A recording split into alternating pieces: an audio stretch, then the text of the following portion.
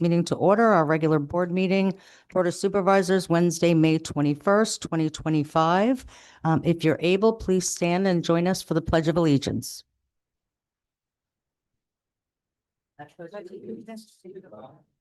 United States of America, to the republic for which stands one nation, under God, indivisible, with liberty and justice for all. Thank you. Roll calls, Ms. Scarlett? Scarlett Cantley.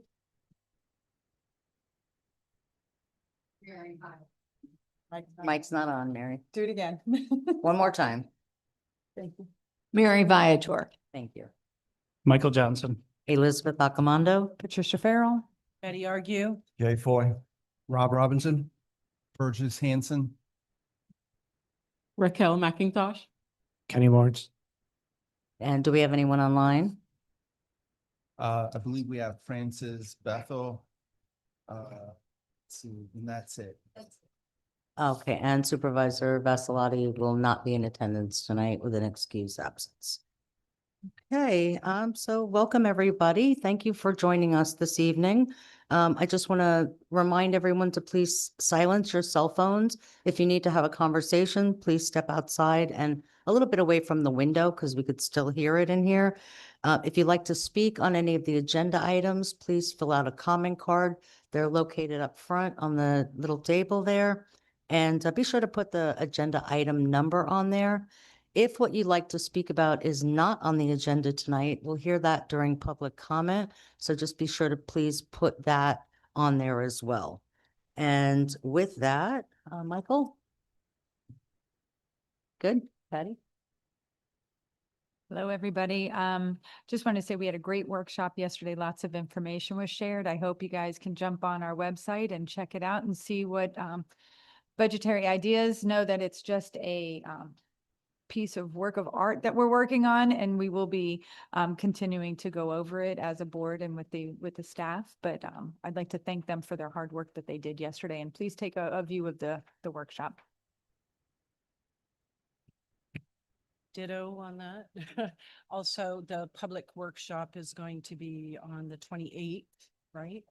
The public hearing for the budget. So people should try and get their comments in, and if they can't attend, at least send emails to the board. Okay. Thank you. All right, item 5.1, agenda approval. Do we have any additions, deletions, or substitutes to our regular agenda? Seeing none, do I have a motion to approve the agenda? I'll make the motion. A second. Okay, all in favor? Aye. See that passes 4-0.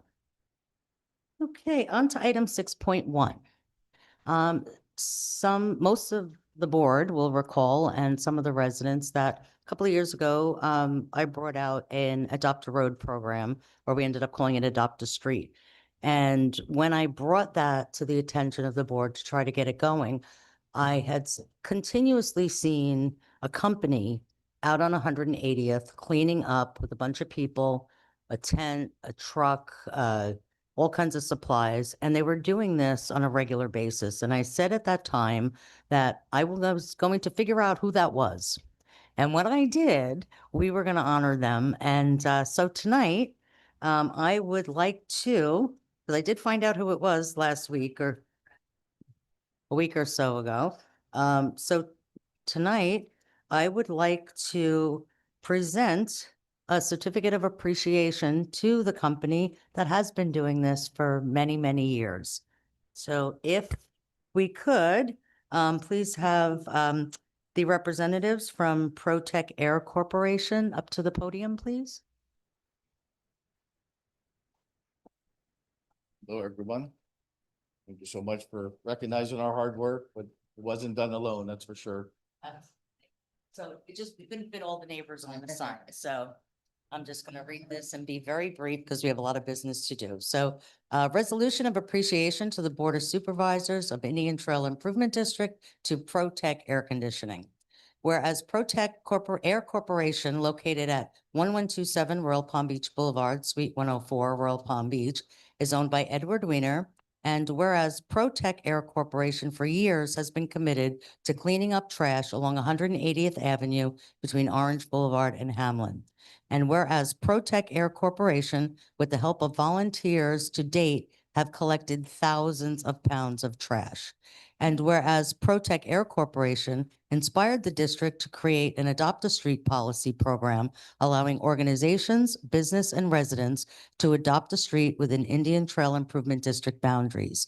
Be it resolved that Indian Trail Improvement District, its Board of Supervisors, and each individual member thereof, and its officers and staff hereby express their sincere and deep appreciation to ProTech Air Corporation for their outstanding commitment to cleaning up 180th Avenue.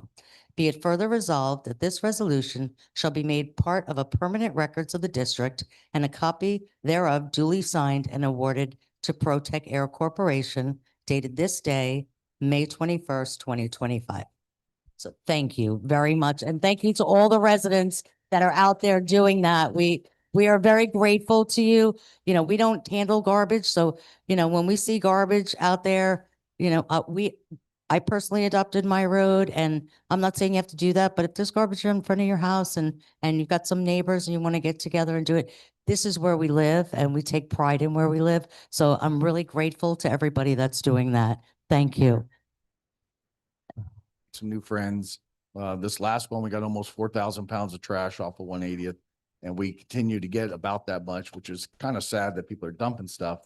But we had a lot of neighbors come out. Now we have made friends and we hang out, and it's actually been a nice event, doing something good for the community. Doesn't really cost anything, a couple hours on the Saturday morning usually. And everybody's loved it. And we, like I said, my wife's, you know, run around. She's made a lot of phone calls, put out signs. Her and Shelley and her husband, Jeff Balin, they were also very involved in getting people and posting it. And we made friends, and people show up they're looking forward to doing it. It's great for the community and doesn't take much. Do the right thing. Absolutely. And that's how I figured out who it was, by your post. So thank you very much. And this is for you, sir. Thank you. Thank you for all your hard work.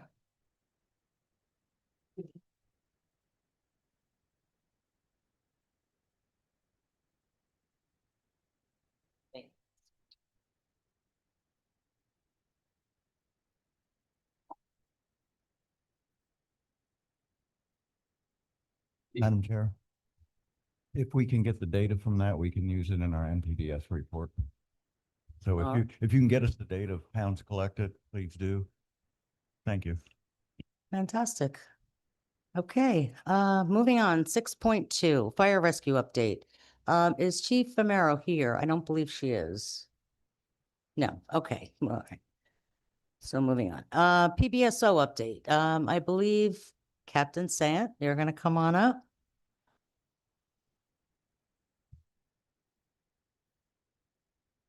Just for the record, Daniel Ray, the engineer, second one. He's on. Okay, thank you. You're more than welcome to take the mic and Only at weddings. put some music on. Make it brief. Yeah, please. Good evening. Captain Sant, from the Sheriff's Office. I'm your District 15 Commander. Can you, sorry, I can't, yeah. Do you want to? One more. Yeah, thank you. Forgive me for not being able to spend as much time with you all as I'd like.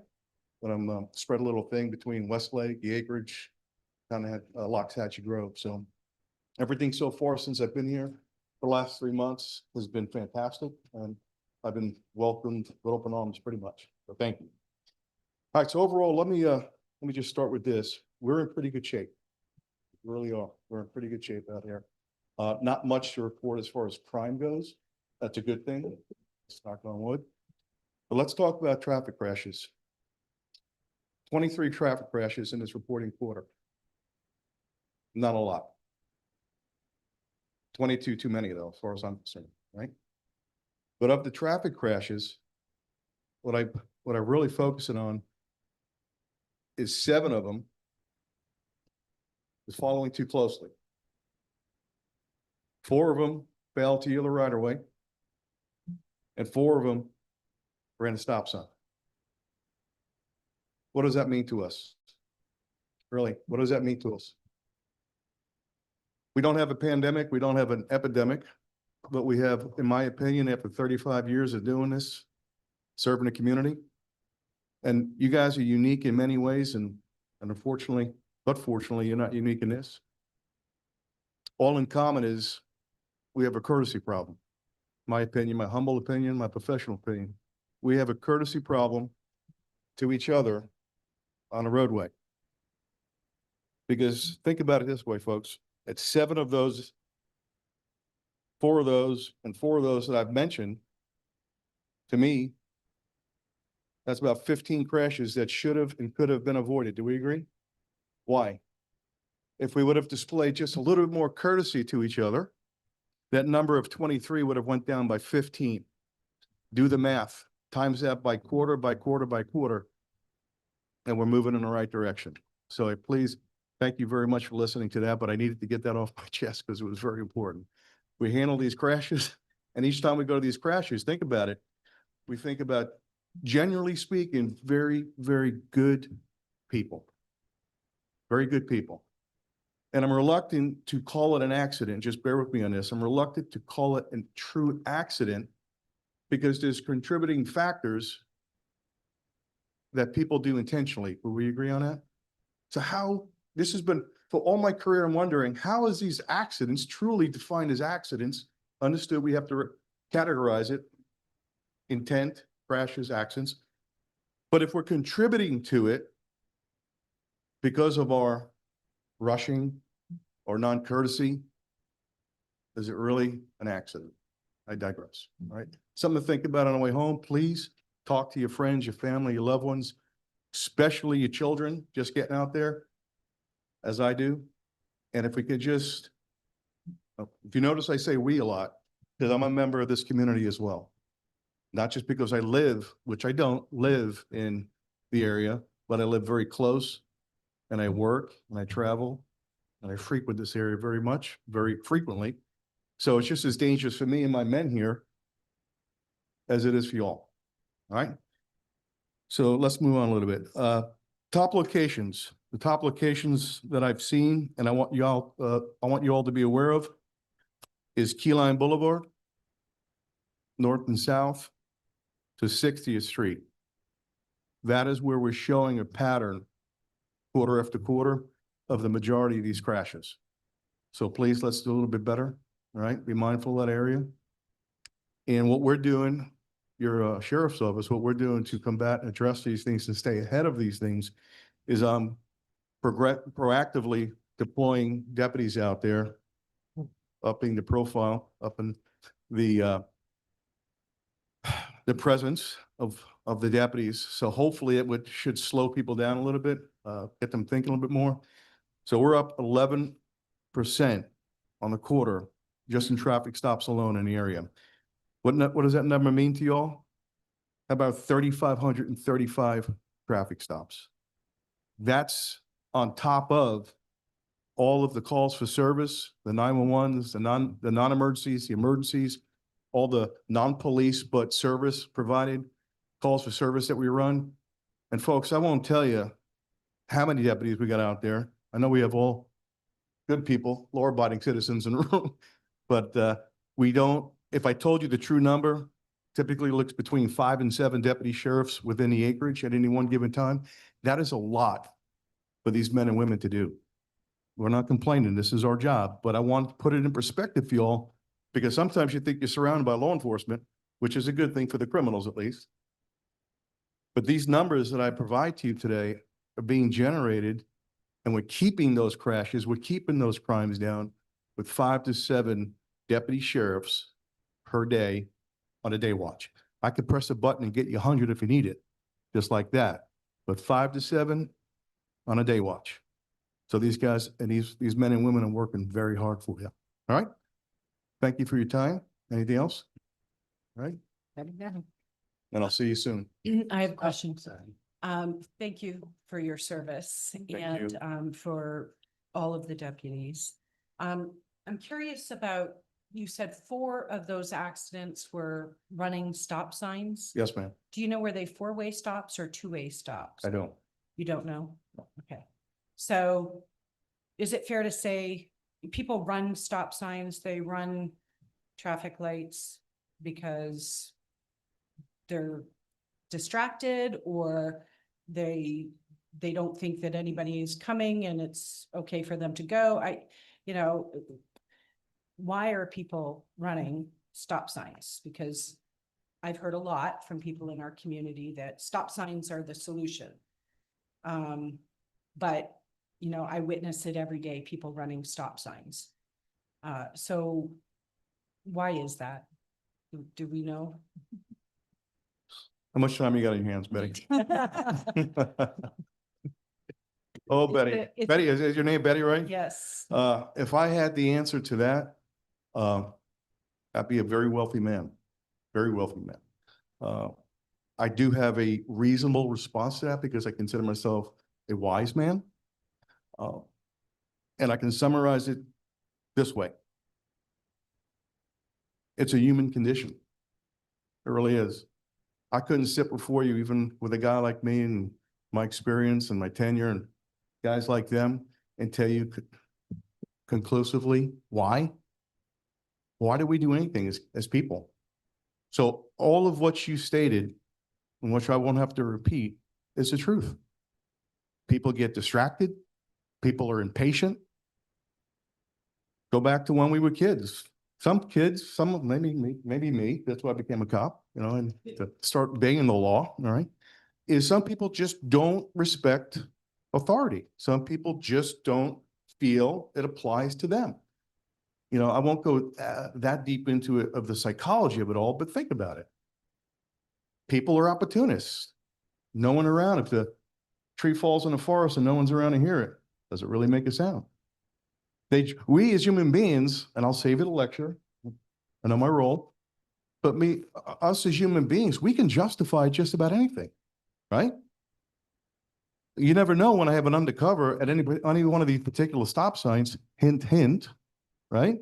An unmarked car at one of these locations that maybe I mentioned, watching, and how many times we've stopped people, good people, officer, I didn't see you. What's it matter? Come on, folks. The stop sign says stop. It doesn't say stop if you see the police. It doesn't say that. Stop. It's there for a reason. The engineers, the smart folks in the room that do all that stuff, they put those stop signs there for a reason. And guys like me and scary men like him, okay, they use us to enforce this. And it's not because we want to hurt anybody. It's the last thing we want to do. We're not in the hurting business, and we're not in the blaming business. We're in the prevention and protection business. But the stop signs are there for a reason. So please take the 2 seconds, 3 seconds, even if it looks like a California stop, right? When no one's there, of course, but at least make an effort. 99 and the sergeants here, most officers are not going to pull out of their spot to come after you, providing that you at least are reasonable. In all the years I've been doing this, I've never lost my good hiding spot as a traffic officer to come out and just stop a vehicle or nobody was around, but at least they showed and demonstrated just a little bit of courtesy to the neighborhood, to the community, some respect for the law, right? And listen, I'd be a hypocrite, in which I'm not, if I can say that I too, right, driving around, have been guilty of maybe not coming to a full, complete stop when I didn't see an officer either. Thank you for your honesty. We appreciate that. Any other But you questions? made the attempt and we appreciate it. I don't have a question necessarily, but I wonder if we could take this snippet of him speaking and put it on our social media. Is that a possibility? There's a charge for that, just so you know. He wants royalties. I'm looking for an agent. Anybody? We'll talk offline. I don't know if there's a way we can get Carrie, I don't know, is there? And maybe if we can get authority to maybe take a snippet of this and post it out there on our social media, because I think it's important. I think that's one of our battles here. And it is one of our concerns that we make people knowledgeable. I think a lot of the problem is that we have two-way stop signs, and if people aren't aware of how our traffic system is, they tend to just go right through it, or, you know, so on and so forth. So, I think it's important, your message, most definitely, and I would love to get it out to the community, not just those that have come here today, so. So I look at it, then I appreciate the comments, Patricia, I really do. And I'm looking at the audience here, we got maybe 50, 60 people. I'm looking at between all you and between all our residents, community members here, we had a false multiplier, right? If you tell 10 people, 15, 20 people of what message I delivered to you all tonight, plain talk, right? Plain talk, no cop shop stuff, plain talk. And just let that resonate. And that builds legs. So before social media came, how did we do it? We talked to each other. You know, we did. We talked to each other. And we need to do that. We need to continue to do that. Plain talk. Plain talk. All right? On the video that we post, if we can also add the accident statistics, that would be really good too. Because I think that people really need to understand the seriousness of what we're dealing with. I agree. Thank you. Thank you. I get so- paid by the hour. Anything else? Okay. We good? No, we're good. We're good. Clock's ticking. Thank you so much. I really appreciate you coming out for us. Thank you. It's always my pleasure. All right.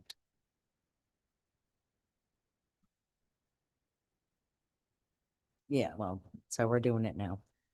Okay, presentation regarding the ERP update by Raquel McIntosh and Carrie Nelson.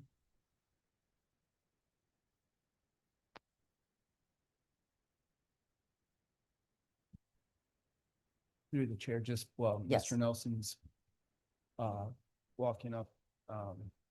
This is, you know, the enterprise resource planning software that we had purchased. So again, just want to thank the board for letting us purchase this, because you saw the results of it last night.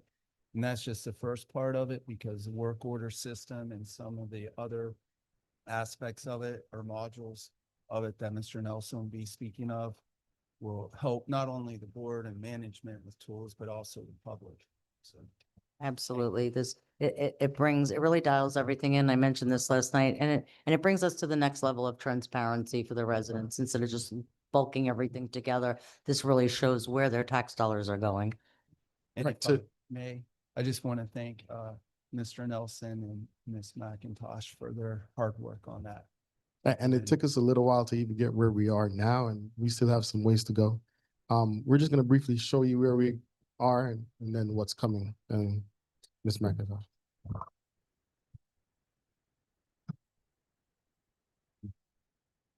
Good evening. First, before I get into our little presentation, I've asked Mary Cordis to join us here because Mary has been a very big part Yes. of getting this ERP system implemented. She was very crucial in doing the accounts payable and the payroll module. In addition to all the others, she's helped in all the modules. And so I wanted to recognize Mary tonight and to just let all of you know how hard she has worked in Thank assisting you. us in getting this done. So I just wanted to say thank you, Mary. Thank you, Mary. All of you. All right, so let's jump into where we are today. All right, so for the ERP system, we have implemented thus far 4 of the main modules. So the first one we did was the core financial module, which included the general ledger, accounts payable, and the bank reconciliation. We have also done fixed assets, cashiering, and payroll. So I'm just gonna go a little bit into each of them. So one of the new features of this ERP system is the ability for finance to restrict budget overruns. And so what we do in this system is, as you can see from this picture here, there's a budget check in this system. And so we set it to a password being required. There's also an option to set it as a warning. So when the department heads are approving their invoices, if they put in a general ledger account number that doesn't have any budget in it anymore, they can't move forward with approving the invoice because it won't allow them to go into that system, into that general ledger line item, because there's no budget. So that's one of the really nice features about the system, is that it should be helping to prevent budget overruns. And so what would happen is, if the department head can't use that budget line, it would trigger to them, oh, I'm over budget. So then they would have to request a budget transfer or figure out how they were going to pay for that item. So that's a really good feature.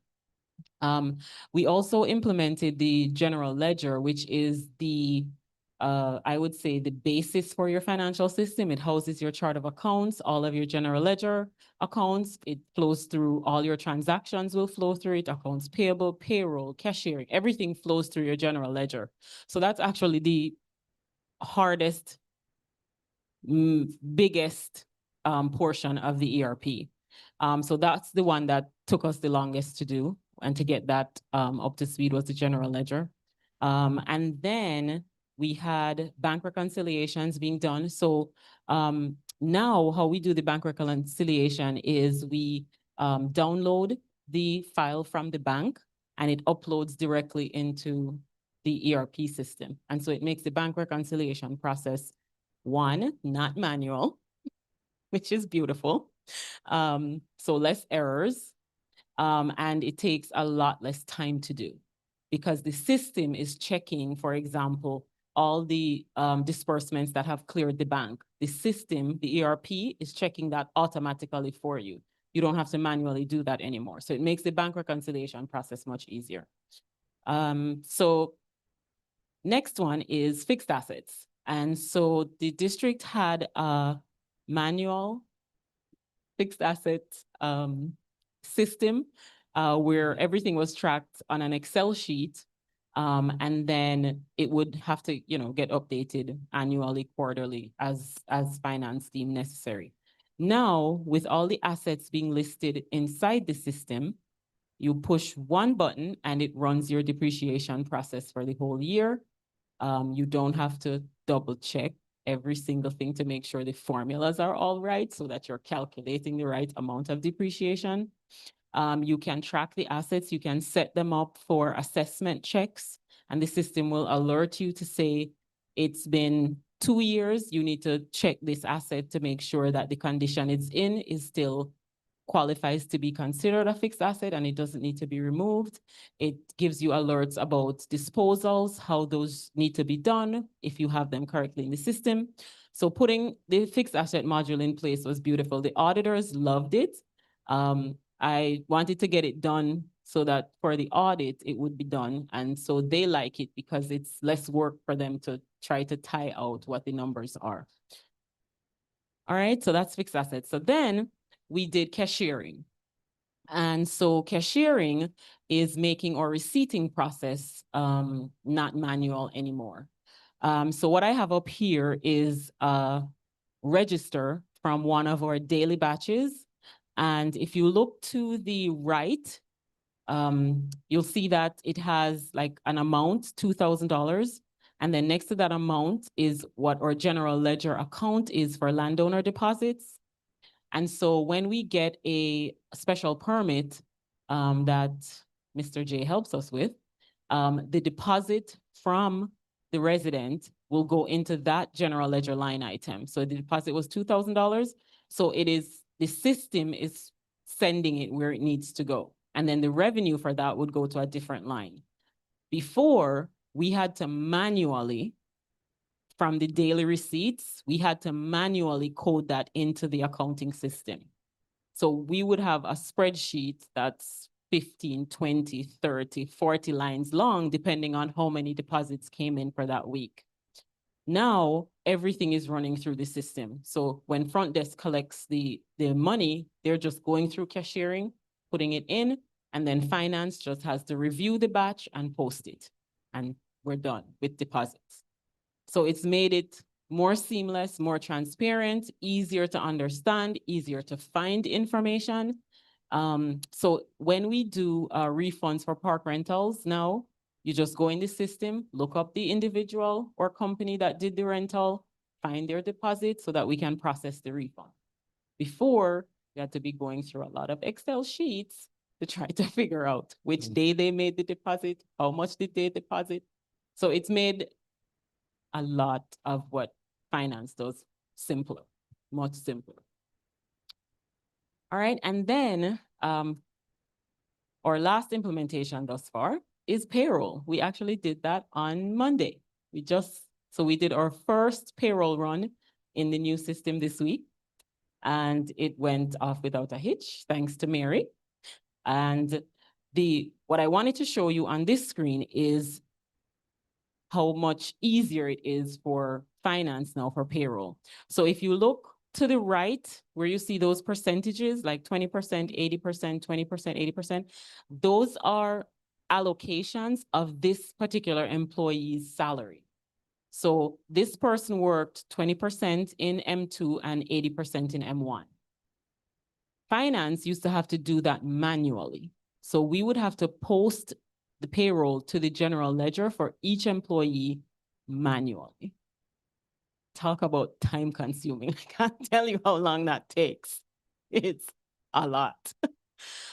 So now the allocations have been set up in the system. So when the time goes into the system and it just spits it right through. It rolls through the system just by itself. There is no manual intervention from anyone. We're just doing checks at the back end before we actually process and pay the payroll.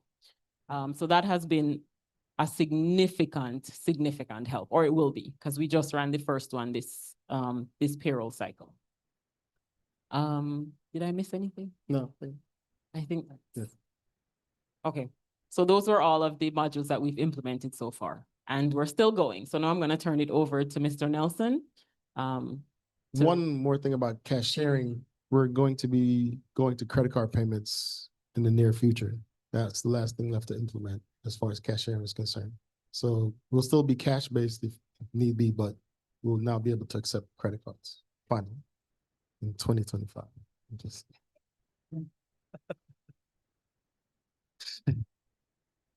permitting is currently being implemented as we speak. We have an end date for that, August of this year. EAM, which will be, for the operations side, where we're gonna do our trouble tickets, projects, and any type of work outside of finance.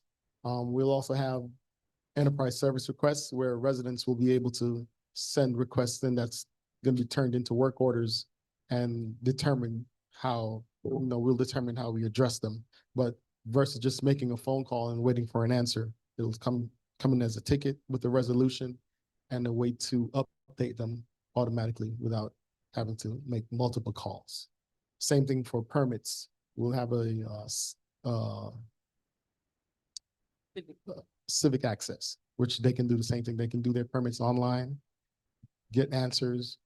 Jay's gonna be involved in that, even though he doesn't know yet. And we'll work that whole workflow out so it's seamless for each resident. Whether they get rejected or accepted, or they'll be able to answer those questions that need be automatically. We're currently using AI right now for our invoices. So we are no longer taking the invoice and copying what's there. It's automatically imported on the invoice, and Mary can send it to where she needs to send it. So that cut out, I don't know how much time that cut out, a lot. And HR, that module is also left. That's one of our last modules that we're going to be implementing sometime in August, June, August. So we still have some work to do. It is time consuming. We do run into issues, but everyone in the office kind of helps me out. They're kind of tired of me now, but we're here, so we're gonna do it. Okay. Any questions? Yeah. I just have one question on the credit card fees, or credit card. we're Yes. Going to have the credit card fees in there? Yes, Okay, thank you. yes. Yes, thank you, Mr. Nelson and Ms. McIntosh, but this is very important for the district, especially for the board moving forward in the next couple years, because reason why this is important, all this communicates, and once, remember, for next budget year, we're recommending GIS so we can do mapping. So all of this will actually interact seamlessly for the most part, which will help us. So when we run reports,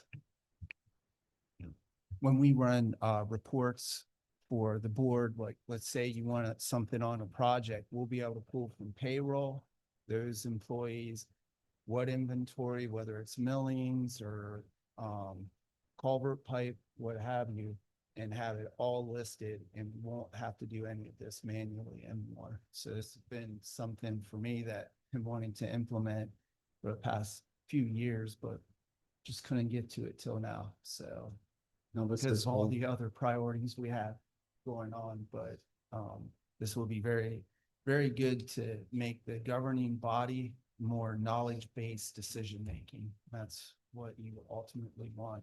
And it's also, like I said last night, trust but verify. Right. So we're lining all this up, not only for the board, but also for the public.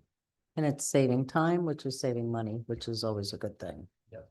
Yeah, Fantastic. because, yeah, we can either reallocate staff to other things, or as staff leaves, and you saw that in the budget last night, you don't have to replace those positions anymore. Thank you. I want to thank staff because I know how much work this has been, and I think the board approved this like 3 or 4 years ago. And it was supposed to be done in phases, but the hardest phase was starting with the initial setup of the accounts. I get that. I just want to share that in 2016, when I got on the board, I really wanted to delve into the finances. And I remember asking, you know, where's the money going and how is it allocated? And well, we'll have to work on that. And I'm like, can't you just press a button and get a report? And they're like, no. And staff actually showed me all the different programs that they were having to use. And a lot of them that were supposed to talk to each other were proprietary, no longer talk to each other. And there was no interconnection of anything. And so there was a lot of unnecessary redundancy and manpower that had to go into that. And so trying to request anything was a bit of a burden on staff. So thank you to staff for putting up with having to do that extra work all these years to provide the reports to the board, including doing the budget, because the budget was also that much extra work because of the way the system was. So this is awesome, and I'm really happy that we're doing this. So thank you all for your hard work, and keep up the great work. Thank you. Oh, Madam Chair, if I may, Yeah. I'm going to step out, but I wanted to apologize for the financial report not being included in your agenda package. We were a little busy with the budget and implementing payroll, so we didn't get a chance to do the financial report for this meeting. Thank you. Yeah. Yep. Right. No worries. Yes, thank you very much. Thank you for clarifying that. I see that Lieutenant Sowers came, oh no, I'm sorry. Chief Amaro came in, so, sorry, looking at the wrong thing. Come on up, sorry about that.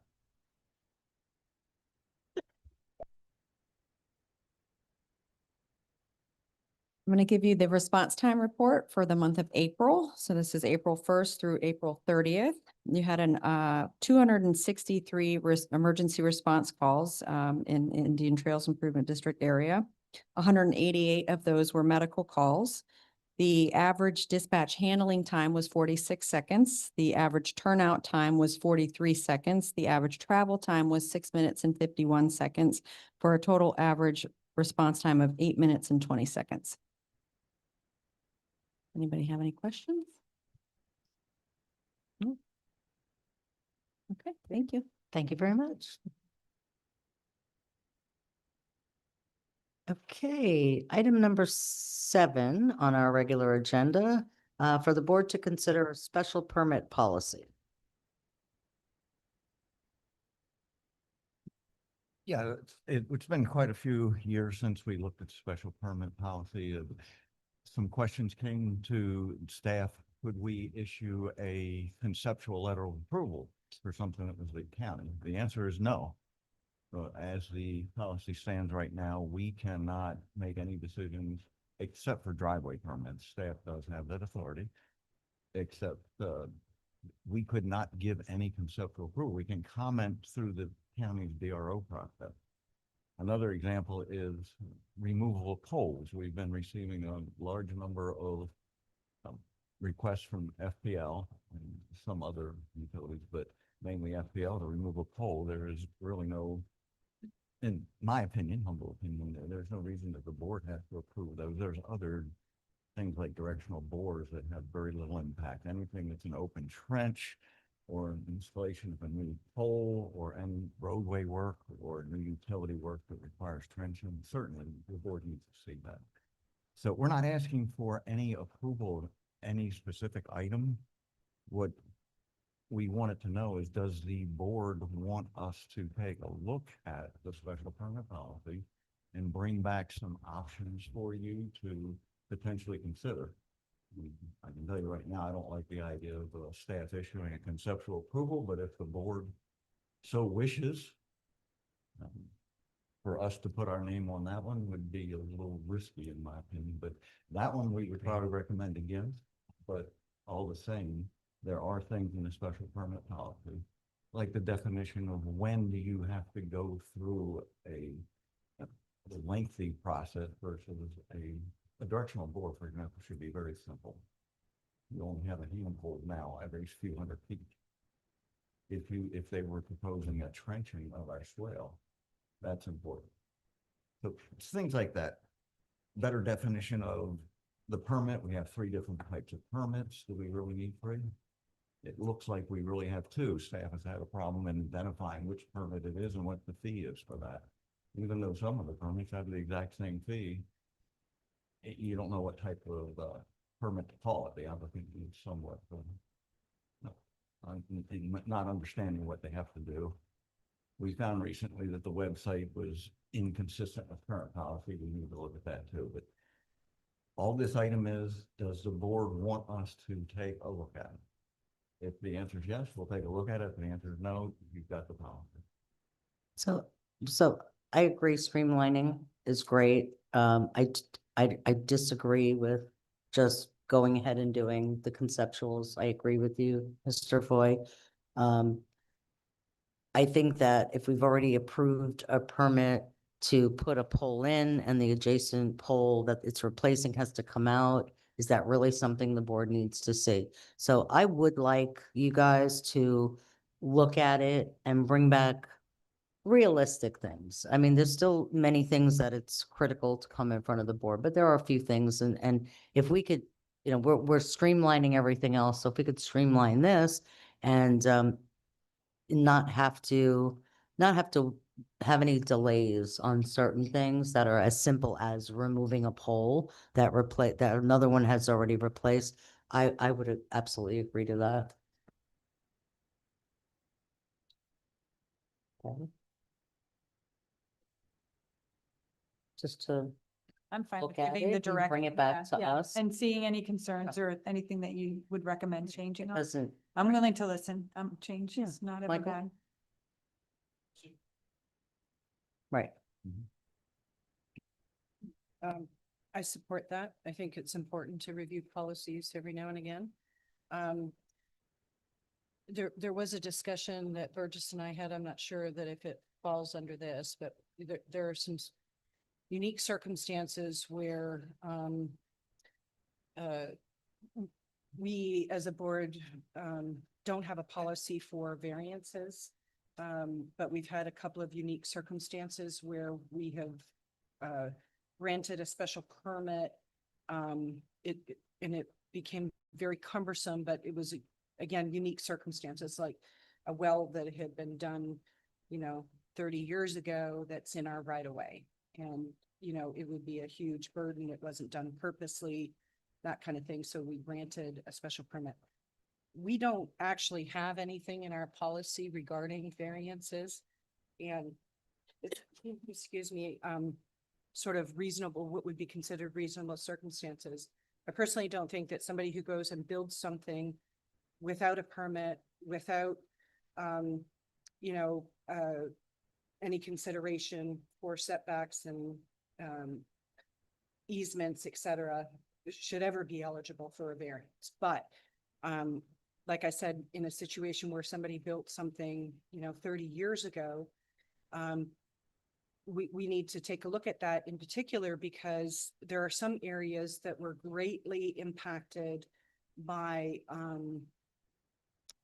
the mapping, let's say, when the county adopted the GIS maps. There were some shifts, like we saw a lot in Santa Rosa Groves. We've seen it in areas east of 140th, between 40th and 60th, where, somebody's original survey from, 50 years ago, if you did a survey today, it's completely different where they say that the markers go. And in some cases, people lost property. So those are situations that we're seeing more and more. And I do think that we need to have some sort of policy. I'm not saying that staff should be allowed to permit those. I mean, but some of them are kind of no-brainers. They don't really need to come to the board. Other ones that maybe are circumstances that the board need to discuss, then, but again, we don't even have a policy for it. We've just tried to address it through a special permit. So I just want to bring that up. Just quickly to follow up on that. Yeah, so what happens is they'll go through our permit policy and then they hit a brick wall. And then we say, you have to come to the board. And that's just not a very good way to handle it. There's some other way that we could administratively or with engineering and legal handle it, and then parameters, as she said. So, because we do, unfortunately, we're seeing more of that. Right. No, that's absolutely fine. Thank you. Okay. 7.2, consider aggregate production, final approval and equipment lease. Mr. Robinson? Good evening. Scarlett, could you open the PowerPoint I just sent you with buttons? I just have an updated one. Just wanted to double check my numbers and do some spell check on there. I tried putting it on mine, but I have to reload it.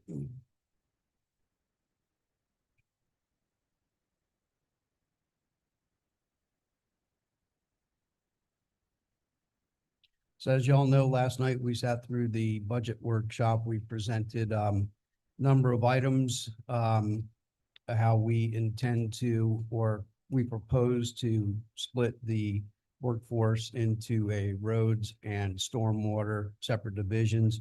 Underneath the stormwater was included the aggregate production. My initial PowerPoint, I redid some of the numbers on that.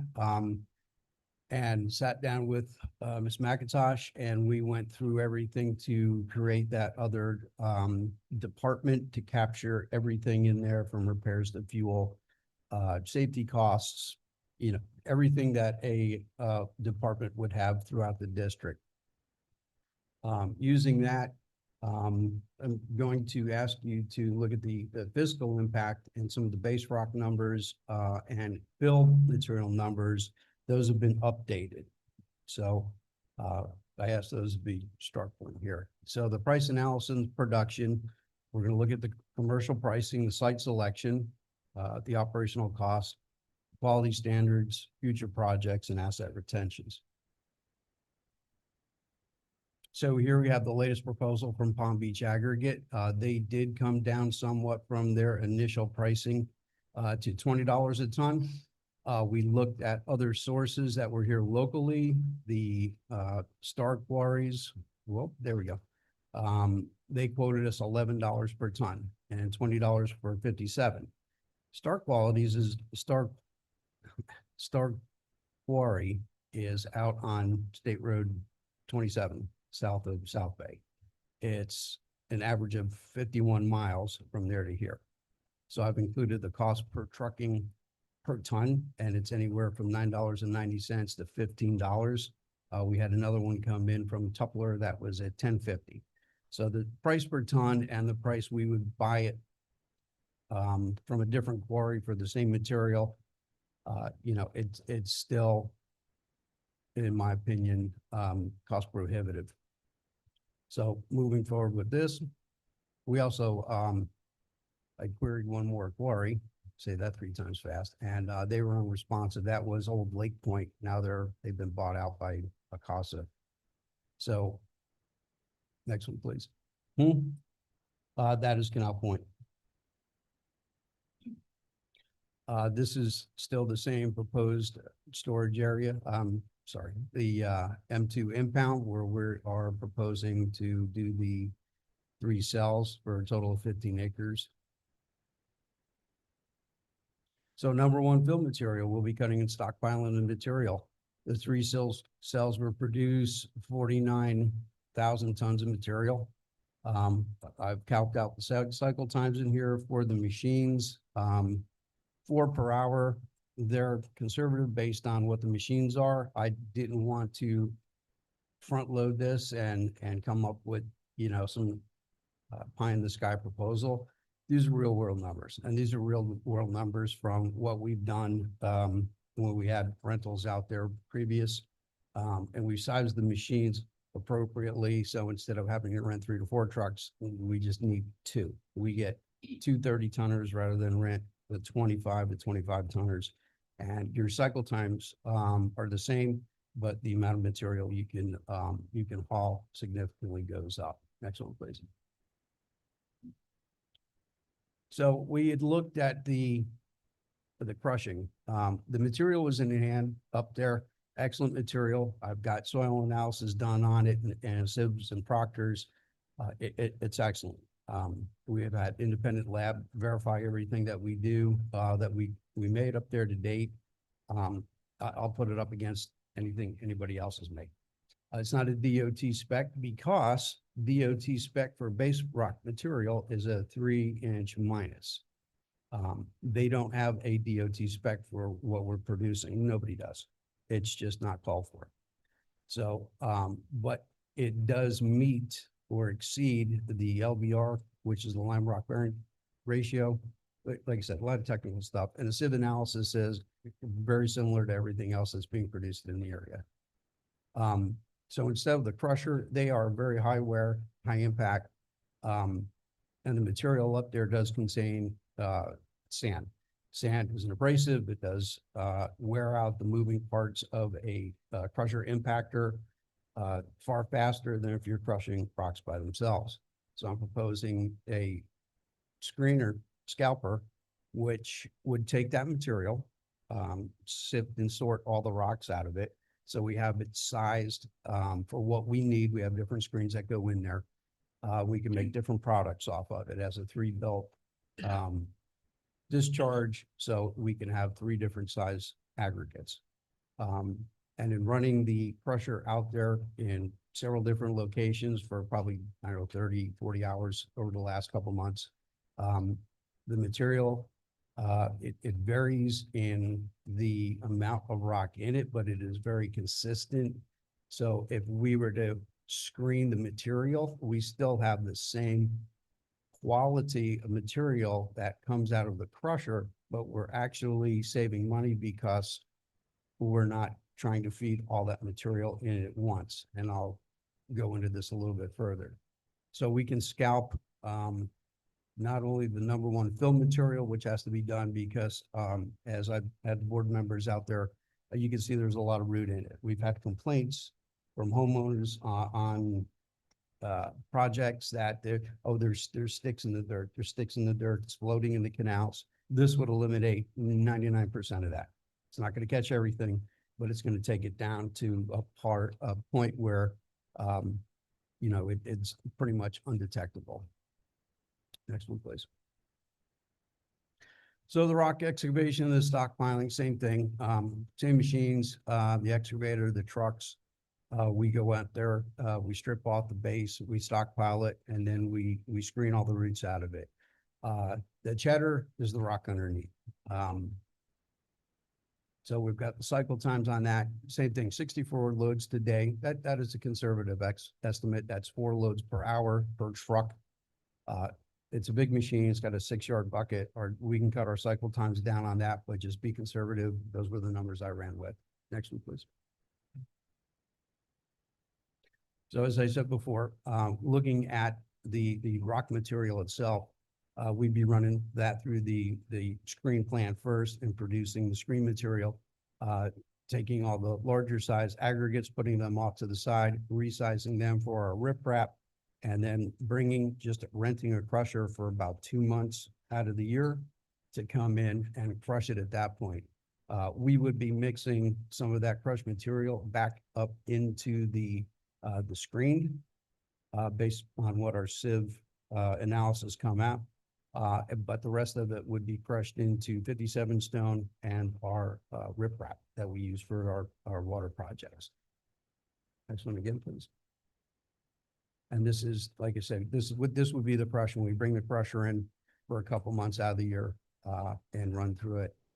Depending on what we get for oversize, we're looking at 50 to 60% that we would run through the scalper, and the rest would go through the crusher.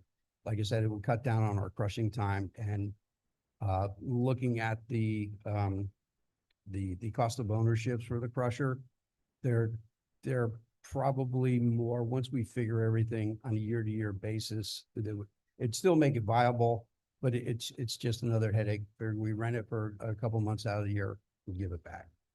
So with that, Scarlett, please. This was the proposed budget last night with the department. Everything is in here except for 2 items. I removed the contract hauling, which was $375,000. That line item was included in here to capture it for the aggregates, but the aggregates not only are hauled from here, but majority of it is from millings. So those would be broken out based on whether it's millings or, and that, like I said, that's going to be a separate one for the project, not for the aggregate production itself. But when I talked to Ms. McIntosh, we needed somewhere to capture it, so we put everything into the aggregate production. The other thing that was removed from here was capital. Capital was the dozer and the 12-inch pump. Those were $225,000. And I actually got the quote back from the pump today. He revised it. It's not 120, it's down 113. So there's some savings in there. Next slide, please. So we have district-owned equipment that would be used in this as well. What you just saw was what we are proposing to add with the leasing for that department. This is the district-owned equipment. What I did was a basic straight line amortization for 10 years. For the original purchase prices, the loader, the dozer, the 12-inch pump, as we're proposing, because of the minimal cost of the dozer and the pump, to just go ahead and purchase them rather than go ahead and, stretch those out. And I'll show you where we're going to be getting some of that funding. Straight line amortization, it shows the amount of months that we will be using those particular items for the production of that material. And that is per year totals. That's pretty well. Next, please.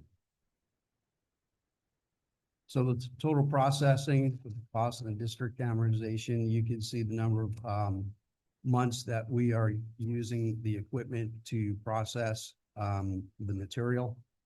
For the department costs, which are the ones that we're proposing. And then we have the district-owned equipment, which was, we separated them out so you can see what the amortization was and the totals on that. So the base rock is going to take a little bit more time because of its, a little bit more process to it and a little bit harder material. It actually pops out pretty good, but, there's dewatering involved in there as well. So next one, please.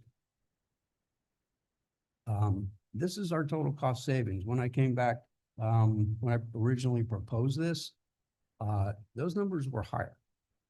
And I did that because rather than do the whole department, I went through and not only did I figure the cost of wear and tear As Mr. Basilati was asking about the cost, was that figured in there for maintenance? And with the pressure, it was significantly higher. So that had like 23% of the machine. With this, and these are the numbers that you just saw. This is what the locally, I'm sorry, the district procured. I'm getting ahead of myself. This is everything lumped in there. This is what we are proposing, plus the district equipment. This is labor, this is fuel. This is taxing, this is the training, and this is everything within the department, small tools, fuel, you name it. Everything that was listed out, and broke it out as, you know, this is why Mr. Hanson had come forward. He said, let's make it our own department so we could really capture everything. And I was, like I said, at my, the last meeting, we're proposing this. Those numbers, I didn't want to, you know, tell you something that the goals that we couldn't hit. You know, it's taxpayers' money, it's my money. I live out here too. I want to make sure that this is a viable product and viable program, not only for this, but for other projects going down the road. So as you can see right here, number one fill, locally procured, $13 a ton. You add up all the numbers and I'll, you know, anybody can look at these, I'll provide it to them. We can process this for $3.25. For the base rock, locally procured, whether it's Palm Beach aggregate or if we have to truck it in from another quarry. The district can process it for under $5 a ton. And I've got some fluff factor in there, you know, a couple of percentage. I always got to throw a little bit of contingency on there for time and weather and breakdowns and everything. But as you can see right here on the cost savings, we're looking at, you know, almost $4 million. And this is over the life of the equipment. You know, we have been, at one point in time, we were putting $1 million a year just for road rock. And that was when it was $9 a ton. And we were just slapping that on the roads as fast as we could. And it was getting ground up and it was turning into dust. So with the millings policy, you know, we've had to slowly cut back on the amount of material we purchased over the years. And if it was kept at the same rate or relatively flatline, I wouldn't be bringing this forward. But you can see right here, we generally use about 25 to 30,000 tons per year currently, because we do scrape off some of the roads and reuse it. This is going to be about 50,000 tons per year. The one thing is, it's like when you have to buy and you truck it in a little here, a little there, you use it sparingly. So we kind of skimp, not skimp, but we just kind of use the basic, okay, we got a couple holes, we're looking to fill in a quarter of a road, a half a road. So I'm not gonna say we're stingy with it, but we try to stretch it as far as we can. What I've found in the past, the more we make, the faster they use it. And it's not just the fill material, it's the rock, because we've got projects all over the place. We do have that giant pile of number 2 out there as well. This screener could also go through that, get some of the big clumps of grass and the roots out. That would be good to use when we're doing canal reclamations, to blend it a little bit with ours to stretch it. You know, you can have up to about 10%, especially when we're trying to stabilize the slopes. We're not trying to build anything on these canal banks even, but we can actually stretch it out even farther when we do that. So as you can see right here, the cost savings over the next 3 to 4 years, right there in, you know, green and white and black. So next one's Carl. This was the slide, the cross section of the 640, the proposed impoundment. This was done by the geotechnical engineer. He put together this slide graphic to show the layer of limestone is indicated in the green checkered. It's an average of a 10-foot plus layer. If we were to just excavate the center 300 acres of that, it's 1.6, I'm sorry, 6.5 million tons of material that's underneath there. Once we get done with the levees for impoundment, and we're going to need some of that material to do the water control features in there and riprap and aggregates and you name it. So this equipment, like I said, it's got, heavy industrial equipment such as this. We've got excellent fleet staff, as y'all know. I'm very confident we get a 10-year lifespan out of this. Christ, we ran those graders for 20-something years until, the paint fell off of them. Not suggesting we're gonna do that to these, but the lifespan is there for these machines. And I know, Miss, you're probably gonna come back with the lease and say, is the number of years gonna be, or we're gonna go over with it and everything. They're not gonna be day-to-day, 8-10 hours every day. There's a process for them. When they're not running, they're gonna be sitting. But they're not gonna be sitting to the point where they're just gonna be deteriorating. We can also use them for other projects when we do the canal reclamations and any other project. If we're doing something, we can even use these for when we have an emergency declaration. We can use them for storm cleanup. We can throw, 40 yards in these things, and move debris with it. So there's a number of other, tasks that they can perform, not just isolated here to this. Next one, please.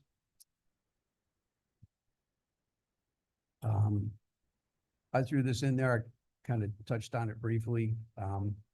This is still a long ways off, but in the event that we can find a place that's viable to do so, and the board still directs us to go in the direction with the millings, we can look at a process of where we can take the millings in, process it ourselves rather than have to buy it for X amount. So this equipment can be used in various other different operations throughout the district, not now or not for the 640, but decades down the road. Next, please. Pretty good.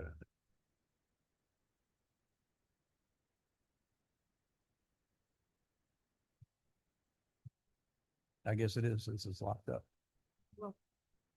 And we're just the thank you. Okay, that's the thank you. Oh yeah, questions, comments, concerns. This slide that's up there right now, that's the first one we did back in 2017, and that was just screening the top cut only. And like I said before, we could actually go back in that cell. We didn't have the machinery at that point in time to excavate the rock out.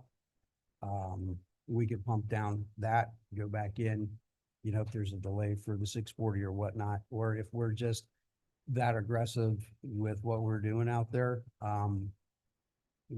there's other things we can do right there before we move on to other projects or, potential 640.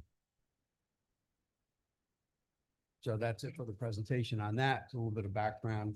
I was asking for you to come out there. Unfortunately, we couldn't get our schedules together on that. 3 other supervisors took out there to look at the products, look at the process. Mr. Johnson, I know, you know your way around equipment, and you were kind of like, yay, sounds good. So Just because of the cost, when you're talking Star out there, that's close to the farm. We've seen some of the farmers actually take blocks out of production because the cost of rock is so expensive that they've taken a few out, field, low producing acreage, and they've excavated it, and they've done the same thing. They'll bring a crusher and run it for a week, crush it all, just to keep, you guys have seen the cane trucks, what they do to roads. So, just to maintain the roads out there and keep it safe, they've actually, kind of taken this practice, firsthand out there on the farm. And when it comes to 640, it's kind of, it's a huge savings. I mean, we'd be able to maximize our water storage doing it ourselves, let alone produce, excessive amount of rock in-house. Then I had a couple things I talked to Burgess about, just kind of reassure a few things, but I don't have anything else. I did take a tour out there last week. Thank you very much. Very interesting. Do have one question. We've been using the material for streets now, like for grading streets. Have we been doing that and repairing roadways? Yes, ma'am. So one of my friends sent me a picture. Some of the rocks are kind of large. She was showing me on the street. With this screener that you guys are proposing to get, that would help eliminate these larger rocks from getting in. Yes, that is correct. The first machine that we had out there, prior to investing in this, I wanted to run some testing to see what would be the best combination of machines out there. I talked to 3 different companies. They sent their reps out there. They looked at the product, they looked at our production schedule. They all recommended various sizes or different combinations of machinery. The first one was small. And I don't know if it was a wear issue when it was delivered because it was on a demo job in West Palm Beach. Prior to that, they said they had adjusted the hammer, the blow bars all the way down to get the smallest material. But what we did see is the rock towards the mid and end portion of it was getting larger. So we had them to come out and keep minimizing it to get to 1.5 inches minus. Problem with the 1.5 inches minus is, even with the screener, if you go, that's a square woven cloth. On a diagonal, it could be a slightly larger going through that, but the screener would definitely be a lot more uniform, because when you have the impactor crushing the rock, you may shatter it and you may have, like an arrowhead sized piece. The screener would eliminate that. I'm not gonna say there's gonna be some stuff that flies in through there, but the consistency of it will be a lot smaller. And as most of you saw, the comparison between pile A and pile B, it was significantly smaller in size. So what we're trying to use this for right now is primarily our sidewalks where we're going underneath asphalt. But they've been using it to fix some of our holes up in there. Once I get a cross section on the other pile, we're actually gonna rerun the other stuff, hopefully, if everything gets passed with the screener.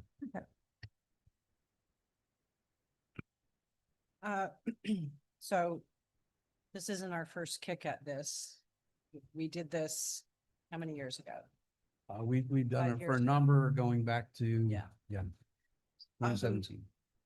So, and during that period, there were a number of complaints, as you will recall, from the surrounding landowners. And what we're proposing here sounds to be at a much more aggressive schedule, shall we say? And am I to read that correctly, that it's going to cost us $1 million a year to do this? Yes, ma'am. Okay, and I understand the savings. But what I'm not seeing, what's not in here, you said that it includes staff, all of that, but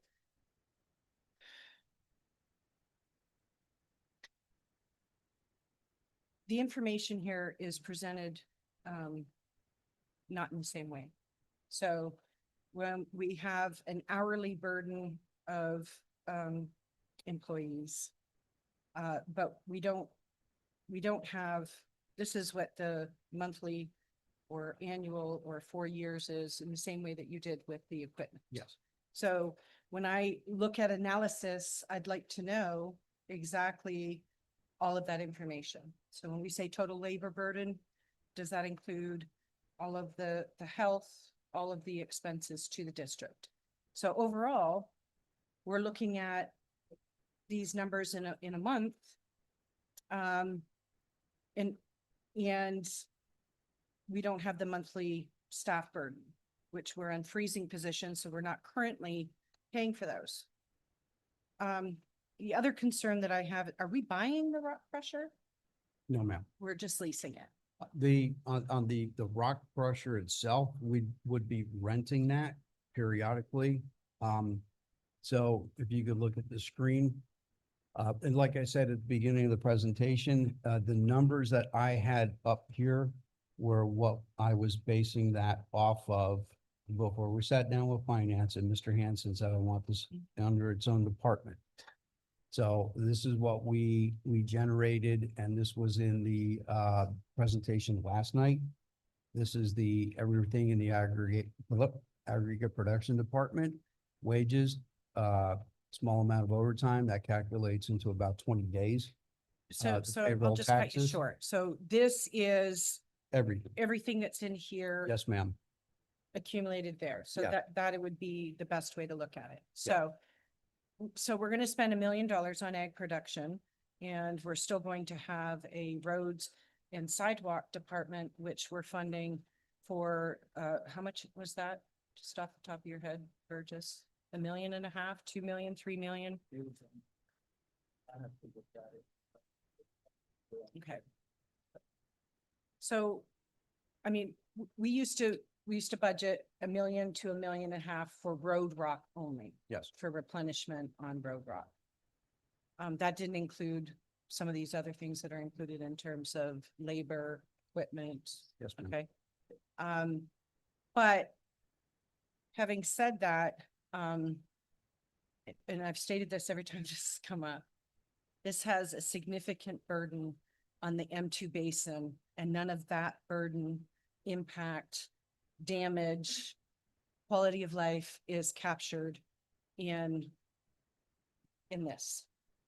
Nor is any compensation in there, because technically the M2 basin, just so we're clear, the M2 has paid for that property.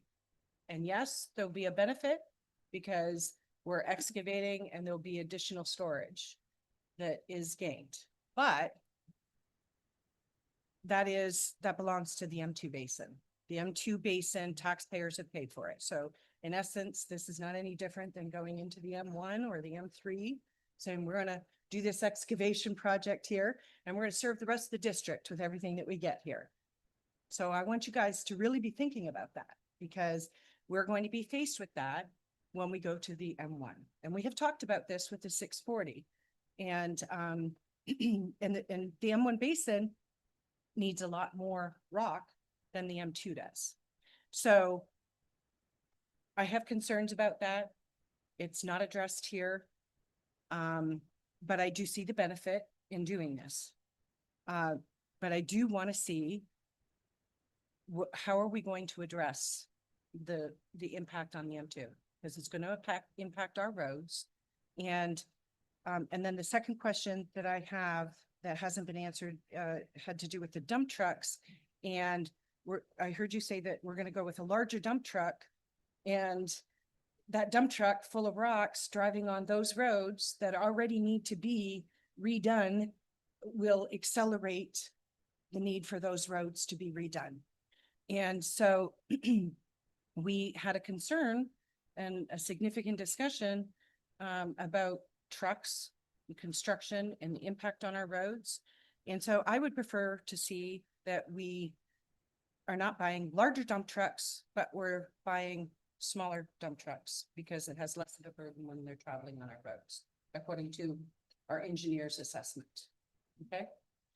And then lastly, I want to thank you and staff for being innovative and trying to find a way to save money and to be more efficient in the district. When we went to the millings, you'll recall, millings was, a third of the cost of the road rock at the time. And when the board adopted the millings policy, it was because we were trying to save money and look for a more efficient path forward. And what you're proposing here is that we can go back to the days, basically in 2016, these are the numbers that we were paying in 2016 for road rock. So it's actually less than millings. So we may want to consider as a board, maybe cutting back on the millings project, because now we have a cheaper path forward. And there are some people that would agree with that. And I'm not in favor of increasing our budget another $2 million so that we can keep millings going, when the whole point of that policy was that if millings ever became more expensive of an option, then we would go back to rock. And that seems to be where we're at right now. So, thank you. All right, may I address? I have a couple of these. Well, the 35-ton off-road trucks, they're for use inside the pit. If we were to use them outside of the pit, so they would be confined on that, they would not be on district roads unless there was a declared emergency where we had to run material. And if we're running timber or landscape material, debris, it's significantly less weight per volume. So it would actually, that would kind of balance out. It wouldn't be any heavier than a loaded dump truck. So we're not proposing to run these trucks on the road loaded unless it was a declared emergency where we had to just do debris removal. And as far as the cost analysis for the impact to the M2, she had this already left, but been discussing this with Ms. McIntosh. When I gave her all this and your concerns, I know you talked to her too, she was kind of like, I can't do this because we were trying to put the budget together and everything. We do have some solid and some numbers on that and a concept of how we're gonna, we know how everything's gonna be dispersed. It's gonna be the benefit back to the M2 that the basin, the ones that are affected directly by that basin is how that is captured. And probably ultimately, and I know this from doing production aggregate work and being in mines, well, not my whole life, when I was younger, that's where I started out, we would pay royalties back to the landowners. It would be based on the initial cost of the land. There would be a cubic yard assessment for that. And that was like a done deal. And that was pretty easy to calculate. Some of them, when we did Exotic Gardens in Daysview, we pumped out 1 million yards down there. There was an offset to that based on the improvement because he was putting in, I don't know, 5-acre luxury lots down around, it was, I don't know, I think about 300 acres. But besides that, I think the best thing to do is we could circle back on the finance and with engineering, because it is ultimately going to need a ratio from this gentleman here to come up with the CBA to determine what the initial cost of that property was when it was purchased by those residents and the additional water storage and what the offset would be on that. So we do have a means in work to do that. We do. We need some time on that to figure everything out. And so that's my question. My next question is why are we rushing to do this right now and not planning for it to be in our next fiscal budget? Some of these will be, and then some will be also for the price increases that are expected with this iron. We're kind of pushing to get everything approved here. Well, not just now, but as early as possible so we can get those prices locked in on the sheriff's contract. Because it's uncertain, you know, they're already announcing it with cars. Volvo's going up $2,000 a car. This one's going up $2,000 a car, and that's a Volvo. You know, there's more metal than a Pepsi can. So, you know, these things are significantly more. But All right, thank you. sorry. So, but those concerns, and you also brought up the wear and tear. We're keeping everything specifically on 180th for the in and out, just as we would. So if there was an impact of that, we have very competent staff that could redo that road, and it would, I propose, and we'll have to get with legal on this too, that would just be directly affected if there was degradation on 180th from this, that would just, we would impact strictly this department in that. You're saying 180th to Sycamore, they're never going to use Prado, and they're never going to use West Bath. No, not for our trucks, no man, unless it is going to a road that is specific off there. So this is not route traffic, this is to traffic. And that section, sorry, through the chair, that section of 180th is part of the R3. So in essence, if you wanted to, yeah, We did do millings on that road. what I was gonna say, yeah, yeah. We might have to look at green out of us.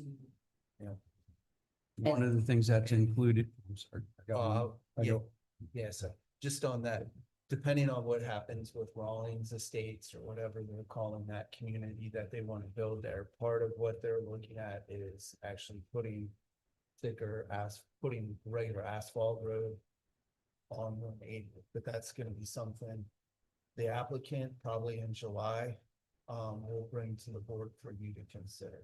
We're not the applicant, we're not advocating for them, but that's one of the things that they're contemplating. As they should. Rob, I just want to ask you, so currently we're storing purchase material in the M2 basin? Yes, ma'am. So we've got trucks coming in. Right, so this will kind of curtail that a bit if we're doing it there. And we'll see more trucks going out than coming in? They'll be coming in empty and leaving loaded Okay, versus, I mean, 1/2 dozen of what? Right, We'll okay. still see the millings will be going out from there as well. okay, so, right, so this is what I'm asking, right? And Ms. Argy made a point of saying that, okay, we've gotten the rock costs down so low. Does it make sense to go back to rock, but do we take into account the cost of the maintenance of the dirt roads?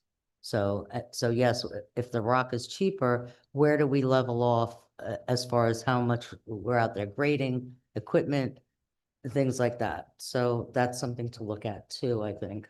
Through the chair. Mhm. The analysis that we had when we looked at the millings were actually, at least at the time, initially $3 a ton cheaper.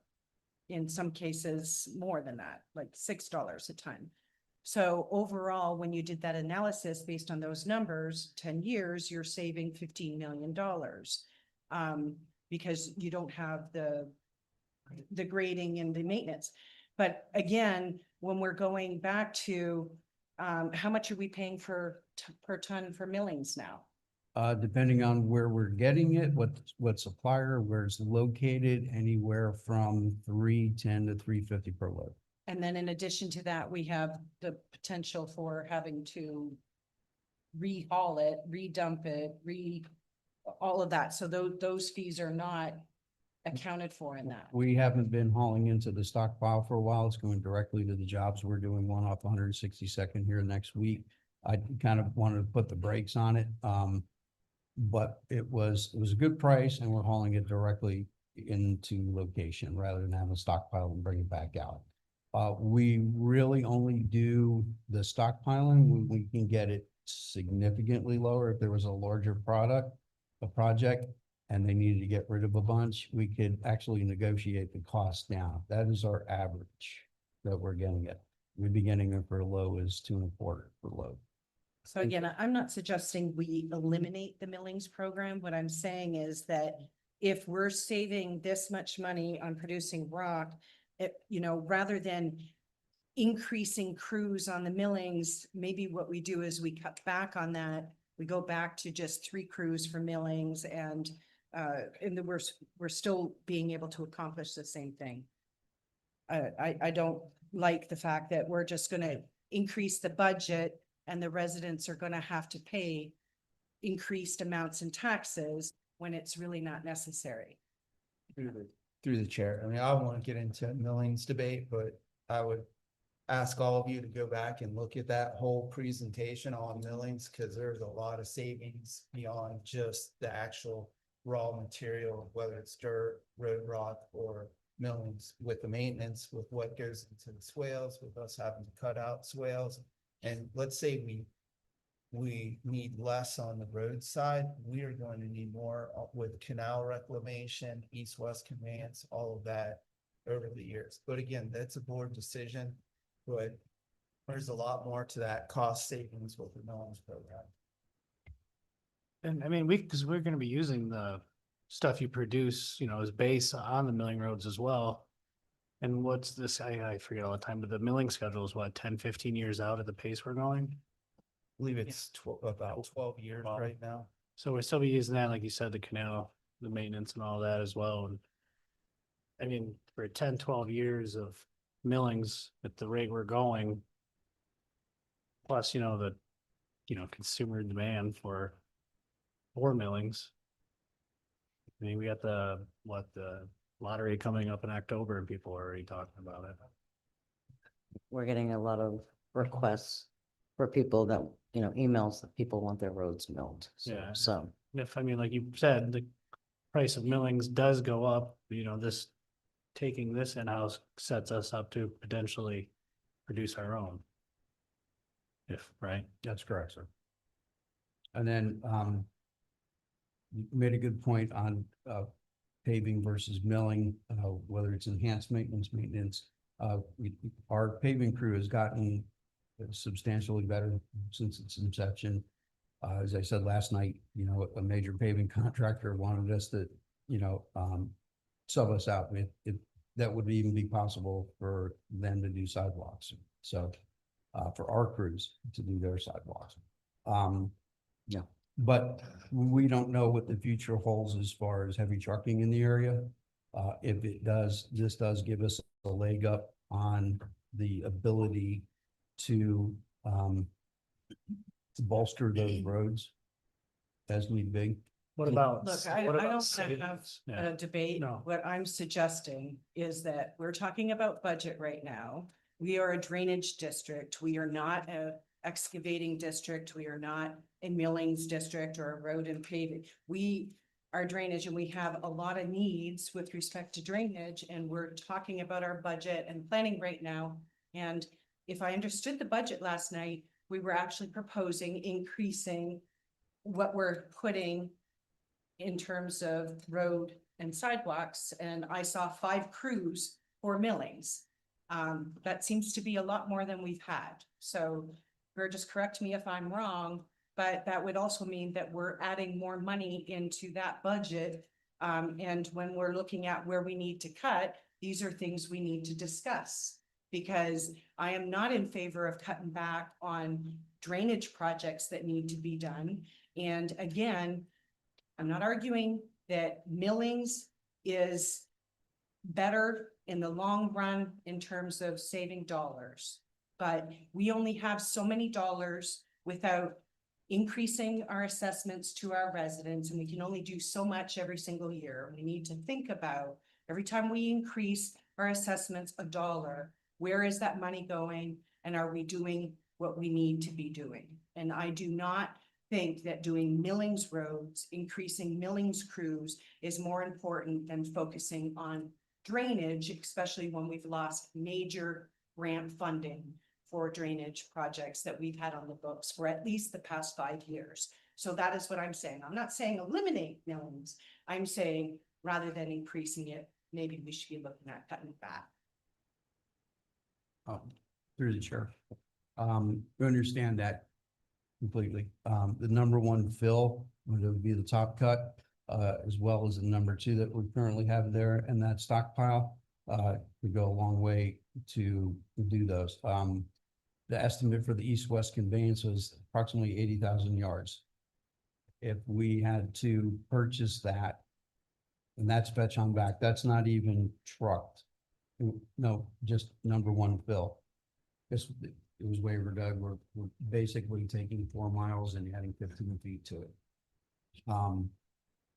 Just to buy the $80,000 yards at the current market price, or even if we had a truck in anybody's bought fill, it's $300 a load, and you get, oh yeah, that's 20 yards. No, it's not. So anyway.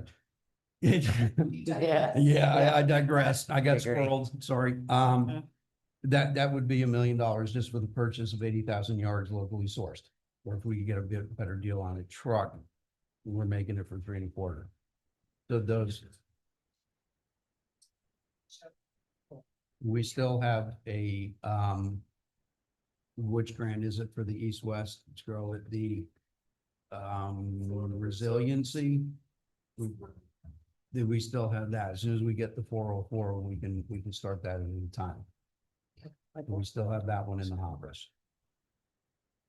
One of the questions to touch on with Betty, talked about the, way of life. When you rent the rock crusher, it's not a 7 days a week around the clock just to get your best bang for your buck on the rental. I mean, is that still within operational hours, 4 days a week, We're not, The rock crusher itself, yeah, we're proposing to bring it in twice a year. We're proposing to buy the scalper because that would be, by the time we rented it to clean all that material, it would be more cost effective to go ahead and purchase it rather than rent that for $27,000 a month.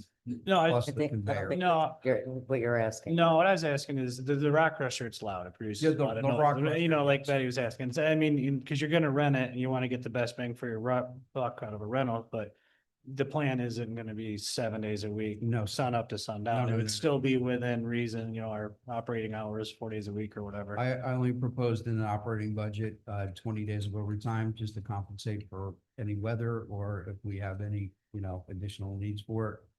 We run at 4 10s, an operating hour out there.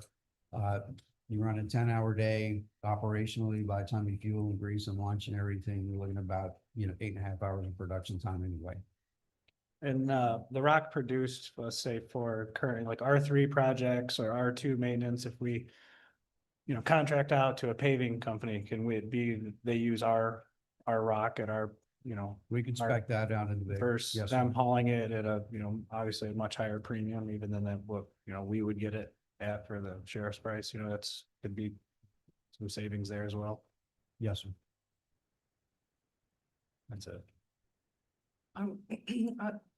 Where is the scalper listed that we're buying? I call it it's scalper or screener. So Okay, if- that's the Cleanman. Yes.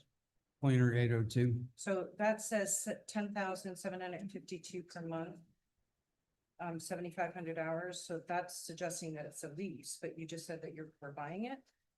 So has that changed? That hasn't changed. Well, buying it, it's a lease purchase of the 36-month Okay, lease with buyout at the end. okay. Just So a lot of it's the bigger still- machine. It's still a lease. Yeah, and the breakdown per month that was in the PowerPoint, those are accurate hours, so we'd still be using it with both functions about 7 months out of the year. Granted, like, it's not 24/7. It's definitely not gonna be 24/7, but it's not a everyday activity where we're gonna be using it for several weeks here. We import more material, it drives out, we run through it again. So to get it in and off rent, like it's more effective to purchase it. I've done it both ways to try to figure it out.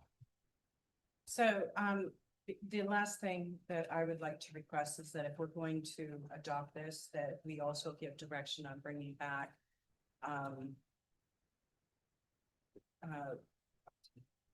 policy relating to operations. You talked about, and, there's specific things like even burning. We had some complaints about that, when we're doing that, how we're doing that, and when we should be making noise, because, some people do like to sleep in or they work different hours. So we need to come up with some parameters there that we stick by and, be respectful of our neighbors and residents and taxpayers. So, I do want to discuss those things with that. And of course, as part of that policy, I also want to make sure that it's distinctly in there that the traffic going in and out relating to this, as well as millings, which we always discussed and agreed on, goes via 180th and Sycamore. So. Okay. With that, do we have a motion? Or I should say, we need 4, correct, Mary?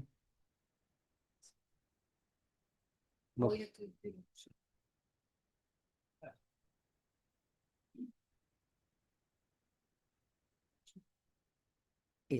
we can do cards. First, I have Sharon Waite and then Pia Scoran. Hello, Sharon Waite, 15058 75th Lane North, Loxahatchee 33470. I know I missed the last meeting. I'm working, can't always get to everything, but I made it here. I didn't see anything about the aquifer. I didn't see anything about the water table, where it is, where the levels are. according to where you're gonna be digging? I mean, I realize you're right next to the canal, so it's gotta be fairly high. What about that? What about dewatering? What about saltwater intrusion? After a while, what did we do about that? I haven't heard a word. Was that ever mentioned? I don't know. And would it be possible for me to have a copy of his presentation? Yeah.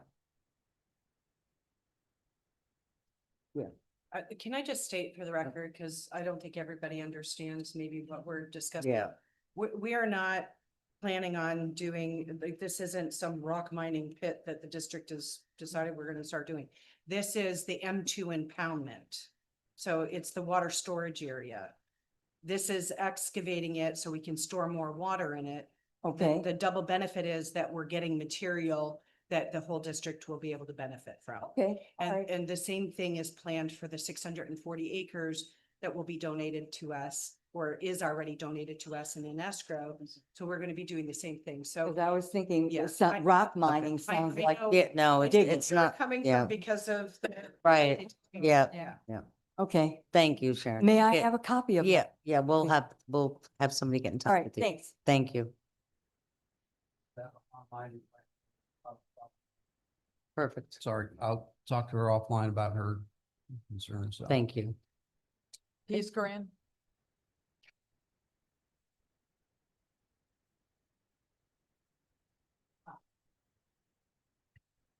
This isn't pro or con or just things I think we need to think about.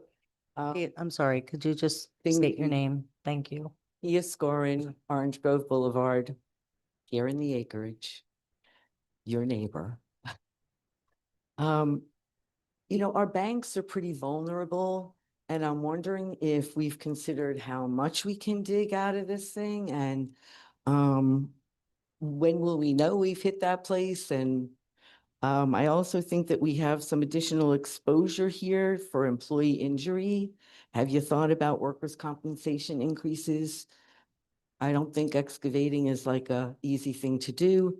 Have we included, or will we include some safety protocols in what they're doing so that we make sure we have fewer injuries?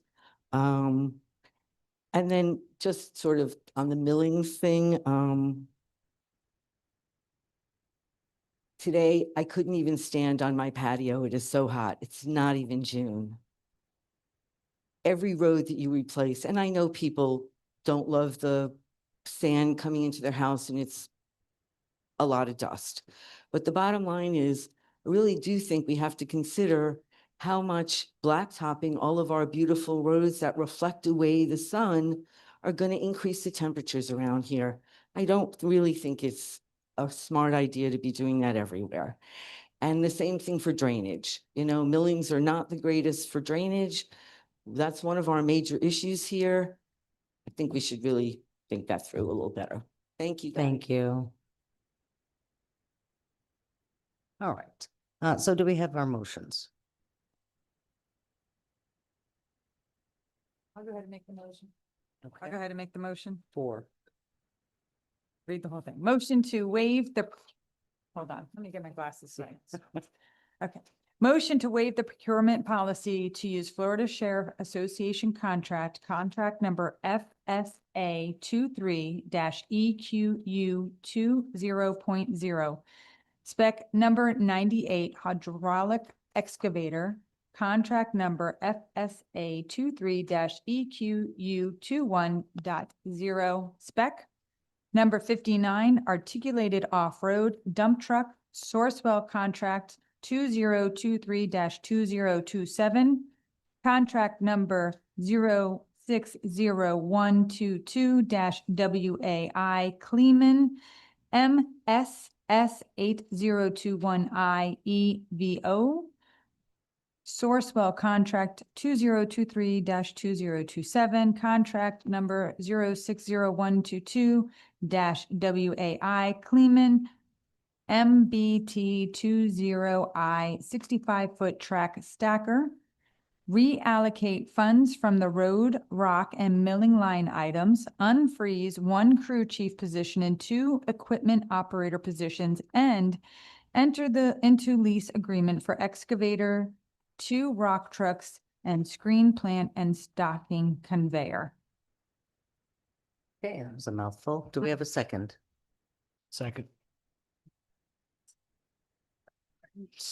All in favor? Aye. Aye. Aye.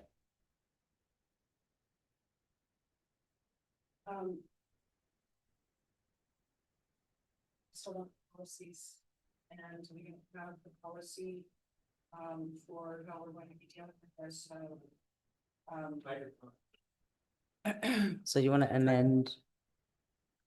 I'd like to see that included in here, that the staff is directed, to, bring that policy back that relates to the operations, and then in addition to that, how we're going to deal with, the impact on the M2 and the compensation.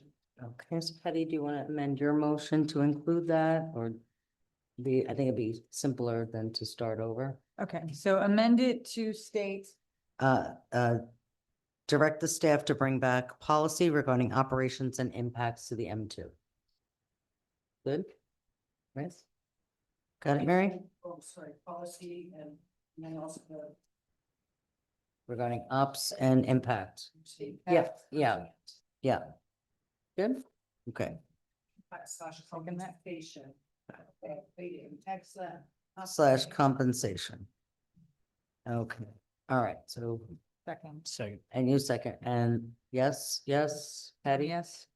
Patty, good? Okay, see that passes 4-0. As amended. All right, before we move on to 7.3, it's late. I think we need to get to public comment. Mhm. So let's go ahead and do that. So we had 3 cards that were for an item for the president's updates. We're gonna move that into public comment since we are not taking public comment during that agenda item. So is that okay, Mary, that we do that? Okay, so first I have Naeem John.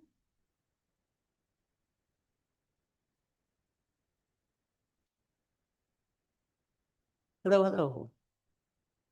Naeem John, Loxahatchee. I just wanted to come in, I guess, ask a couple questions. Generally, we come up here and we make I can't, statements. I'm sorry, can you, yeah, Yeah. there you go, perfect. And- Generally, Thank we you. come up Just here. to reiterate, there's no back and forth, so you can make your statements, okay? Yeah. And then if we have to get back to you, we'll get back to you, staff will. Okay, so I guess these questions don't have to be answered here, but I would like them to be taken into consideration when you guys are governing and making decisions on these items. So, okay. First, we're talking about the gas station on North Lake and Seminole Pratt. I do notice that it is in very close proximity to the water retention area. And I want to know, is that, in the best location for us being so close to a body of water? Also, it is directly next to a nursery and across the street from houses that live off of well water. So these are questions that I wonder, with having gas stations on Orange and down North Lake, we have access to gasoline. Is it required, or do we really need that there? Or would fire station be a better choice? I think that with all of the influx of people moving in, you need more fire stations, and I think that would be a better use of the land. My next question, Loxahatchee is a very unique area. It's very different than most of the cities in West Palm Beach. And I think with what we're doing, we're taking away a little bit of that. So are we leaving ourselves with any safe spaces? We're rushing to develop and change the vibe and the feel of this area. Can we slow it down and really think about it and purposefully put things where we need it, rather than just rushing to the first person who runs up and say, I have some dollars here, let me do this. Is this actually truly a real commercial node? I don't know if it fits that definition properly. So I would like to see some further explanation on that so we could better understand whether this is following the guidelines of our proposed plans for this area. And then also, I want to ask one question. I've heard a lot of people who are for this come and speak about how it's so needed in this area. The one question I have is, I haven't seen it, so if someone could help me understand, has a resident, a taxpayer, or a voter come forward and said that they wanted this in this area? I think that's the biggest question. Other than someone who stands to profit off of this happening, has anybody who resides in this area asked for this? I don't think I've seen it, so please let me know. Thank you. All right? Thank you. So, you can sit Okay. down. So I just want to point out, Mr. John's concerns, unfortunately, this board does not have control over. We cannot control zoning changes. We cannot control what the developers request of the county. This is all county approved, county driven. What you need to do is reach out to all the commissioners and go to those meetings. This is going to be coming up. We're going to have a brief conversation about it in a couple of minutes. The only thing the district can control with this is the compensating storage, and Mr. Foy is going to speak on that. So I just wanted to everyone to understand it's not really in our control.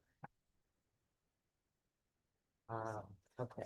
So we have, The same name, right? So do you have Steve? Hi. Okay. So basically you're just reiterating. So let the record show that Naeem and Steve are opposed to the county approving the gas station, which is known as West End Cross.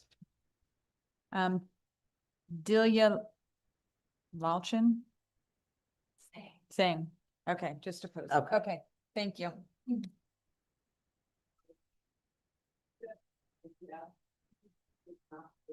No, we're going through the cards. And they marked, okay. So to get to now to the public comment items, J Suite, and we had Mike Yelkin and Patricia Oyster wanted to allow their Defer. time, defer their time to Jay to speak. Okay. So how much? What did we, was it 6, right? For 3 maximum at 2 minutes? Yeah, so Mr. Sweet, you've got 6 minutes, sir. I thought it was 3 minutes each. So when we're deferring, we came up with policy that it would be, no fine. offense, it's nothing personal. No, that's fine. At the last meeting, we talked about the proposed equestrian trail underneath the power lines between Persimmon and 60th. And a comment was made, Ms. Argue had asked that a pause be put on, that they try to get rid of the trash piles, and that they try to do something on the fencing for security that we've all lost. I asked about that, and I did get a sort of an email back from Mr. Hansen that said, we're going ahead as planned. There has been no pause. The trash piles are not removed, and there has been no effort to put any fencing back that would secure properties. Number one. I also ask, and I know that I don't know what to do if I ask a question to staff and they don't respond, and you all won't talk to me. I have that question. There was specifically said that they had FPL's approval to do this. I have been trying to get in contact with FPL. I do have a source inside that says they don't. I have not talked to the right person. And I asked, who did you talk to and when did you talk to them? Crickets. Nothing. I haven't heard anything back.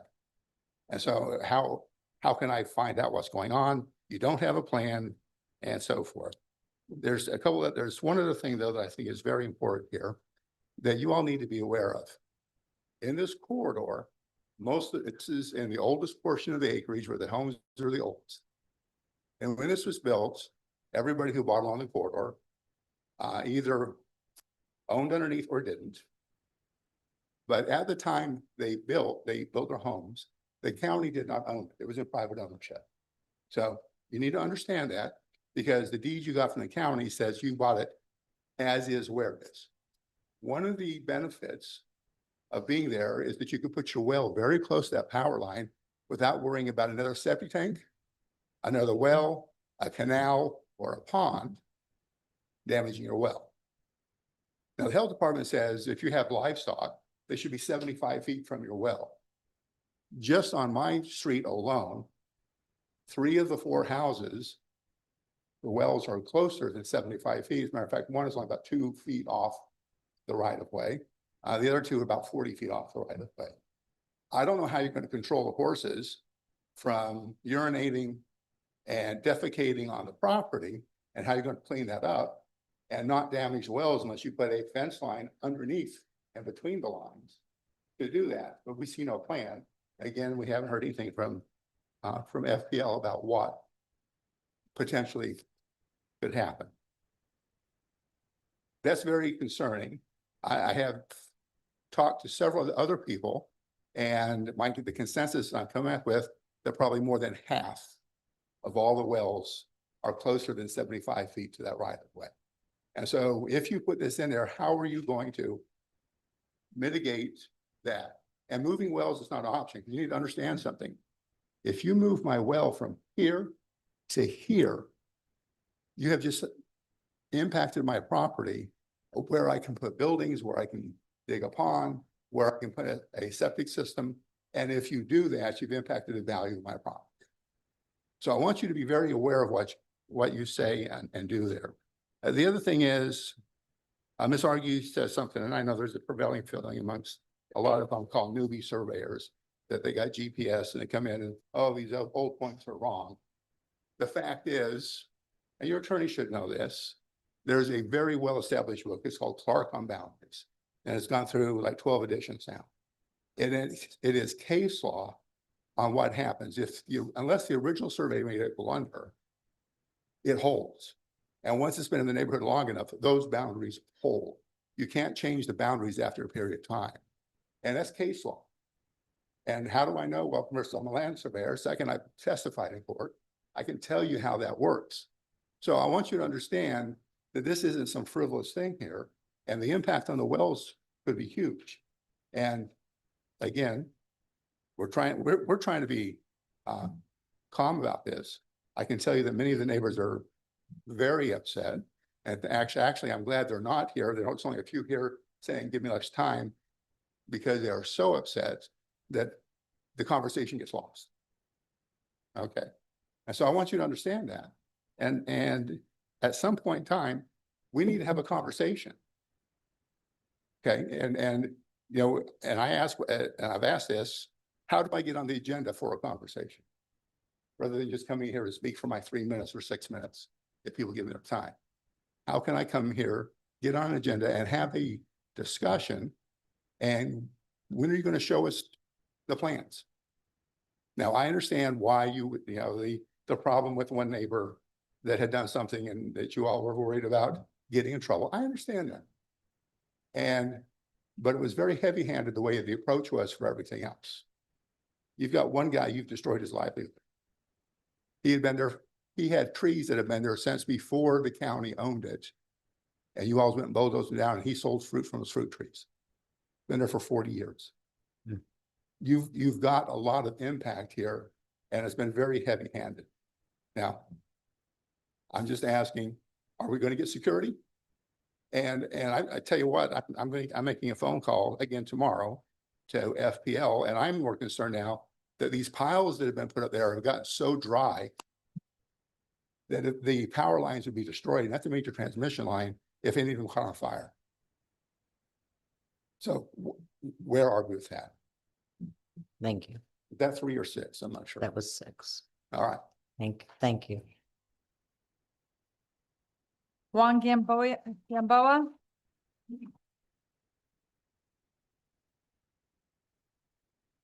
I forgot to mention that I wanted to talk regarding 7.3.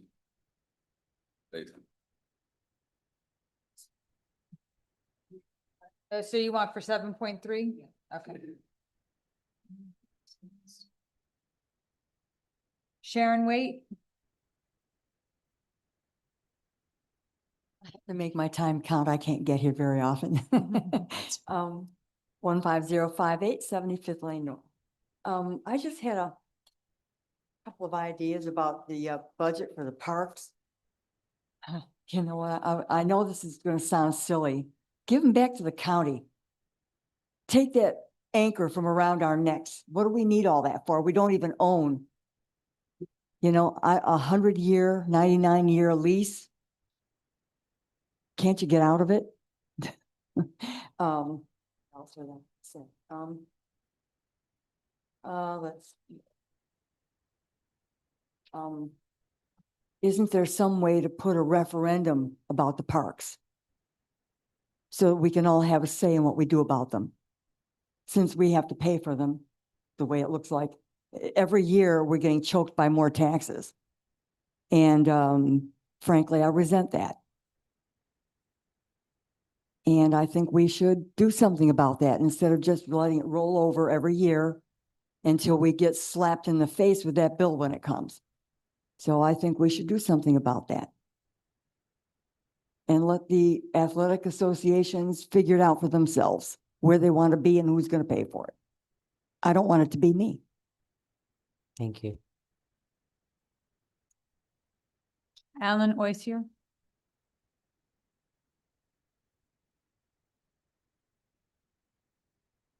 Hello.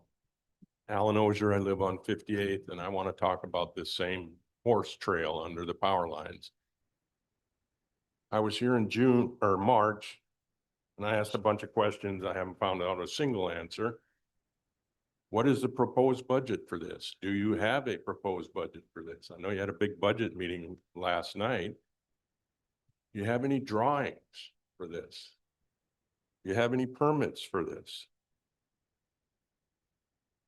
Last month, these young girls from Wellington came and they were talking about horses and they had a nice presentation. And one thing that stuck out to me is those horses do not like crossing roads, asphalt roads.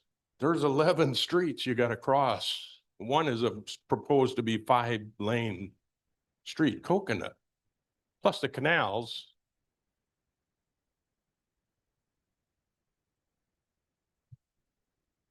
I mean, this is true. We were here. It's not 85. Just don't go back. It's Burgess, didn't you orange. tell us All right, that was let's- going to be 5 lanes proposed? Orange. Okay, Just. so it's only 2 lanes, but it's still a pretty big road. In March, I asked for the paid $200 to get the minutes for every meeting that this was ever brought up, this horse trail. And we got a bunch of minutes, but apparently you've never discussed it because there's no minutes in that. I mean, where did this get started? Did y'all have something to do with it, or did it just fell out of the sky? I mean, how did this get started? It's not in any of the minutes unless you're held them back from us and didn't give us the minutes, which kind of has a rotten fish smell to it. I mean, I don't understand this. And we can't get information. Thank you. Yeah, thank you. So I'm just gonna reiterate something that might have been missed. The conversation of putting a horse trail there was many years ago, and it was during a mobility study, and it was suggested by the planner that created the study that might be something to look at. And what has happened since then is it's blown up into they're doing horse trails. The board has never voted on it. We've never discussed it. The only thing that we had to do was remove what was in the easement because of the reasons that we've stated before. I'm sorry, it's not easement. Oh, just for it's the right. it You're is right. our It's, real it's, property, and thank you for correcting me. It's not even an easement. So we own that property fee simple. So it's an easement for FPL, right? However, Mr. Sweet, we're not going to go back and forth. I'm just trying to explain because people are under the impression that the board voted to put this horse trail in, and you and I have had conversations about it already. We're not there. All right. We had to remove what was in the FPL easement and our owned land, and that was required. And that's the point that we're at. So I don't want anybody to think that we've made this decision and this is going to happen. And I voiced my opinion privately to a couple of people about it, but this is something that still would have to come forward. So that would be the reason why You're not seeing it on the record because this was years ago as an idea of where it would be potentially possible to look into putting one there. So I don't want everybody panicking, thinking they're going to have this in their backyard before any decision is made. And if and when the decision is made to do it, it will be on the agenda and everybody will have their input.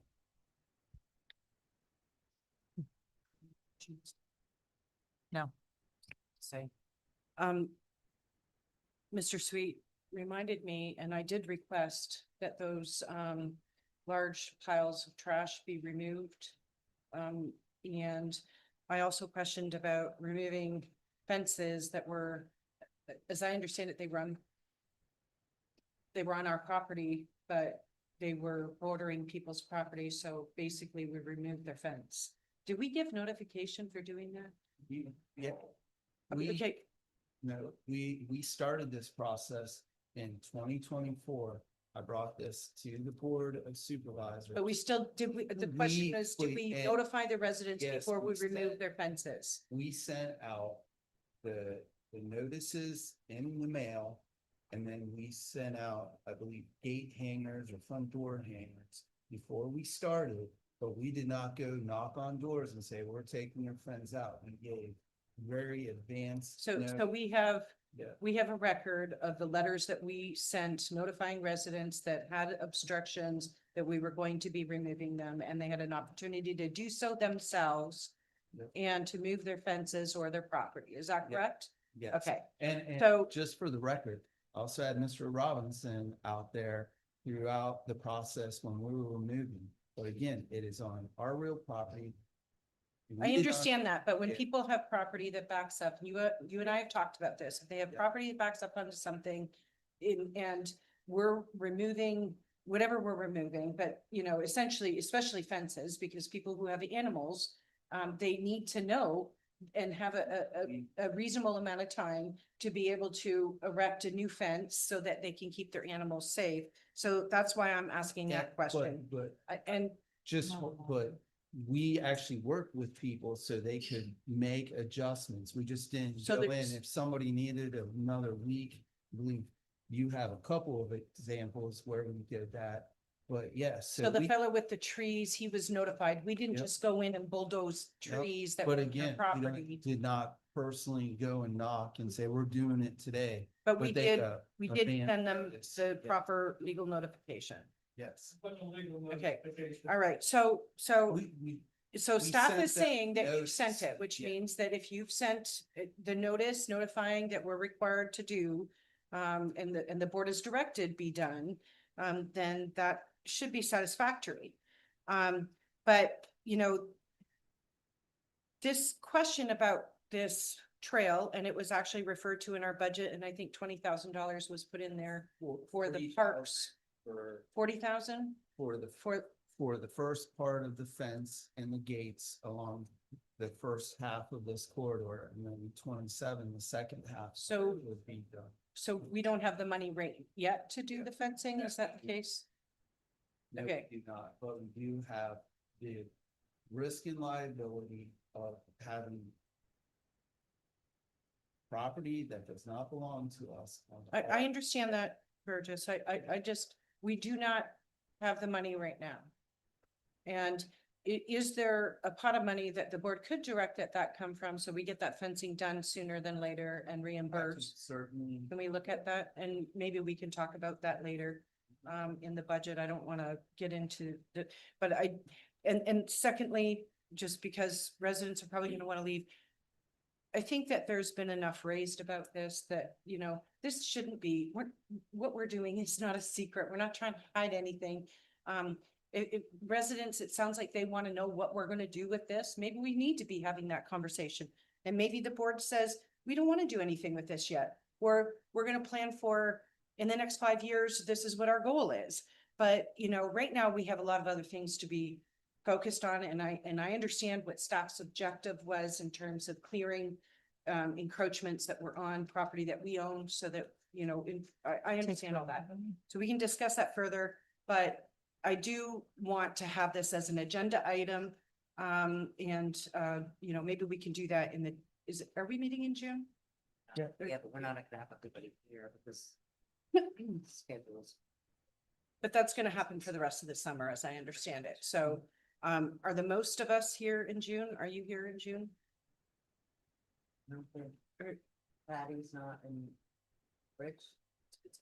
Patty, can you join via Zoom or you're on, I'm not meaning to put you in the Yeah, spot, but I have a personal thing that That's is fine. actually happening for a family member that I would prefer not to miss if I don't right, have to. no, that's fine. And so, but in terms of having it as an agenda item, and if you have comments you want to put into the record about it, but I do think we should have a conversation and at least give some direction so that these residents have an idea of where the board stands on it and where we're gonna go with this.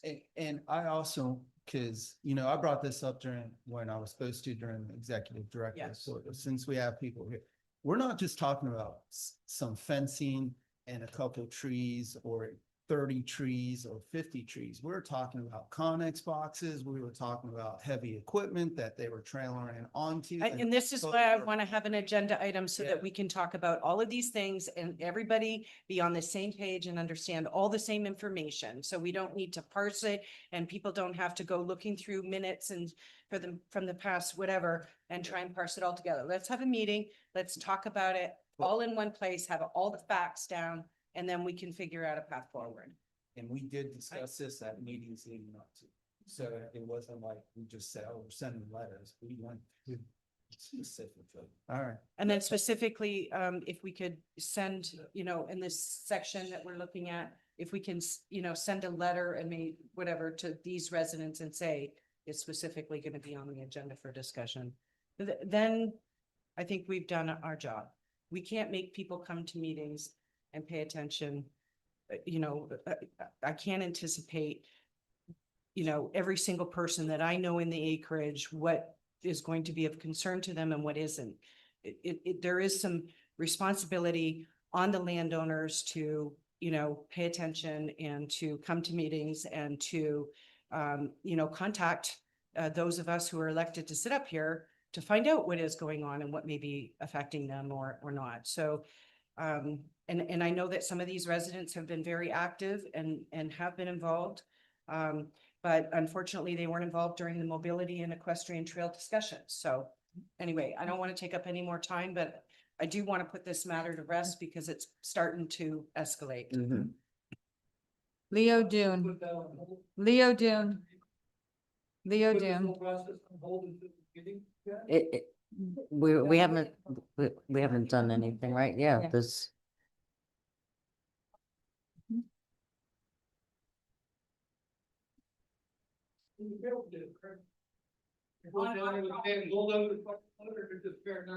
Sir, I'm sorry, but you, All right, we gotta,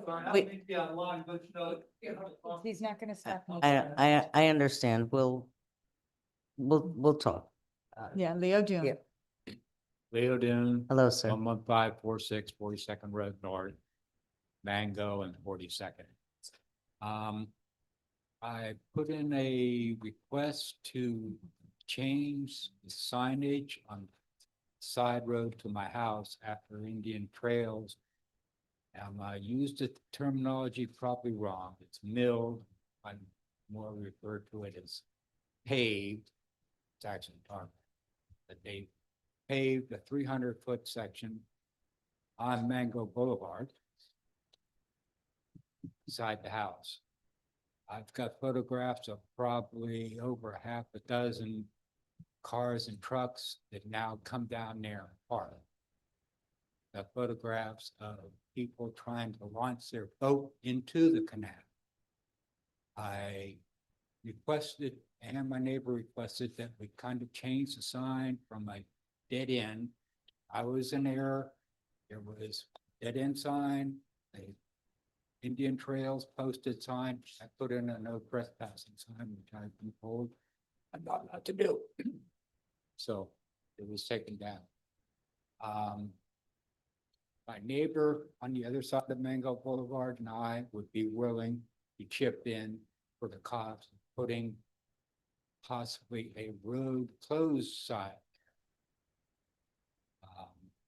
The only people that access that 300-foot section of newly milled road are us and Indian Trail. Got instances where people, Bango is about 1.5 miles of unpaved road, which is great for the ATVs and the dirt bikes and then come on down, and they'll come on around on the canal bank and stuff like that. And I hope that we can work out something. I sent a email to Mr. President Hansen reference to the new Florida Voters Freedom Act, which I think is going to end up contributing to a lot of people wanting to put their votes into some of our bigger canals. I was informed that Indian Trail would not be doing that, which kind of shot down. I thought it'd be a good maybe business to get into. I was going to do Mango Marina. There you go. That's the way to think out the box. So if you can look at that, and I hope you guys can get them to respect that it's more of, I'm old, I've lived out here a long time, 96. There wasn't much of any traffic back. There wasn't really a reason to mill that section, goes down into the boat ramp. And people launching boats, actually tearing up the boat. Used up my time. Thank I you. say good night. Thank you, Thank Mr. Dune.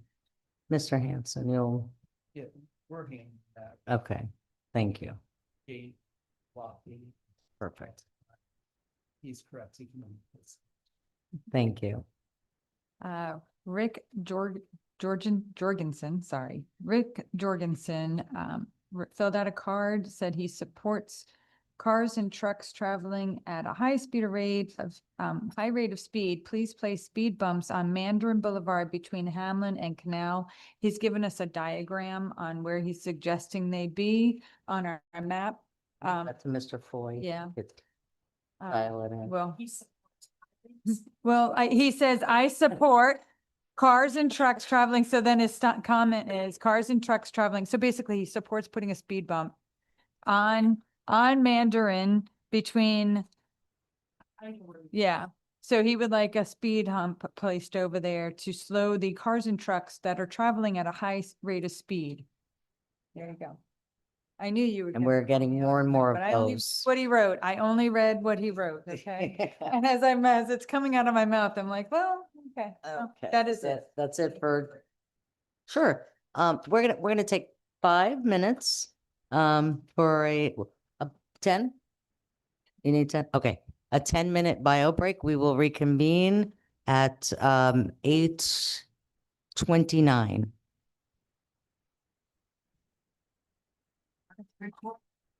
Sorry.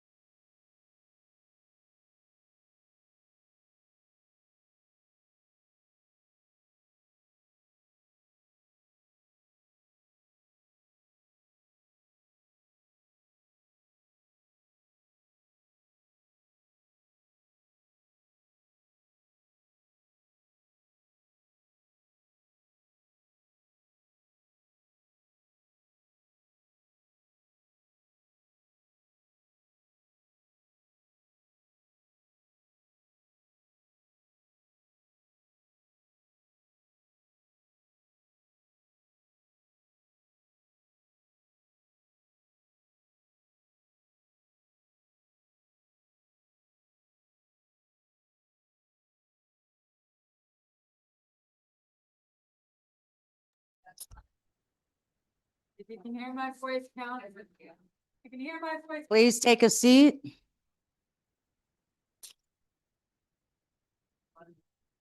No, okay. Mr. Robinson? Because I believe this is going to be you. It's always you. It's always your fault. No, It's normally Rob's it's fault. always me, but Yeah, tonight. Tonight it's all Rob. bad. It's all about Rob tonight. Item 7.3. Consider Santa Rosa Groves update. Mr. Robinson?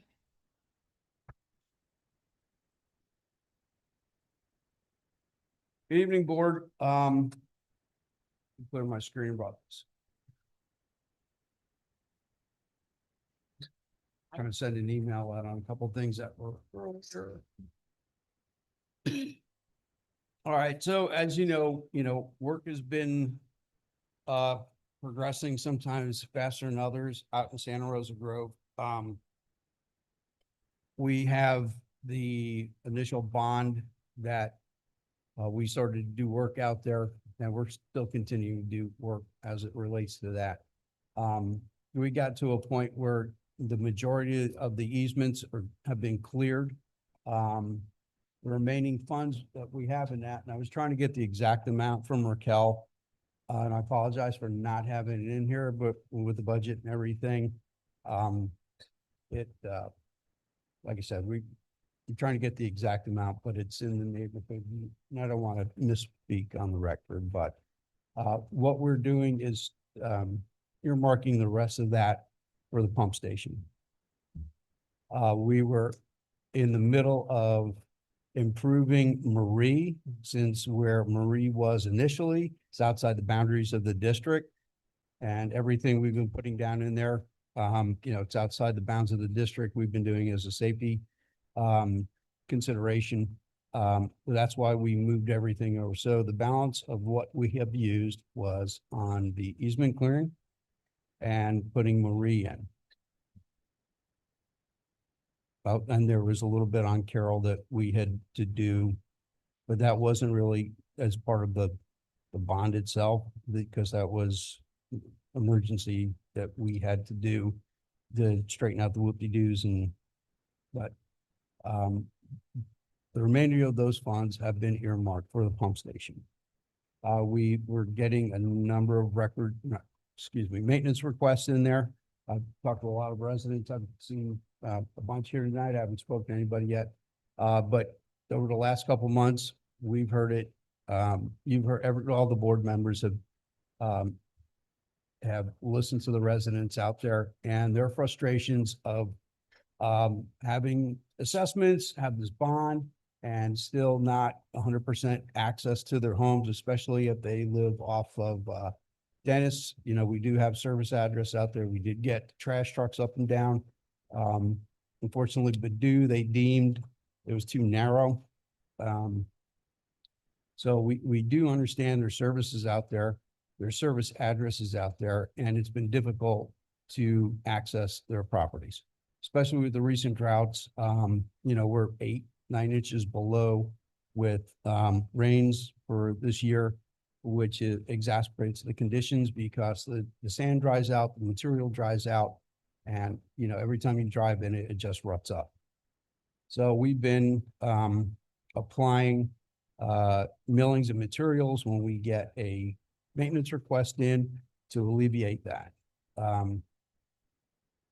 So I've also been talking with Mr. Lester. Finally, we got some movement on FP&L to get the rest of those poles hopefully moved out of Marie. But we're bringing this forward tonight. When we initially got the grant, it's 2 years ago, this month, where we purchased the balance of 36-inch culvert that was required. We also got the 48, 42-inch that's going to be required underneath Simone, Antoinette, and Badoo. Some of that 36-inch pipe has been used because we had crushed culverts, especially on the main canal, the M3, to continue water flowing. And then also on the north end along Badoo, because there was no access point except on one property, and we don't want to turn that into, our main access point. So we installed a couple of the 36 inches so we could clear easements and not have to traipse up and down all the easements that, it was just easier for facilitate the clearing of it. So there is about $185,000 left in the inventory of that pipe. What this agenda item is here is proposing that the district would put this pipe back in inventory. That inventory would be used on other projects within the district because we have a number of 36-inch culverts, and that's the main thing we're putting in right now.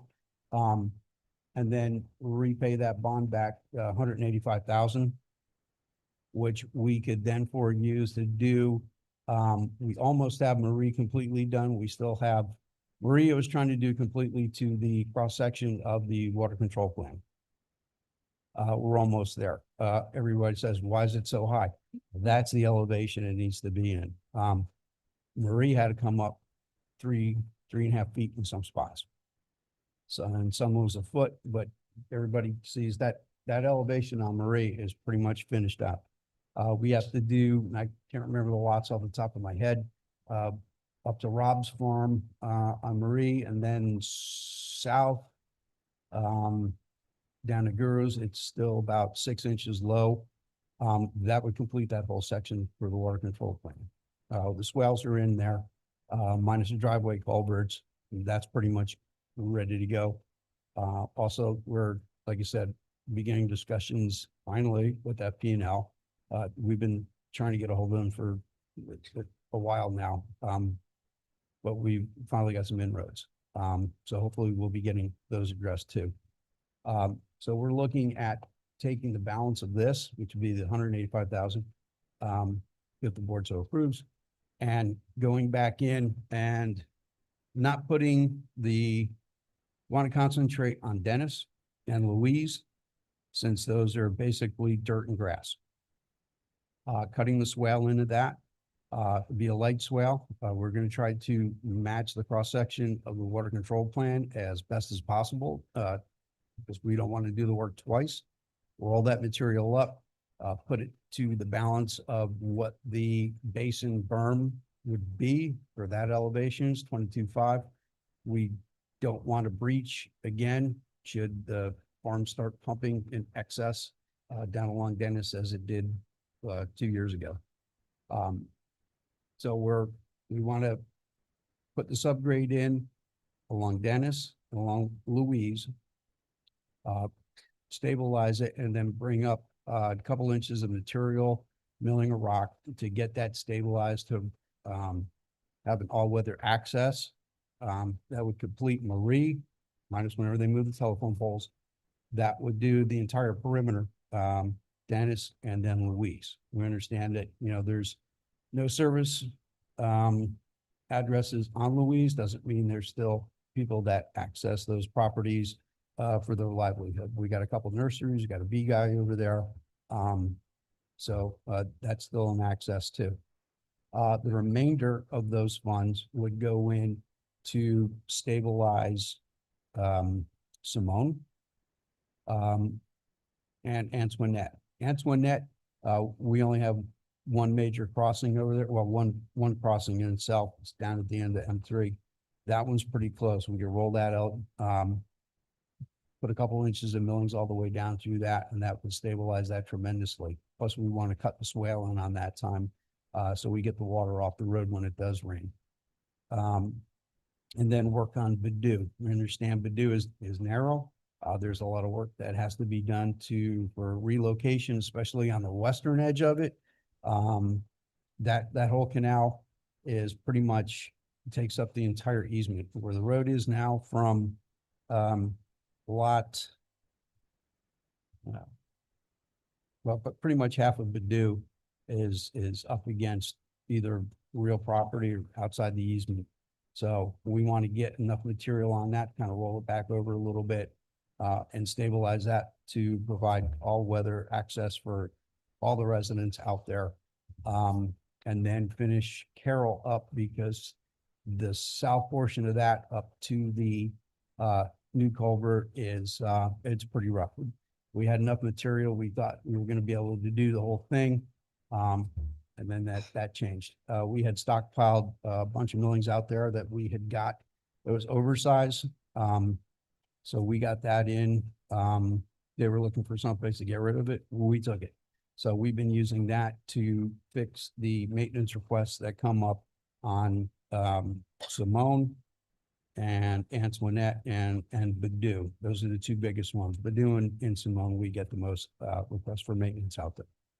So that's what we're proposing. I'd like to hear from the rest of the residents. I've talked, over the years with a number of them. How come and why not? We have to meet the water control plan, but at this point in time, let's use what we can in here to get this thing stabilized and get them, like I said, all-weather access to their homes. So in the case, an emergency or anything, packages, look, they need access all-weather to their homes. Put it in a nutshell. So.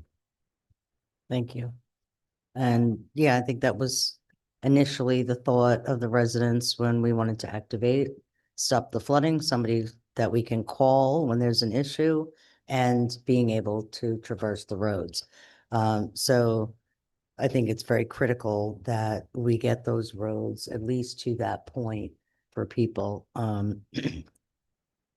So I appreciate that you guys were able to come up with this and try to help the residents.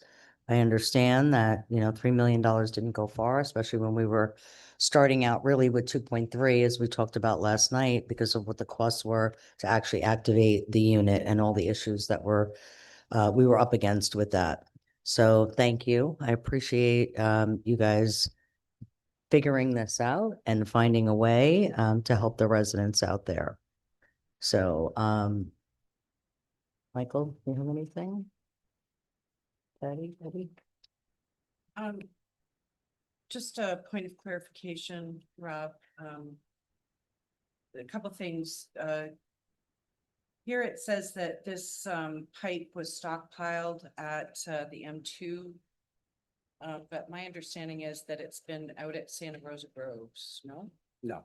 Do we have pipes somewhere sitting out in Santa Rosa Groves? There is one stick of pipe out on the bank that we're going to be using, that is on the west end of Marie when we put the other pump in there to go underneath the existing road. And we're going to be doing that soon.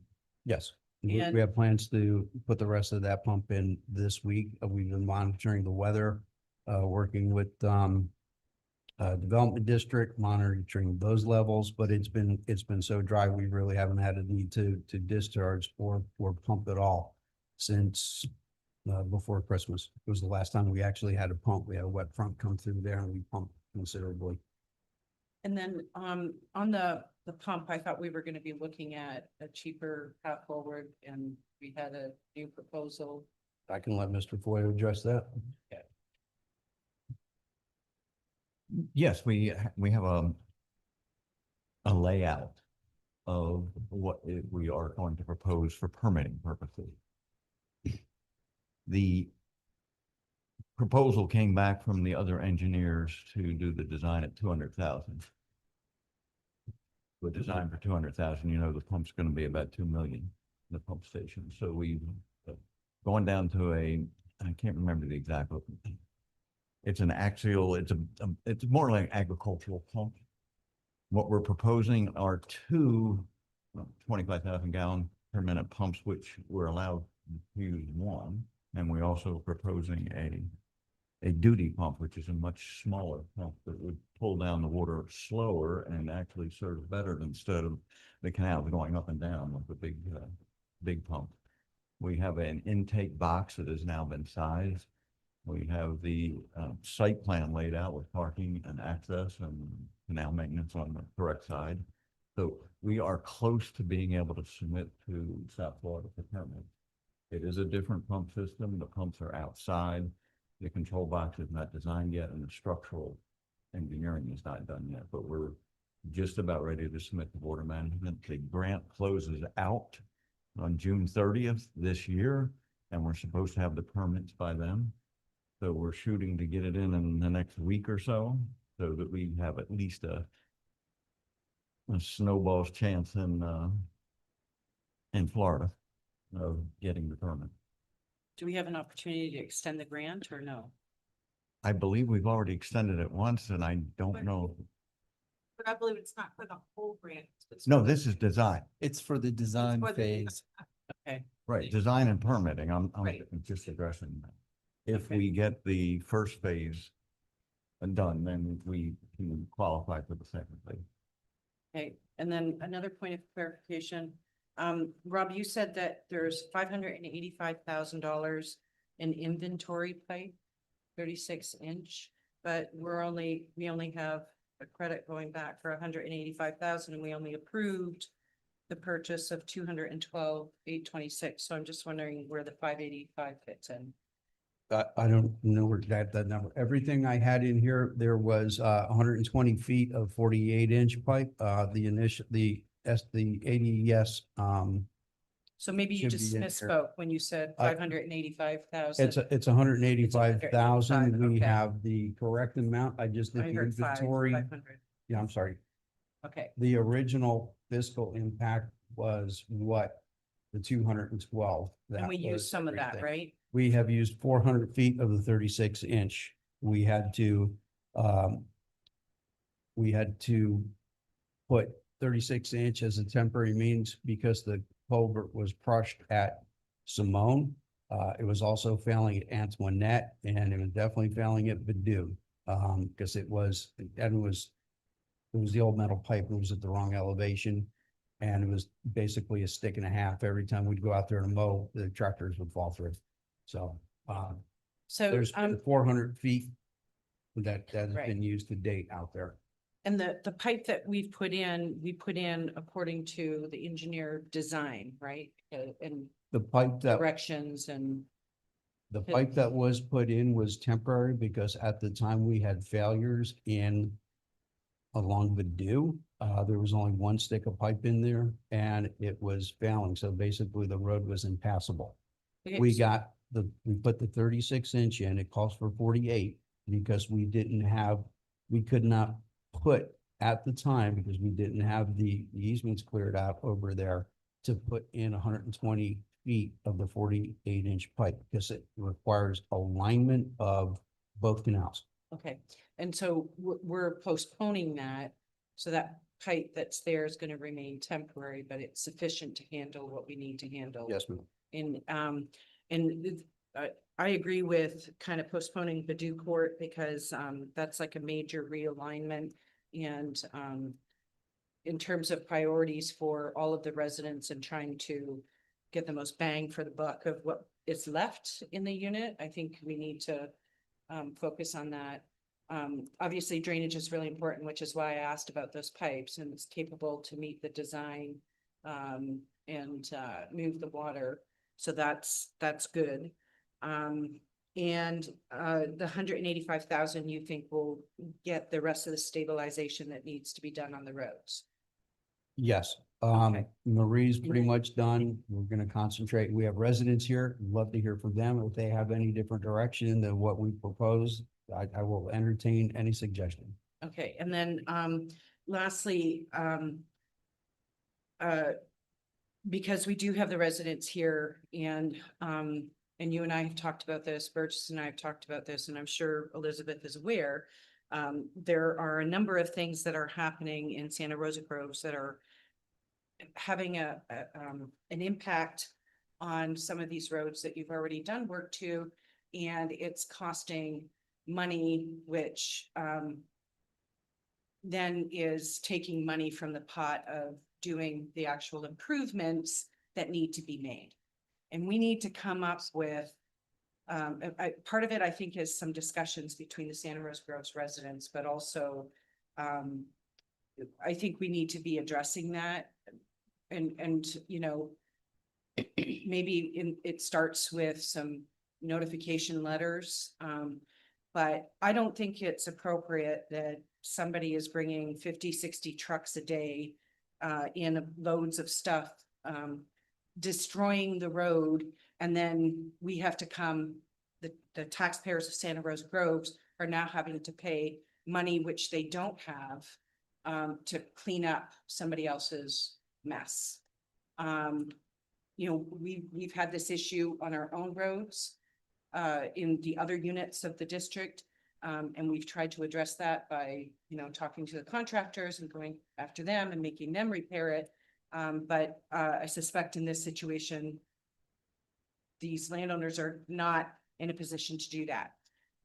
So we need to solve some of those problems because it's not sustainable, and that is what's increasing the maintenance calls, and it will continue to increase the maintenance calls. And then the other thing I think that needs to be addressed is the impact on Carroll Street from outside trucks being to the north, and those residents benefiting from Carroll Street. So that's a secondary thing that I think we need to be talking about. But primarily tonight, I think this is an important step forward, and I'm glad that I was not aware about the culvert material until one of the residents was questioning why there's culvert material still sitting there and apparently not going to be used because we're never going to get to that project. We're out of money. So this is a good path forward, but I do want the residents to be aware, and this is something that Burgess pointed out, and it's a very valid point. The cost of the pipe when we purchased it in 2023 is significantly cheaper than where it will be in the future.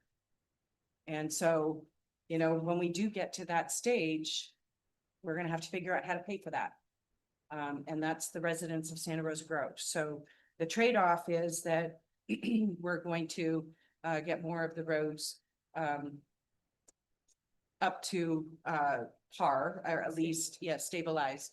And then we need to address the ongoing maintenance and impacts from individual landowners in the way that they're using their properties that may or may not be being done according to county code or what's legally permitted. You know, you're permitted to do what you want on your own property.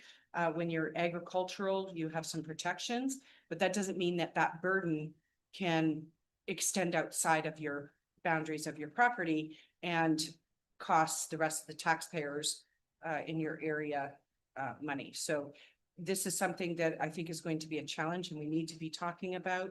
And I think we're going to need some help, maybe some education with the landowners in Santa Rosa Groves, because hey, if they're all willing to increase their assessments so that we can address concerns and maintenance, then great, we'll do that. But otherwise we need to figure out how we can limit those maintenance requests and because there's not money there. And when you're out of money, then when you make a phone call and you want a road done, there's no money to do it. We don't even have, as I understand it, we haven't even built up a reserve yet. And that's something else that we need to talk about. So it was never anticipated that we were going to be doing ongoing bi-weekly or every other week grading and having to refill holes in roads constantly. That was never anticipated in the original plan. That was never put into our assessments and the way that we compiled that, because we tried to do it in a way that it was going to be most affordable for the residents. But we have to all be partners here and get this done. So that's what I'll like to say. Yeah, I would agree. The outside traffic is definitely creating issues, as well as some of the landowners bringing in a lot of dump trucks. And we're seeing a lot of four-wheelers. And I get complaints from people quite often about the four-wheelers doing donuts by the mailbox and here and there. A lot more properties are being sold. People are just building, it seems like whatever they want. And it is definitely a problem. So, how we can do some outreach to those residents, I think that's going to be crucial. Will they, we had to address an issue with the nursery on Marie Court.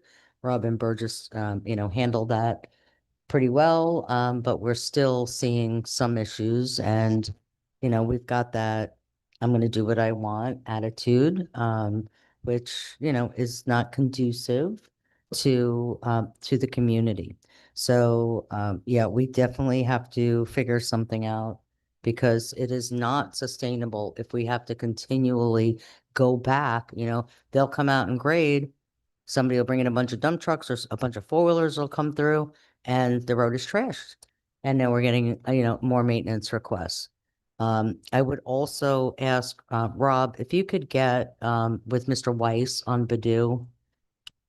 He's been waiting a long time to put up a fence and, he had recently somebody's dogs visited his property, not mine, and destroyed his patio furniture. So he wants to secure his property, and I don't blame him, right? And so not doing Badoo, I completely agree that it's too much right now because of the whole canal shift, but we have to give him an avenue to be able to protect his property as well. I know I moved my fence, 630 some odd feet of it, in anticipation of work being done that may not, which is fine. Regardless, it's draining out there, so I'm good with that, but my property is protected. So everybody should have that right. So if there's anything we can do, to work with him on that and give him, because remember, his property goes to the other side. So if he puts up a fence where it's supposed to be, nobody's going to be able to get down the road at all. It's going to completely block the road. So how can we address that with him? I don't know if there's a way, but if there is, I'd like to at least give it a try because it's, Just to clarify, Yeah. so his property goes to the other side of where the canal is. where a lot of existing them right now. do. Yeah. So why can't he just put his fence along the canal right now or? Because he doesn't know where everything is going to end up. So, Okay. so the road, his house is here, the road is here, and the canal is here. So he needs direction on what he There's can still an do. Easement there. It's still subject to an easement. Right, So can we look at? yeah. He, that? he needs to, yeah, yeah. Because- Not have it. We still have to have it. Right, of course, right. But the easement is here, it's just everything is backwards over there. And we have that problem as we go west, where the properties are actually crossing the road. And people have accommodated, and they've actually lost a lot of property because of it, because the road is not in the right place, but they need fencing. So I don't want to see Mr. Weiss or anybody put up fence and then have to, oh, it's in the way now, you have to move it. So I just want him to be, explained to, shown where he can put it, where he's not going to have to go through the expense of doing it twice. Yes, sir. Through the chair, just to correct the record, I said 25,000 gallon per minute pumps, it's actually two 12,000 gallon per minute pumps. You can only use one at a time. As Rob always says, one pump is none, two pumps is one, so you don't want to have just one pump.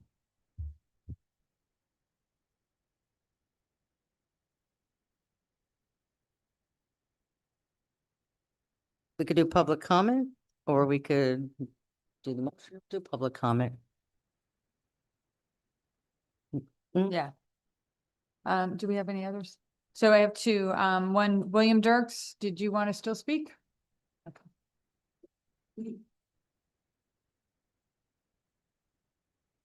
Okay. I'm William Dirks from Santa Rosa Groves. So I want to thank you all for addressing the maintenance request. and all the road repairs and the mowing that's been done recently.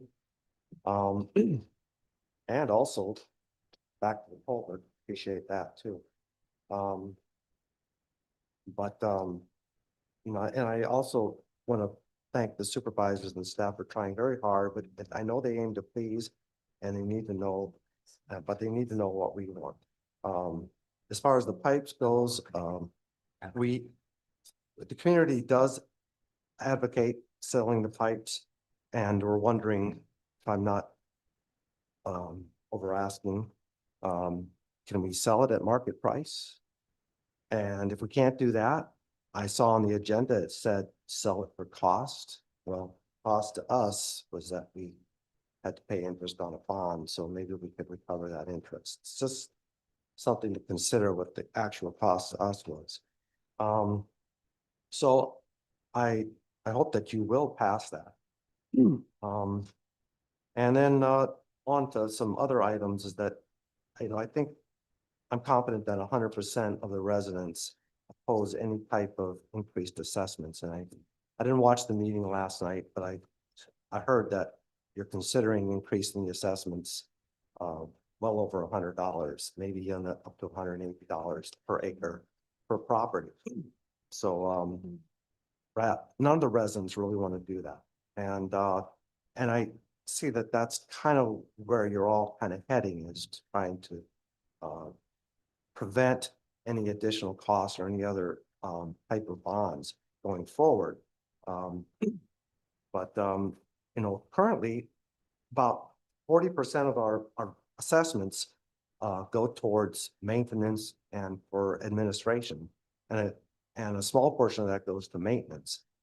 So we'd like to see you know, where the accounting for what those maintenance dollars are going to and why they can't be attributed towards the road repairs that are going on Simone and whatnot. And I think there was talk about damage on Simone, but I think on the west end, it was sugar sand there. It's kind of been that way for a really long time. And it's just gotten worse over time. And the other part was that it was really up by where the garbage bins used to be. It was pretty bad situation there to begin with, and that's water would always pond there.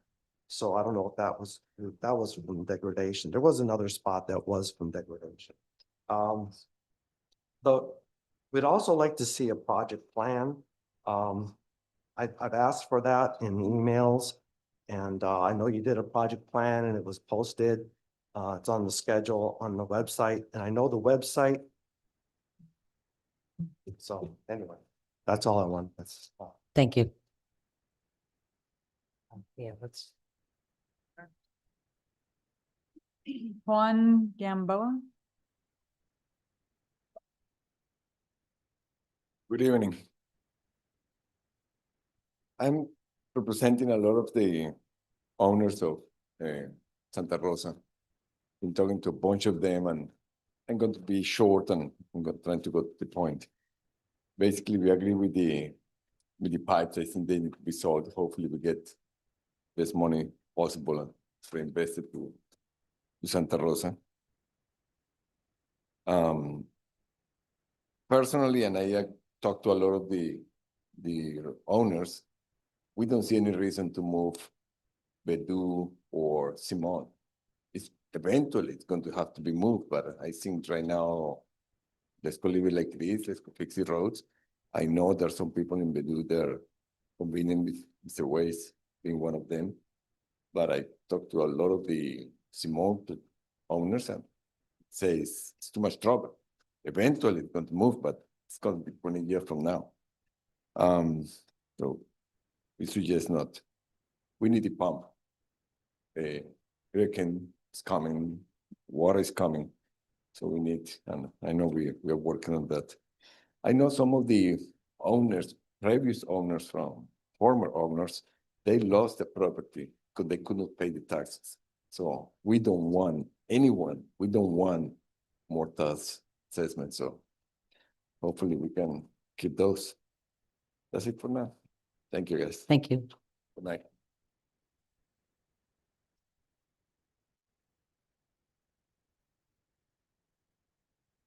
Are we charging any part of, the assessments to Santa Rosa Groves? What part of that assessment was for maintenance? I know it was minimal. $40. It's under 45,000. I think for this is 42. 45,000 in total. Yes. So that's divided up 640 acres. What does that come to per acre? Not much. It was very minimal. I Yeah. think it was under $50. Yeah, I don't want to speak, I had $43 per acre sticks, and that was divided in between the mowing, stormwater, and grading. So if we have a breakdown on how much the mowing is cost, and it's important for us to stay on top of the mowing. Because if we let regrow what was to back to what it was, that cost a lot of money to clear all of those easements, and we Right. cannot let that happen again. I don't think it should be allowed to happen anywhere, but anyway, we got, that's an investment we have to stay on top of, but maybe we do it, not quite as often. Maybe it doesn't need to be done, I don't know how often we're doing it. But it is a good question, in terms of the breakdown, where that money is going, because, people, I think that, there's a lot of money being paid, but $45,000 doesn't really go very far when you're having to go out,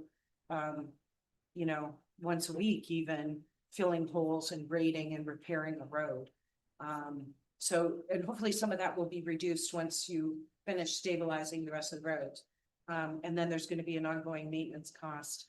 But, there's also been comments to me that maybe we don't need to be grading every 2 weeks, on some of these roads, that, we can back off perhaps on a couple of the roads. I don't know.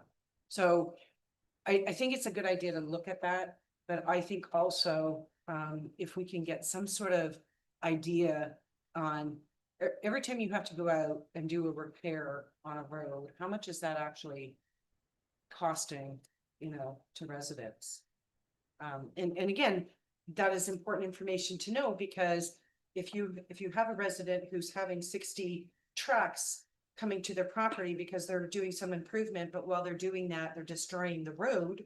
And then that's costing you, thousands of dollars to repair. Who should be paying for that? And The resident causing it. it's really, the well is dry. We don't have any money, and the rest of the district cannot be supporting it. And so the residents of Santa Rosa Groves are gonna have to pay for it. So I don't want to raise the taxes for Santa Rosa Groves, but we never anticipated that we were gonna be getting maintenance calls constantly either. And we also, Burgess brings this up every time we talk about that money and that bond. We had 2 proposals before us, and the residents chose to go for the lower bond. At the same time that that was happening, that the value of everything shrunk or increased, however, that we had an extreme amount of inflation, increase in costs for everything that we had to do. So now what we were able to do was shrunk. And now we're having to piece together and still get there, and we're gonna get there, but we're not getting there as direct as we would have. Obviously, if we had copious amounts of money, we could have hired contractors, had it done, but we would have been paying for it. And we talked about this when we went through the whole planning process, that, we were trying to do it in-house as cheap as possible. But there's some downsides to the fact that we went for the lower amount, and there were other things that were totally outside of our control that now we're having to pay for. So I don't want to increase the assessments. I do want to find a way forward, but again, this is why it's so important that the landowners themselves start talking, and we need to start addressing those people who are landowners that are destroying a road. Then that should not be the rest of the taxpayers to pay for it. It should be that landowner. And I know of at least 3 instances that have been shared with me that, it should not have happened. And it is happening, and it is having a burden on the residents. So we got to address this. You don't want your taxes to go up. then we need to start addressing this. That means talking with your neighbors. That means, you know, if they're doing something they're not supposed to be doing and it's having an impact on your pocketbook, it should matter to you, you know? It's as simple as that. And we're not the police up here. All we can do is make sure that people are following our policies as it relates to Indian Trail. But there's a whole other thing out there in terms of county code and how people are using their properties and the different things that they're doing. So when you pay an impact fee to the county, it's not coming to us. So that's not paying for you to bring 60 loads of truck or 60 loads of anything to your property. And trust me when I tell you, it's a lot of impact fee and the county's not putting that money back in our community. No. So I know I've paid upwards of almost $30,000 in impact fees. Yeah. And we get zero. So, yeah, thank you. We do have some more cards. They're non-speaking cards. So, Jeanette Amorocho, says sell pipes at commercial cost. Do not move Badoo Simone. No increase on tax assessments. Daniela Rodas, Rodas, I believe. Sell pipes at commercial cost. Do not move Badoo Simone. No increase on tax assessment. Gabriel Martinez. I oppose the movement of the canals on Simone Drive and Badoo in Santa Rosa Groves.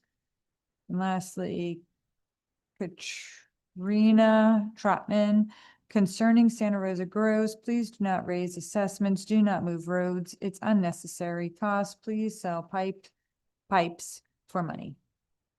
Yeah. And as we've already mentioned, it's not happening anytime soon with the movement of the road because there's funding just isn't there. So it's not something that we have to worry about at this time. Maybe at a later date, but not at this moment. So. I have a legal question, and I do want to say for the record, it's all well and fine for us to say, oh, don't move the road when somebody else has given up half an acre of property that they're I paying did. for. So it's really easy to say that. But right Not now. so easy for me, believe it's- me, because I lost a lot of property, but you know, it's. But you haven't But lost, we have no if it's choice. subject to an easement, what I'm talking about in Badoo, where the road and the canal was put in the wrong place in the first place. And it's right through the middle of somebody's property. So anyway, from a legal standpoint, what do we need to do for those properties to protect that there can't be somebody come back down the road and say, well, it's mine now, or, you know, the district never can't do did that, anything right? about this. Do we need to You mean like a Notify- eminent domain type thing? just something to put for the legal record for those property owners? Okay, for those property owners that would be impacted by that, on either side. Yeah, so I want to address that because I want to make sure that. No. It's almost like an eminent domain type thing, right? Like, Well, no, I don't. we're want it not to be caring. that. Well, So- that's what you're trying to avoid, right? Right. Yeah. So what happened was the original plan, the original alignment of the lots and where the road and the canal was put by the developer at the time is completely misaligned and grossly misaligned. The more west that you go and the more north that you go, as I recall. And so when you get to Badoo Court, you know, it has a significant impact on those properties there. So I want to make sure that if we're going to choose to postpone this, that we protect all the landowners in Santa Rosa Groves, that there's an acknowledgement, we're not giving up the easement, we're not giving up. But the other thing is that we also have an existing road and canal that may or may not be within a proper easement.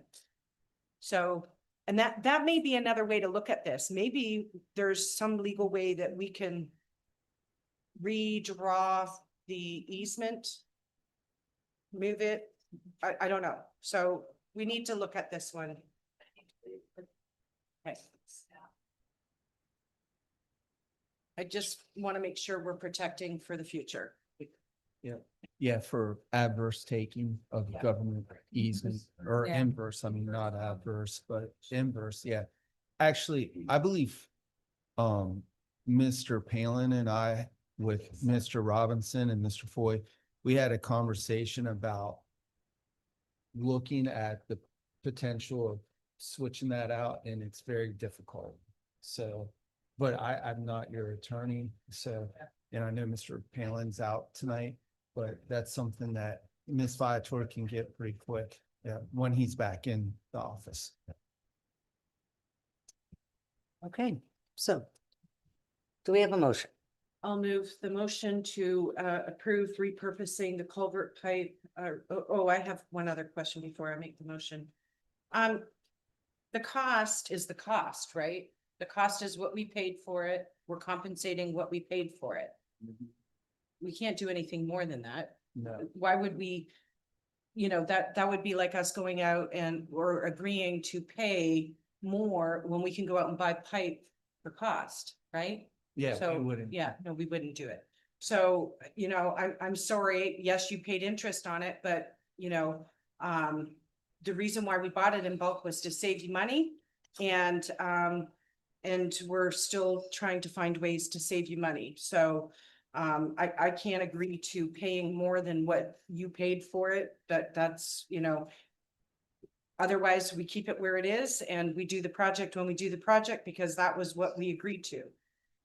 But I can agree to compensating for what you paid for it, and redirecting those funds, to be reinvested in Santa Rosa Groves to complete some of the stabilization projects, or at least the majority of them that we have left, right?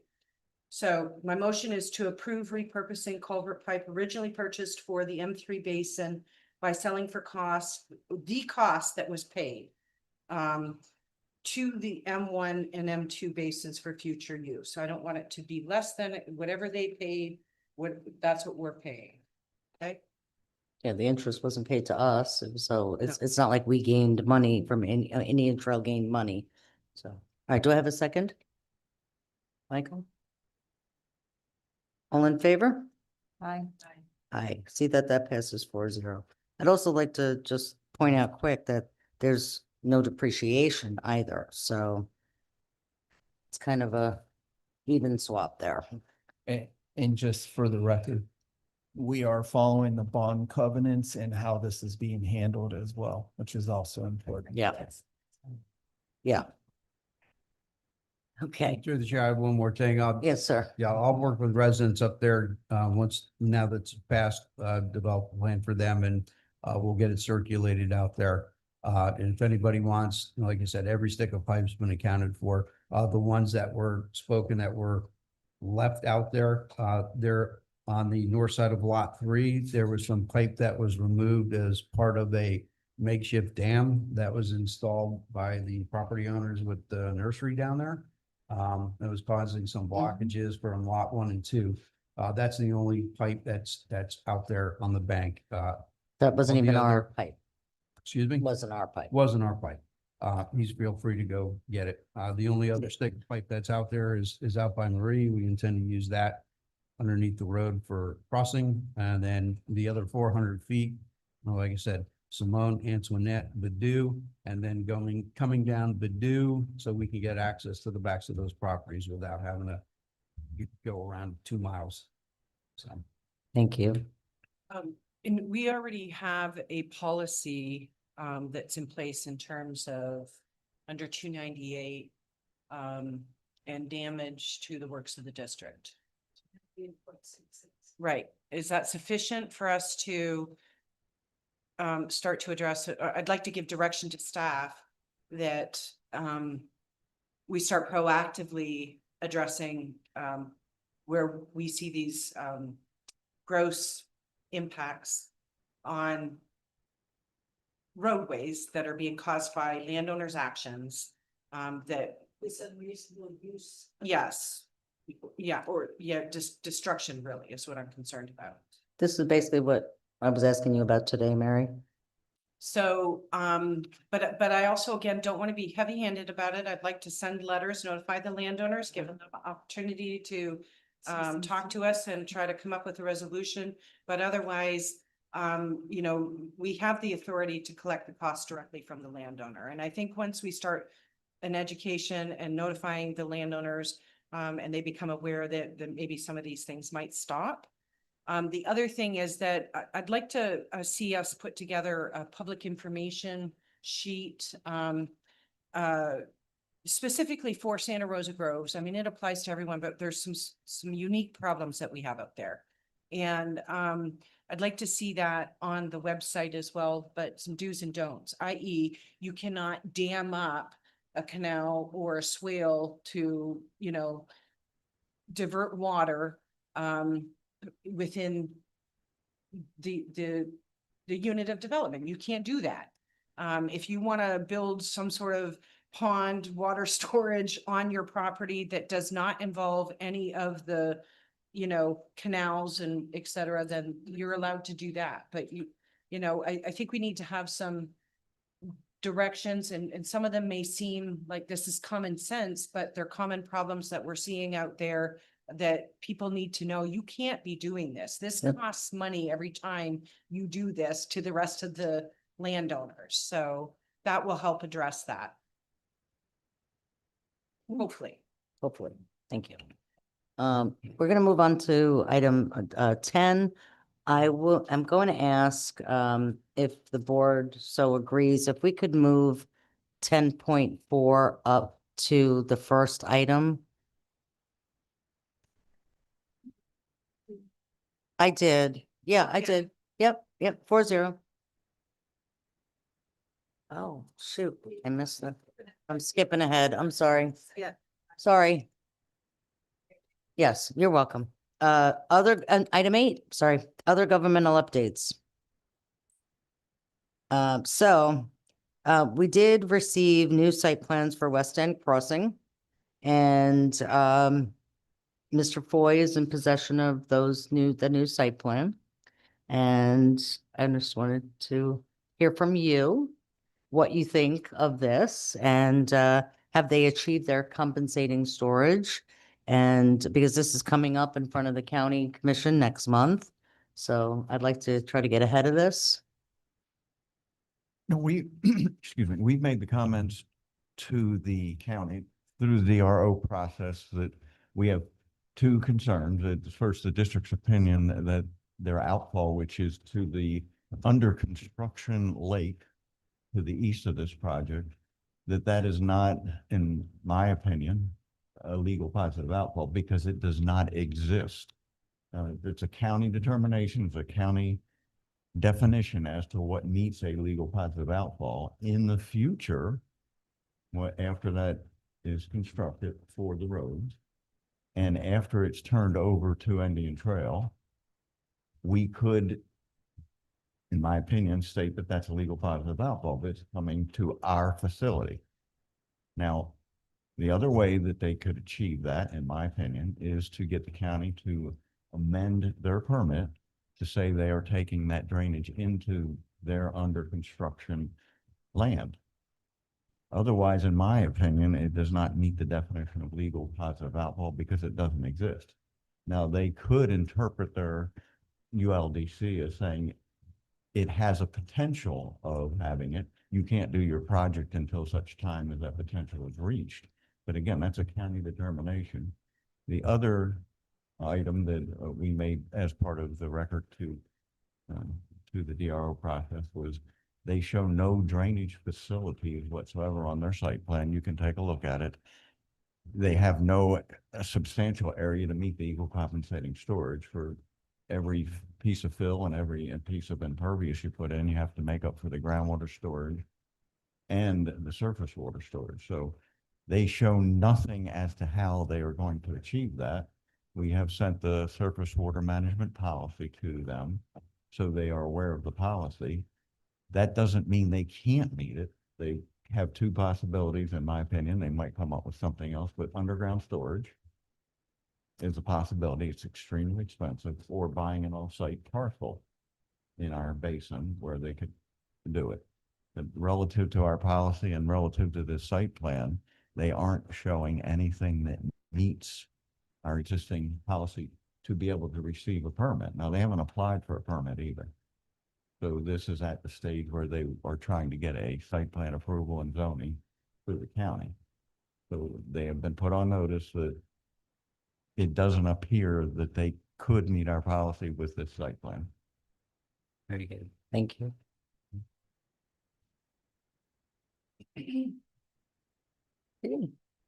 8.2, staff updates. Yeah, but that's, I skipped ahead because yeah, I was, Yeah. yeah. Through Can- the chair. yeah. I was just gonna say for staff updates for tonight, other than, we'll see what happens in Tallahassee in the coming Right. days. So you're I don't good? really have anything to add. Okay. So are we good with moving 10-4 to now? Okay, all right. Okay. No, you guys can give your, right after, yeah, if you have any updates you want to give. All right, Mr. Lawrence, sorry to throw you off there, but No, you're good. correct. Oh, wait, motion, do we have a second? Okay, and all in favor? Okay. See that passes 4-0. Okay, sorry, Kenny, go ahead. No, you're good. So we did receive a permit request from Resurrection / Top Notch. No, 10-4. Yep, We're moving 10-4. to the first one. Loxahatchee lost and found. Yeah, It's 10-4 on mine. mine says, mine's different. Mine says 10-4.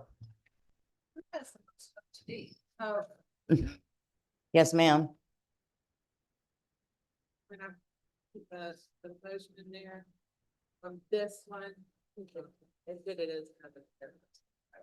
Aha. 10-2, 10. This isn't done as with the same program, I don't. Okay, so it is. Okay. 10-3. So we need to amend that motion. Right, so I amend my motion. Okay. So which one would be 10-3? 10-3. Okay. To defines 8.2. Okay, That's the lost and found. correct. Okay, all in favor? Aye. Well, Betty amended her motion. Yeah. Okay. 10-3. Okay, let's try this again. All right, so we received a permit for Loxahatchee Lost and Found Pets Inc. They would like to host a once a week bazaar / green market over at Downers Park for a 9-month period starting September 14th. They'd like to do this between the hours of 8 a.m. and 2 p.m. And there is a schedule that's at the below on the backup. Outside of that, I don't really have much more information. Okay, I think it's a great idea. I can fully support this. I think this is something our community needs. They've been doing it for a long time. And it's very popular and it's not to be, I don't think there'll be any interference. It's not that everybody goes at once. It's just people coming and going. And I think it's a great location and it's a great use for that park that is underused. So with that, we have no, I have some yeah, clarification. okay. So it's 8 to 2 every weekend on Sundays, correct? Yep. Or is it Saturdays? It is Sunday. Sundays? Sundays. Okay. And my only concern, and we had talked, I think there was some discussions, I think when Tim Sayre was on board, about them doing it there. And I agree that it's a good use. It's definitely a good spot in terms of being right on Seminole Pratt. My only concern is about parking, and I saw in the permit that they were going to be setting up in the large parking area for the tents. And I'd like to, recommend that we look at either putting, Like in setting the up the tents in baseball, the maybe? small parking area or on the ball field on the south side of the park, just so that you can accommodate as much parking as possible. Now, maybe in the beginning, it may not, be as necessary, but my concern would be that it ends up being very popular. There's not enough parking in the park, and then people start parking on the side roads, and that's a real short 3 houses on the street. Yep. And they're, so those residents might get irritated that it's happening on a Sunday and every week. So I want to try to mitigate that as much as possible. Okay. So that's my only suggestion. And I'm sure that they might have some ideas on how to work that out too. We'll meet with them and we can set up a site plan at that point and then kind of figure out how many tents they're expecting, how many Yeah. Yeah. people, and then we can kind of. And will they be Yeah. putting a banner on the fence or somewhere We so can that have it's one. visible? Yeah, I think that's a good idea, and I think we We should put it on include that. on the in north corner and approval. south corner. Okay. So I'll make a motion to approve the Loxahatchee Lost and Found Pets permit request to hold their bazaar and green market at Downer, subject to staff and legal review. And also to allow for a banner advertising the green market, bazaar and green market on the fence or where it will be visible, because I think there's some bushes there too, so we'll have to figure out that, but I want to make sure that that's in there. Okay. So the second. Okay, all in favor? Aye. See that it passes 4-0. Okay, now we're gonna jump back to 8.3, general board member updates. Does anybody have anything? Michael? So last, Look right. Sorry. it was last week for the Water Task Force resource, we had our joint meeting with Broward County. So we went down to them. And they just kind of, we did some updates. The Army Corps was there, kind of giving the updates, and it wasn't anything. They talked about their water, future struggles, saltwater intrusion, their wells and all that. And so it was just kind of a round table, light discussion, nothing crazy. That's it. Betty? And their traffic's terrible, by the way. Oh, I'm sorry. Their traffic's terrible, by the way, down there. Yeah, yeah. Yeah, and it followed us. Requested meeting scheduled for ability study presentation and equestrian trail. Sorry. I had requested a meeting for the mobility study, the equestrian trail, with Kim Delaney and a presentation with the equestrian committee at the last meeting, I think it was, and I haven't heard or seen anything about it, so. Yeah, if I may, your schedules, we're looking at October, maybe September, to have a joint workshop. Because, yeah. And because we also have to schedule it with the board, with certain staff, with Treasurer Coates, and then also, The question guys, from me. yeah, I mean, yeah, I'm sorry, that I couldn't think of it. The Yeah. meeting is. What's that? So.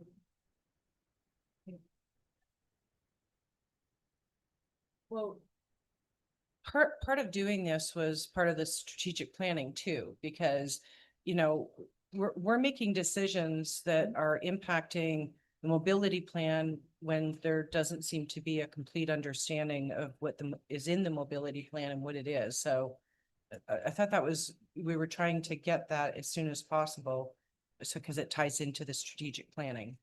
Well, So, when they have their meeting, in the beginning of June, they can get their dates from their people and hopefully we can coordinate it. And we got everybody going away, and so it's complicated Yeah. right now to pin Yeah, everybody we're not down. dragging our feet on it. Yeah, we're Like, just trying to, still need to have Treasurer Coates there to do Yeah. some of this.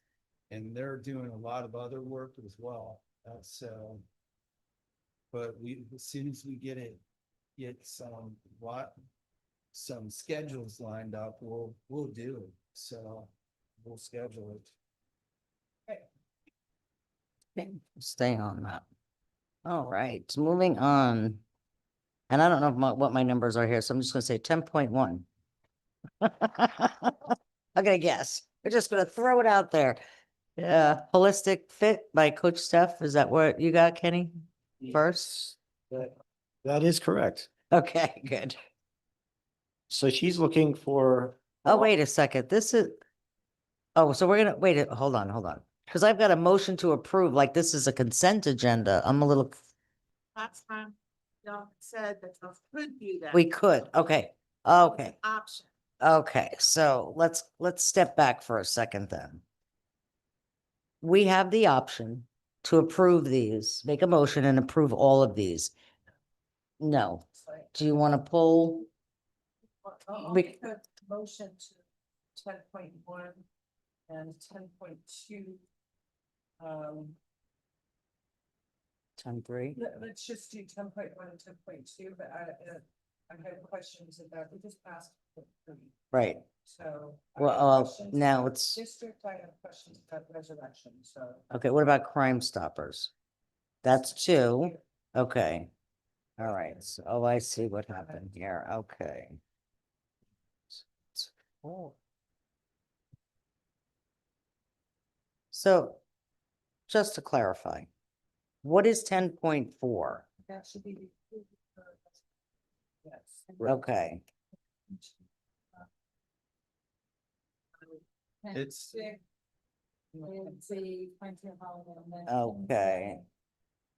So my motion is to Okay. approve 10.1, which is the permit for a holistic fit. And 10.2, which is the permit for Crime Stoppers. okay. Public comment, we have none, I'll second. that's okay. All right, all in favor? Aye. I see that passes 4-0. All right, so that was 10.1 and 2. We did 3, so now we're on 10.4, Resurrection Top Notch.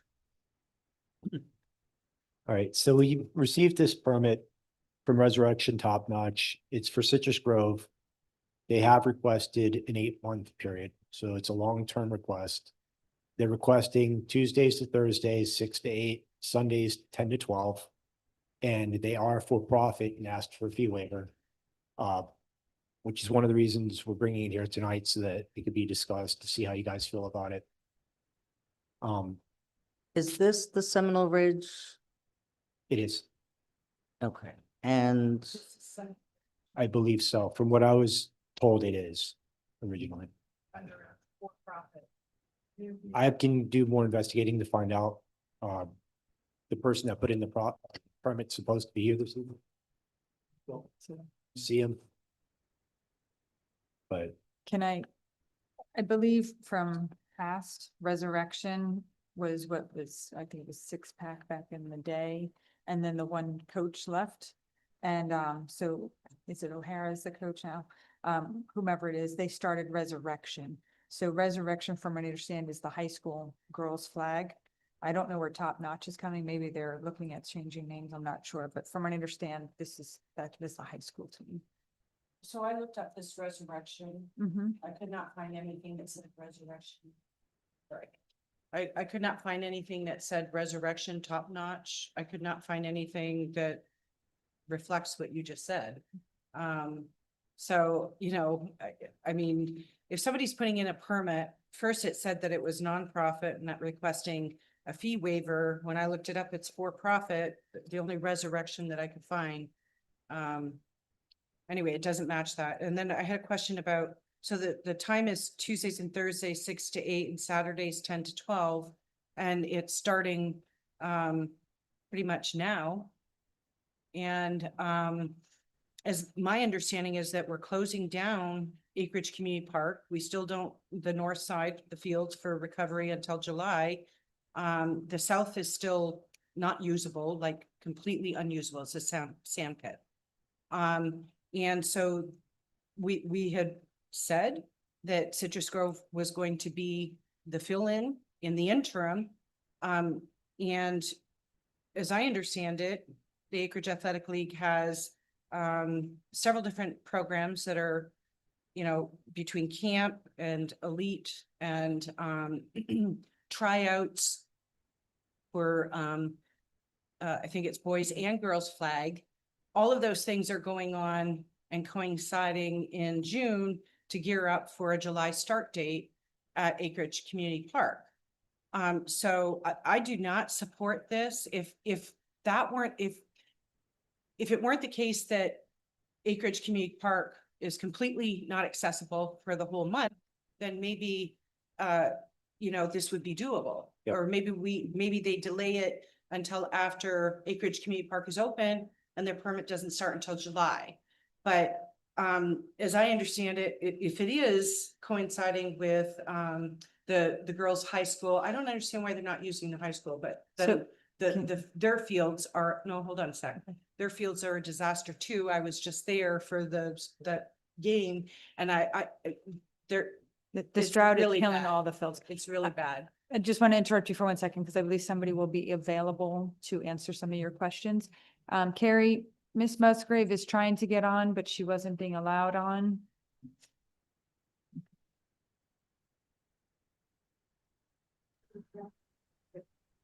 Hi, can you hear me? We can. Okay.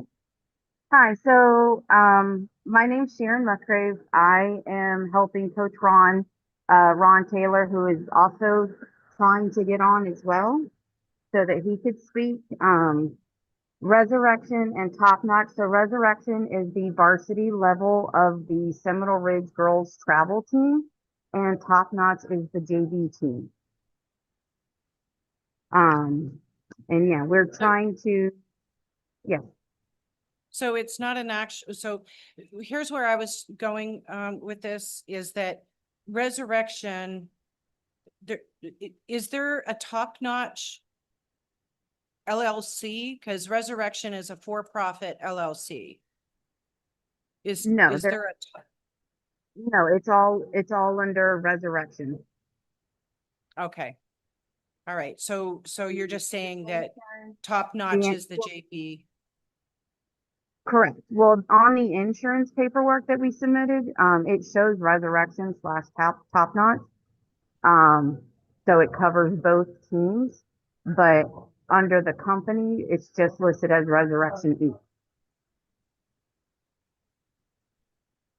Okay, so again, my comments still stand in terms of my concerns about the Acreage Athletic League.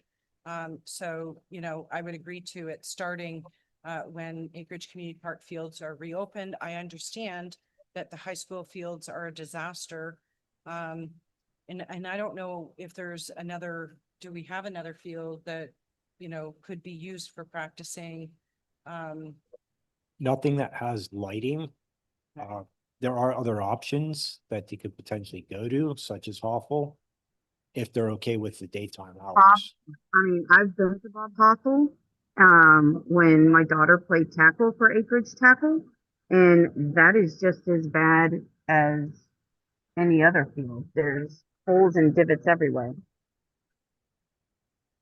And Check it, but that part shouldn't be that bad. It hasn't been put on. What about the Kidscape, the field in the back? The only problem with Kidscape is it gets very busy, so you're gonna be limited on parking if you bring out the group there. And that was one of our concerns with Citrus, overloading that. That is a popular park for rentals, so we could be losing a lot on this. Specifically on Saturdays and Sundays. Yep. Not so much during the evenings, but on Saturdays and weekend. Sundays, both Citrus and Kidscape, they are popular and we do have rentals. our main practicing days are gonna be Tuesday, Thursdays. Sunday, it's more if we get rained out during the week. Do we have a schedule of need for Acreage Athletic League for the summer? I just got permits from them like 2 days ago, so I'll have to go with Wendy to get a more detailed schedule of everything. So. I think if we can see if there's a way that we can make sure that Acreage is getting their field time and maybe Which is, schedule around this. that's kind of one of the reasons I put option 3 to where we could actually kind of work with the scheduling, depending on how this goes. How hard set are you guys on Tuesday, Thursday? Is that flexible? Sharon? I'm not sure. You would have to, I would have to ask Ron. But I'm not sure. I know when I asked about scheduling, who, Oh, that's you know, telling people Thursday. I don't know. Have you, and just curiosity, how come you guys aren't able to use the high school field? No, Freeland. No, I know. I want that question too. That would be another question for Ron. I know,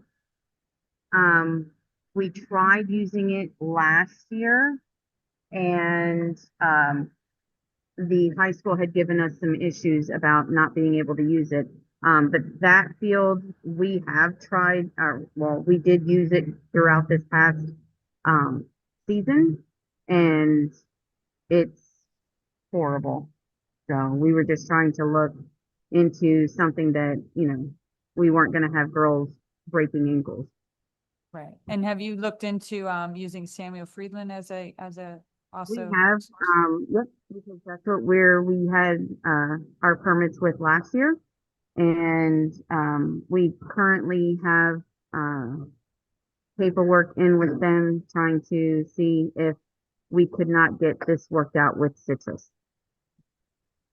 Through the chair. Yeah. If I may just jump in. So if you recall, when we bought the lights at Citrus Grove, those are temporary lights. Those were never meant to be the permanent lights there. So we recently got the FERDAP executed. So we will try to get the new lights, you know, we think we can get them. What do you think? It takes a few weeks just to get them ordered in, plus the material and everything. So we could put them in, but during the summer, you don't really need them. So the point is probably by the fall, we can move those temporary lights. Cause remember, we bought those lights to be mobile. The lights that we're putting in at Citrus are meant to be permanent. So I think if we can get those, you know, that will solve once it starts getting darker earlier. So if we can do that, we can look at whether it be Kidscape or one of the other, yeah, well, that's what we need to evaluate. But the point is we can start planning that and executing it. So we'll just have to, you know, I want to make sure because we got a lot of things going on. So we're going to push this up in the priority. So. Okay. That doesn't solve the problem right now in terms of. Well, we can look at Kidscape or Temple. I don't know. I could take Yeah, Temple's not large enough.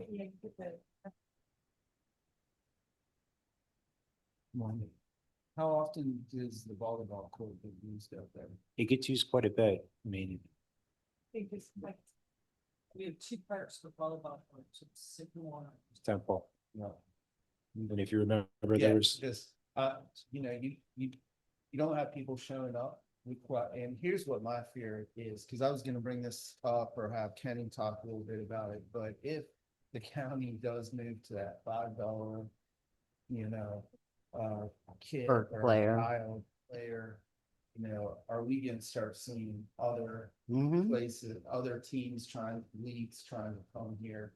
So, and since you mentioned that, for the record, as of like 4 hours ago, I did receive a permit to run a tournament at ACP from West Portland. yeah.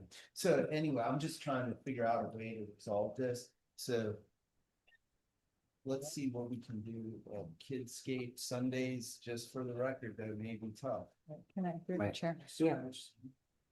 Well, like that would be option two. Option two. So, Up to- No, she wants Sunday, I think. She said Yeah, Tuesday, Sundays. Thursday with Sunday as if they can't do Right. Tuesday, Thursday practice. Right.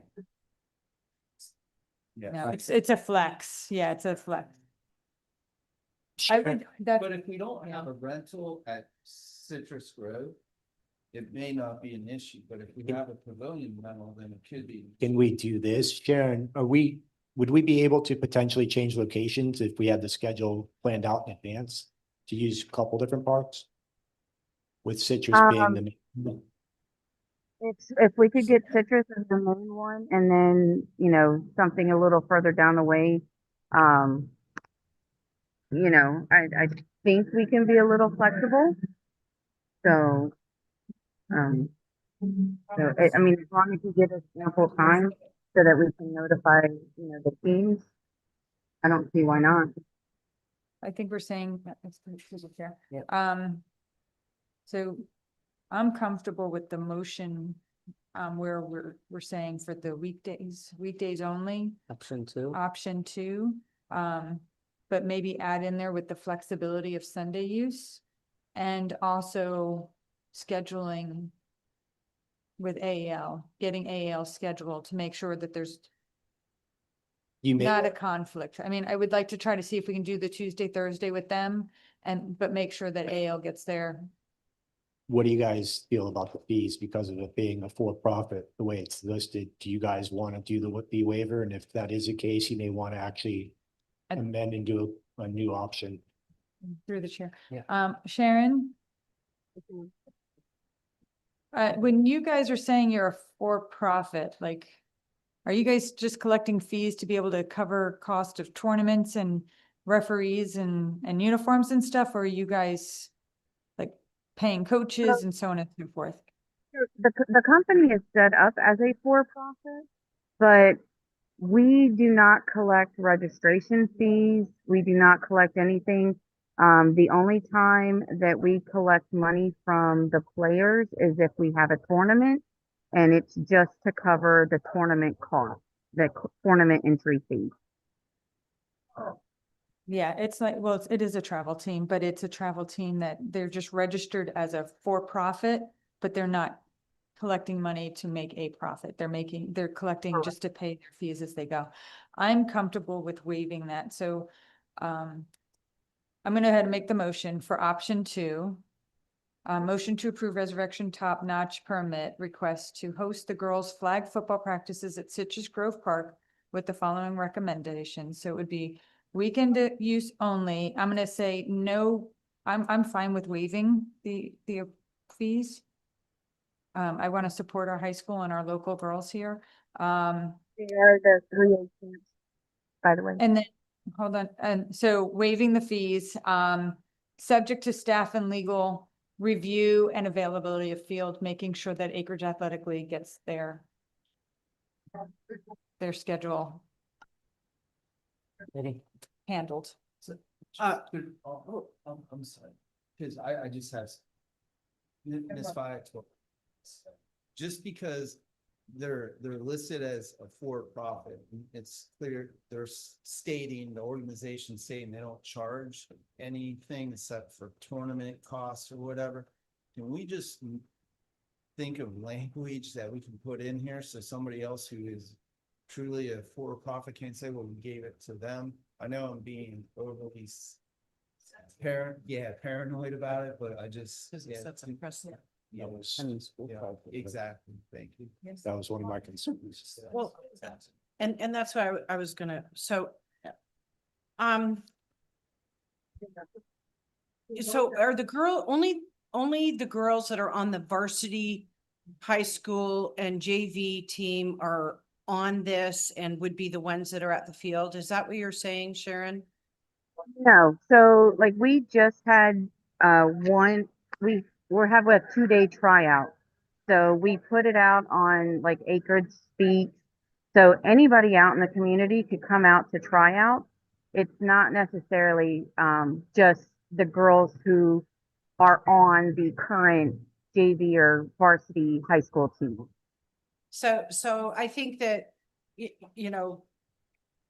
I was going to say congratulations, first of all, to the girls varsity flag. We are the state champs. So incredible job. I actually watched the game. It was really exciting. I made the boys watch too. Well, my husband and Kalen did. Tevin ran in his room, but it was really exciting watching them. And but it's kind of misrepresenting when you say it's the girls' high school, but then no, it's it's a for-profit. And it really what it is it's a travel team that the varsity and JV will be on. And that's, a mask of a different color. We cannot go down this line because we're going to have everybody and their brother wanting to come here to get permits for their travel team. There's a lot of it. It's growing right now. And again, we still have an issue of during the month of June, Acreage Community Park is not available at all. And so I don't mind So let supporting, me, no, hold on a sec. I don't mind Mhm. supporting changing the location to another park. And I don't mind supporting we're not agreeing to any tournaments being hosted. This is for practice only. And I don't mind supporting that we negotiate on the fee, but not completely waiving it because again, we're going down this pathway. And then the other thing is that if Citrus Grove is where it's going to be, then during the month of June, Acreage Athletic League has priority in terms of their programming. And so then they, so my recommendation is we go to another park, find another park for them. so from my personal experience with the Acreage Athletic League, they don't have anything going on in the month of June. Tackle doesn't start till July, and I believe I saw their girls season isn't starting until August. So having, to split with AAL regarding Citrus Grove, I really don't see that So an issue for June. I'm going after them. there are camps in June. And last year, during the time that the park was closed, they were at Citrus Grove running their camps, as I recall. And there's also tryouts that overlapped with the time that the park was closed that they had to start at Citrus Grove. There wasn't, because I was the president at that time and we had our tryout at Acreage Park. Through the chair, through the chair, I think we're all, I think my motion, and I might be wrong, I think we also, did we also say, or did I state that we could move it to other parks as availability is needed? With the flexibility Sunday, can I also add in there the flexibility of field availability and possible switching of parks as needed? I don't know the best way to term that, but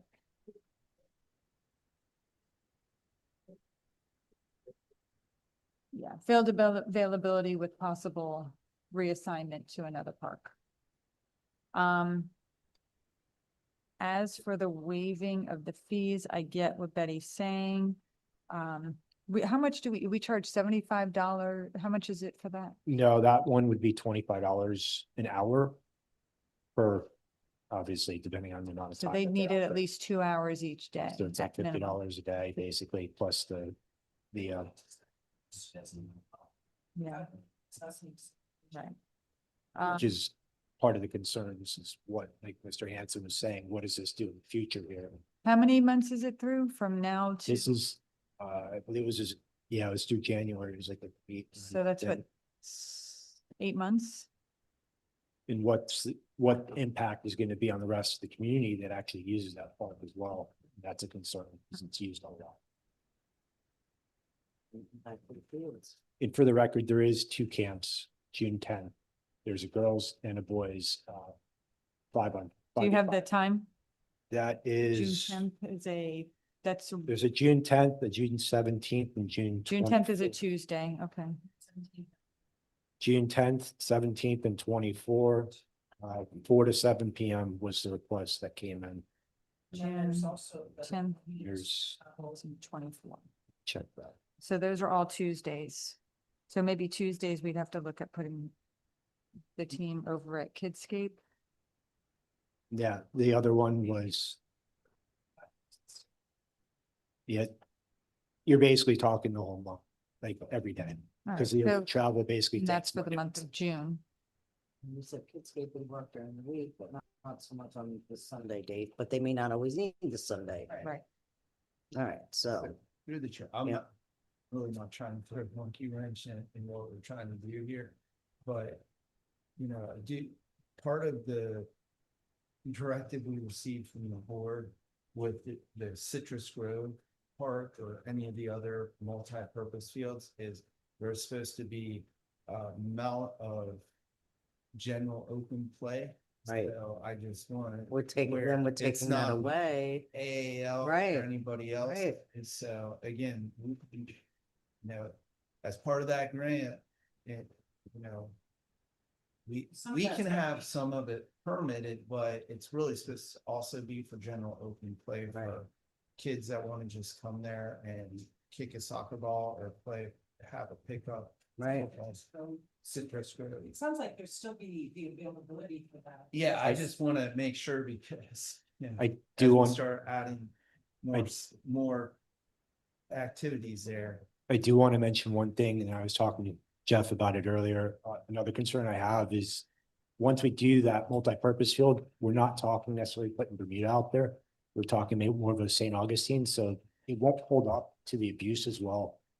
So the grass that we would be putting out at that field eventually with the new budget, it may not hold up to the same kind of abuse on a day-to-day, like used that often. So that would be another concern. Because it's expensive and the directive was it was for general open place, so. Right. And we're trying to, you know, we have a lot of capital and a lot of maintenance in the parks. So again, like I said, I'm not trying to throw the wrench here in the gears, but we just. So, need to be aware. less Yeah. fields. She said it was kind of the backup plan because they have the paperwork in with the county park. She said that they Friedland's do the have an backup. application into the county for Friedland Park, but they As a- haven't heard back from that. And then as a the other backup question that us. hasn't been asked that I do have is that all the other requirements that we would expect.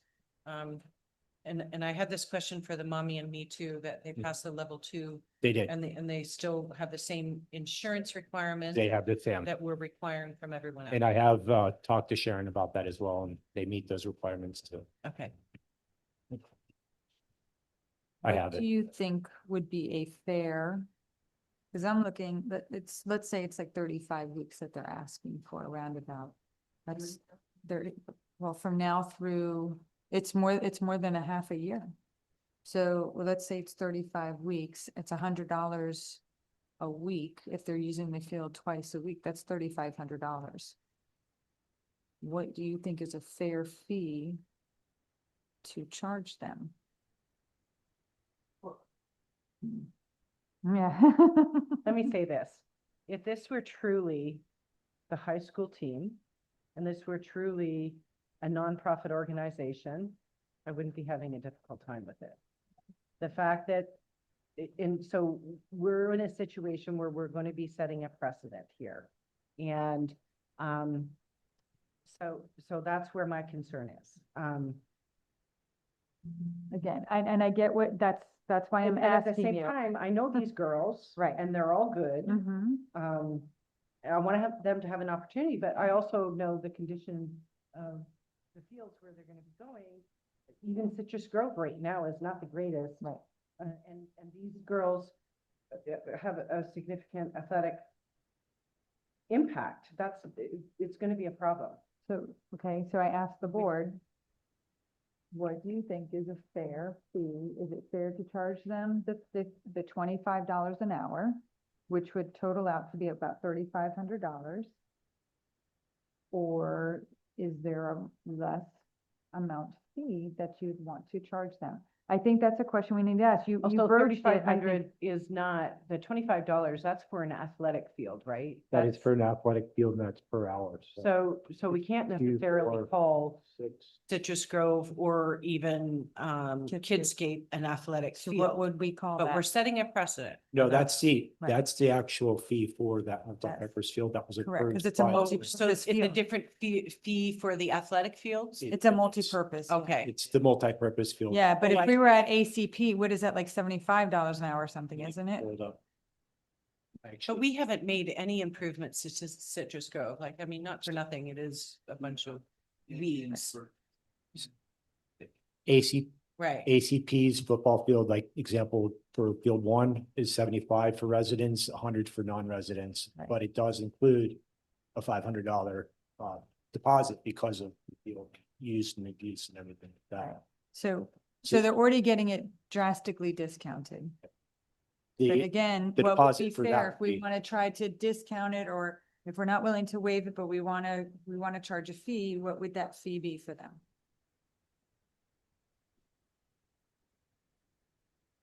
Ready? I mean, it's already here. You said it's gonna destroy whatever we put out there with the amount of play and the level of skill they have. Yeah. It was already June conflicting, happened to all the Tuesdays in June already. conflicting. Well, that we I would. mean, why is it, Kidscape. why is it Tuesdays? Well, she said she would check to see if there was flexibility with that, with the coach. But if worse came to worse, then we could move them to Kidscape as the other day. But again, that's $25 an hour Kidscape. So if we want to protect ourselves from getting Like, precedent set, like Burgess said, the Coconut emails, I think Kidscape's already a little bit nicer area. You hate to see that destroyed for the little kids. Right. That's generally. Oh, but I'm not even sure that, there's any other field that could be besides. That's big enough. Trying to think, but not with. Not without significant relocation or tree clearing.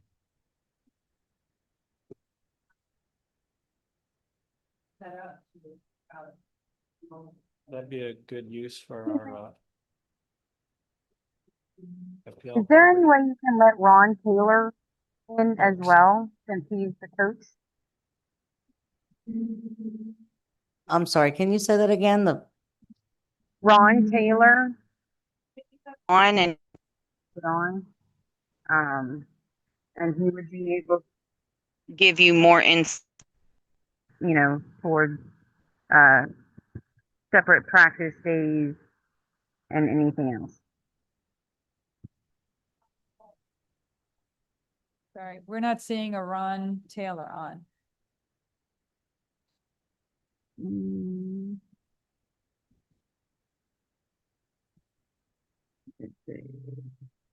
Yeah, there's only 3 attendees, one of whom is Miss Musgrave, and then the court reporter, and then Steve's iPhone guest. He could be on YouTube, that's to be a point. Yeah. He would need to go on through the link through the website Yes. And- to join the live meeting. So he would need to scroll down and join live meeting from the website, Sharon, if you want to tell him that. Can I Okay. suggest that we move on while he tries to Yeah, figure out how that's to get good. on? So, Okay. do we need to, do I have to make a motion to defer this for the moment? Yeah. I think. Everybody's, just so we're go just on, gonna. okay. Okay. All right, so we are 10-5. Okay, excuse me. Approval for facility use permit for Indian Trail Improvement District, Sleepy Hollow Halloween event and parade.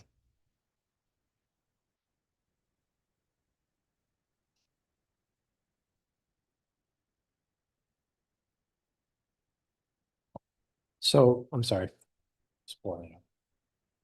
This year, we're planning on that event being October 25th, running from 5 to 10. We're looking to do a parade from Citrus to South Expansion. The event itself will be taking place at South Expansion. We're looking to do something similar like we've done in the past with a haunted village, a trunk or treat, haunted hayride, or like a trail ride through the back area with the equestrian area. We're looking at pet costume contest, kid costume contests, and then movie at the amphitheater. And we'll obviously have like food and vendors and things like that out there. Okay. And we have no public comment on this. Do we have a motion? I have some comments. Questions? Okay. So, and this is going to apply to 10.5, 10.6, and 10.7. We're talking about a fiscal impact. We got special event insurance, $6,000, which seems exorbitant to me, even for the district. PBSO at 2,500 and event supplies for Halloween. There's no staff cost on here. We're going into budget. We've got a lot of things that we need to be doing. And with the Halloween thing in particular, I have a problem with it. And I'm going to state it again. We're not changing Citrus Grove. It's going to happen whether we want it or not. And I don't think the district should be hosting an event for Halloween, period. I think we should let Citrus Grove do its thing. And if the ALA wants to do what they did last year, then they should do that. But I don't think the district needs to be hosting an event. And I don't think we need to be wasting taxpayer dollars doing this. Parks and Recreation for the district has never been about running programs like this. And over, I keep reiterating this. I don't have a problem with doing the Christmas one, or the holiday one or whatever we're calling it. But I do have a problem with the district taking this on, and we've got so many other needs. This is just not a good use of money or of staff right now with everything else that we have going on. So I'd like to make a motion to deny the Halloween event and to approve the Frontier Holiday Parade.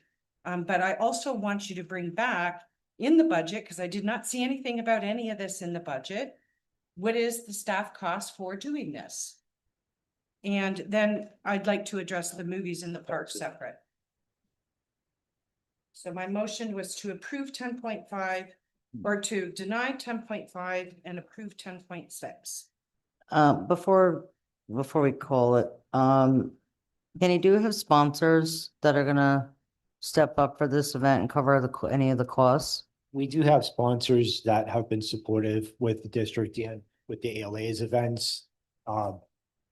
Obviously, sponsors aren't guaranteed funds. That's why hopefully getting some of the vendor fees, things like that would help offset these costs. We're hoping basically to break even on each of these events so that that money would basically just continue to replenish itself over time. And this is not for Halloween night, correct? No. So it it'd be doesn't the week before. conflict with what the residents want to do on Citrus Grove? No. And the same thing with the movie. It does say this event will replace the annual Halloween at Citrus Grove Park event. That's what it says. And so, and here we are, it's May, and, is the ALA thinking about Citrus Grove Halloween? It says this right on the background. This event. Doesn't it will mean our replace the annual involvement? Halloween at Citrus Grove Well, Park. we're not gonna stop the residents. The residents are gonna have the Halloween on Citrus Grove on Halloween night, so. Why? I think I disagree. I think these events are great to bring the community together. The Christmas one was fantastic. There was over 900 people that went to see Santa. People want the parades. They want more parades. I said I- Christmas, I do not. I understand, but I that's okay. Go ahead. No, I was just gonna say, when we say this event, we're not saying the residents Halloween event. We're talking about the involvement of Citrus Grove Park. Right. And we've seen time and time again, and it only takes one incident. I understand nothing's happened yet, but whenever it does, and it happens at this park or in that general area, because you've seen the people who've been arrested out here, people who are moving out here that are sexual predators. Again, I cannot stress this enough. You guys have never went through it. I've unfortunately had to go through it, and we had all these things in place and somebody still was able to get through. You guys will not want to have a 10-year-old or an 11-year-old or anybody for that matter, because that is something that will stay with them for the rest of their life. So I understand if they want to do that there, it's fine to do that. But again, if you guys don't want to do the Halloween event, fine by me. That's a board decision. But this thing, opening up that park, even with the ALA, we're taking a risk. And just for the record, real quick, that individual that was recently arrested with all those guns and everything and planning those attacks, he was one of the guys that we've actually kicked out of the park times. That we what? We've kicked out of the park a few times. He was involved with that sign that was stolen from the amphitheater. So it is close to home. It's right here. But that doesn't support. It doesn't. Events at all. It doesn't. You know, that, all that does is create concerns. And then, did you even talk to the ALA about the Christmas event? No. Because, We- because I just will say again, that the ALA used to do the Christmas event. So, through the chair, we haven't talked to ALA, AAL, or anybody until we get direction from the board that, hey, we want to do, whether it's Halloween or Christmas, because there's no sense in it. And that's why we put it on this agenda. So we have time to plan it out. So we're hoping we can have more organizations involved, and then we can step back from it. But we brought this forward. You know, I've had different board members talk to either me or to the parks director about, yeah, looking at trying to get community together.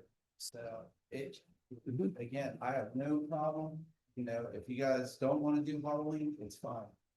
Want to do it for Christmas, we'll make it happen, but yeah, we're gonna involve ALA, AAL, PDSO, PDFR, whoever, so.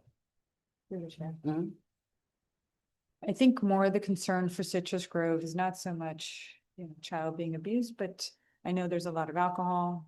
And I know that was one of the big causes for last year of Indian Trails wanting to be pulled out.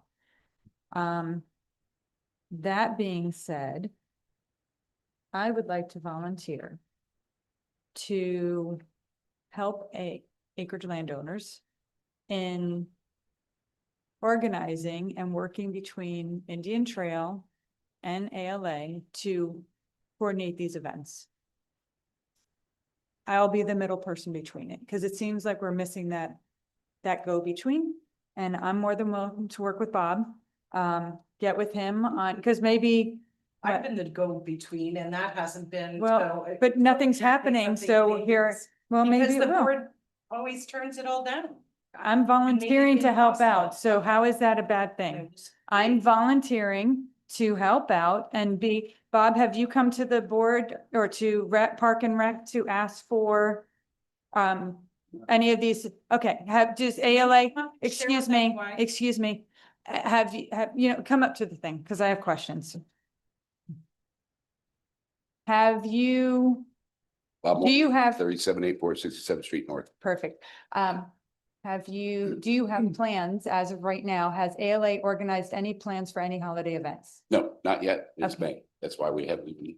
Okay. discussed it. So I would like to get together with you and see what I can do to help organize these events and work with Parks and Rec and with ALA to make sure that we have successful events and that we try to keep the animosity down.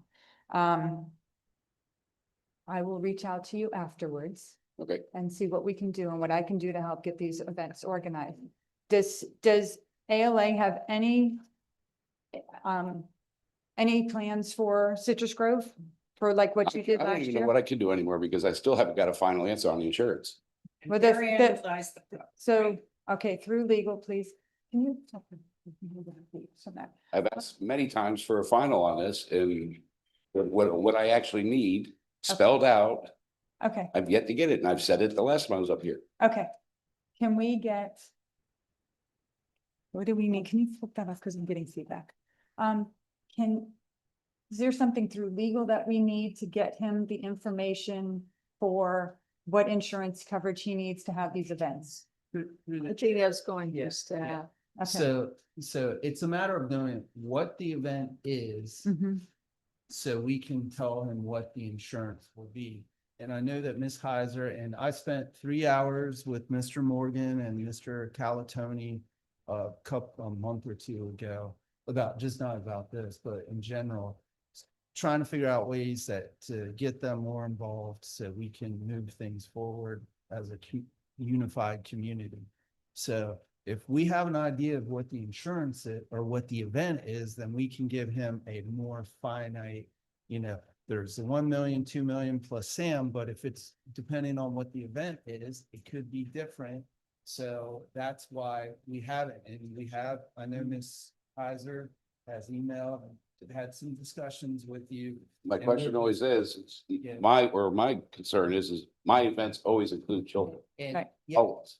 and part of the reason, whenever we met, we talked about if the district is somehow involved in the event, then we can pick up the insurance at a much lower rate. And then all this, what do you call it? The details of vendors and all of that, we can work that through. So that's, the approach that I was taking because the district can cover that. Right. But again, if the ALA wants to do all this. No, we I had know. already discussed doing this Yeah. together. I just haven't heard anything else Okay. about it since Well, then. yeah, but the point is, I was getting directions. So Okay, here's, yeah. here's what I would like. I would like, ALA, when's your next meeting? It's probably gonna be the week I I thought go it was away. the third Tuesday of next month, but it's not. It's gonna be the second Tuesday, right before y'all's meeting. Yeah. Just happened yesterday. Okay, figures. 2 days ago, I'm sorry, 2 days. ago. Yeah, I had it on my calendar and so we're talking the second Tuesday, which of course I'm gonna be away for. I think the ALA. I'm available anytime. I'm not working. Okay, okay. So I think the ALA at the next meeting maybe talks about events that they would like to start planning for the upcoming. Okay. And then bring that back here to the board or send it to staff. So staff could go ahead and get with you on exactly what coverage you need. Okay. And then this way we start working together on this and we make some fantastic, great. No, excuse me. No, because I'm talking right now. I think as long as we get it laid out, staff has now explained, if you say what events you have, get them planned out and return them into the board, to the staff, to the board if needed. And then we can figure out what coverage you need so we can get these events moving along. And then there's no more Halloween speed and hump. Christmas, Okay, so, and then the concerts, but we can't get sponsors for that, so we can't even do the concert. okay, well, let's start small then. Let's get the two events. The Citrus Grove, I think, is going to be completely separate off of, and I understand why staff is concerned about that. I know that the child abuse is a very sensitive subject, but my concern is we know how many people are out there on Citrus Grove during Halloween drinking and they're driving and there could be an accident there. And that would be, in my head, more of a concern. So I get why we want to limit our liability there. So let's focus on the holiday one. How's that? How about we focus on the holiday one and figure out what kind of event you want to put on, and let's maybe work together to where maybe it'll fall under Indian Trails. And then this way we can absorb some of that cost for the Yeah, coverage. that's what was discussed, that we're gonna do a joint thing, and Okay, so again, let's, like, this is the first I've heard of it, other than just reading it on the okay. bar. So, but now we know, so let's go work together and let's get this, let's. Okay, now I still may integrate wanna that. put a permit in for Citrus Grove for Halloween night, and if I gotta get something special for that, then let me know. I would say you probably will. Oh, I'm sure I will. I'm gonna say probably will. So, Either an extra $200 a year or 4,000, or I think it's 4,000 or 6,000 more. okay, So I need to know what it is, so I can plan, right. or decide I can't plan because of the cost. So you need to know what type of coverage you need to Right. have for that type of Or event. any kind of event that the ALA is gonna have, which I can't see one where there's no kids that you have not to be Right. concerned about. No, right, Because over by the concession stand, if we have a concert, there's kids and they're Yep. all running around back there, they can get snatched to the back. right. So you might as well just say, I need to get whatever I need for sick and Okay. how I need to pay for it. Okay. The kids' coverage is more or less for direct interaction with the individual itself. So if it's just a concert, I don't see that quite as much as, say, the kid sitting on Santa's lap. That's totally different ball. Santa's not gonna be the one, excuse me, but Santa's not gonna be the one that's doing the molesting. It's gonna be somebody sitting behind the concession stand, waiting for those kids that are sitting out there puffing and everything else back there and snatching and going to bed. Out there in the woods, or the swamp. It's gonna be any event we have. Any event anybody has. Yeah, just. Any event, Yeah. no matter who it is, that rents a building, or you've got to worry about that. You've got that concern. Yep. You've got, you can't just say, well, because somebody's not sitting on somebody's lap. Through the chair, just quickly, there's a difference when you're in a controlled fenced-in environment. The problem with the Citrus Grove, with the park, is we're concerned that and I don't want to go all through this again, but basically, it is not confined to that park. I know what you were trying to do is confined to that park.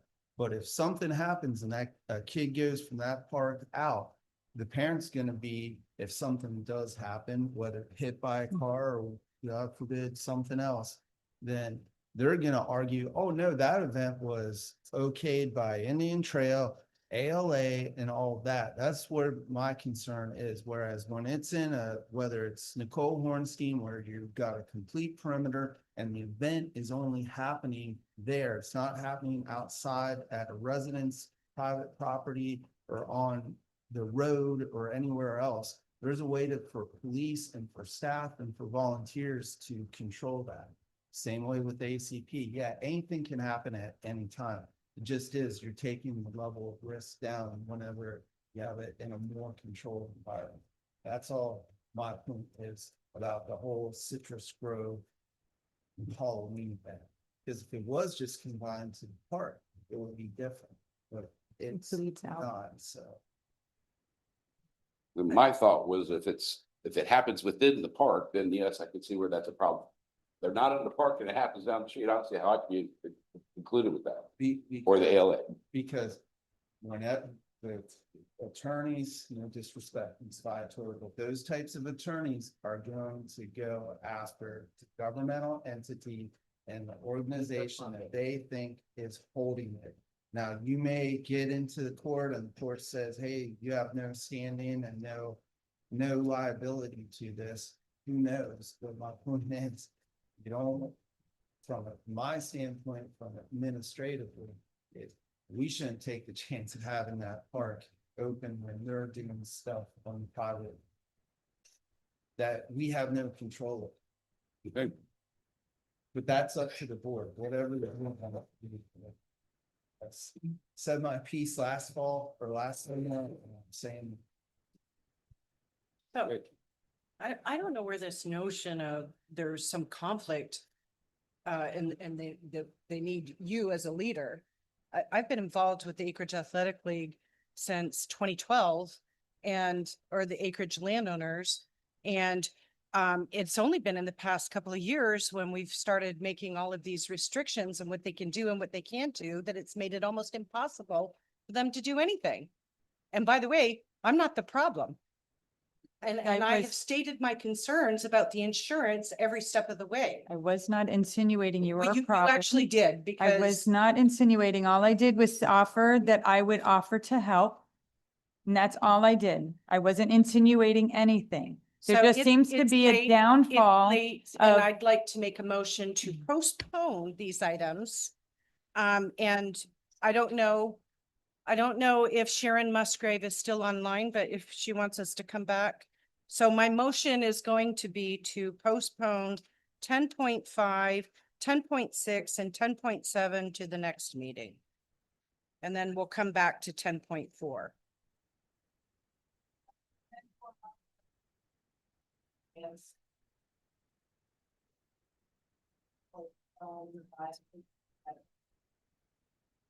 You seconded, Mike? Mike? Hi. Huh?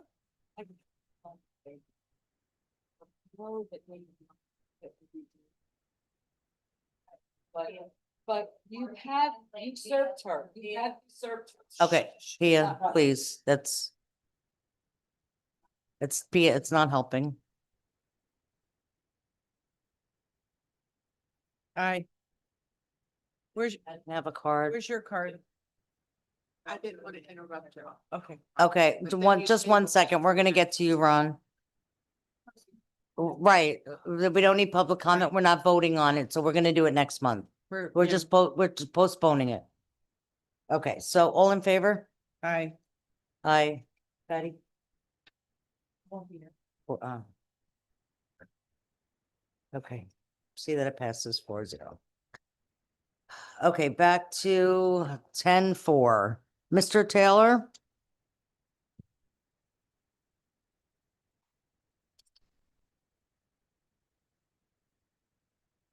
Mr. Taylor, can you hear us? Is your mic on?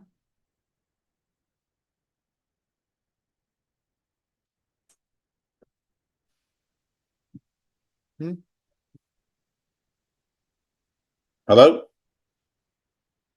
Yeah, yeah. Hi, I'm not muted. Says I'm okay, talking. okay, we can hear you now. Oh, perfect. So, So- questions. You guys had a few. Hopefully I can answer some of them for y'all. First, let me say, thanks for taking this up. We couldn't make it tonight in person as our banquet for the Ridge Flag team was tonight as well. We're just getting done with that.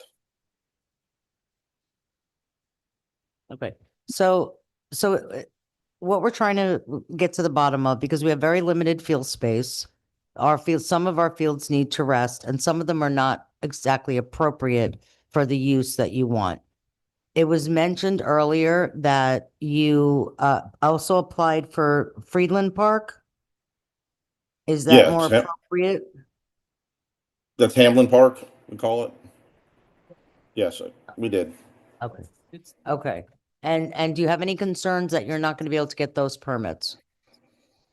Not at this time. It's a little more red tape, to go through.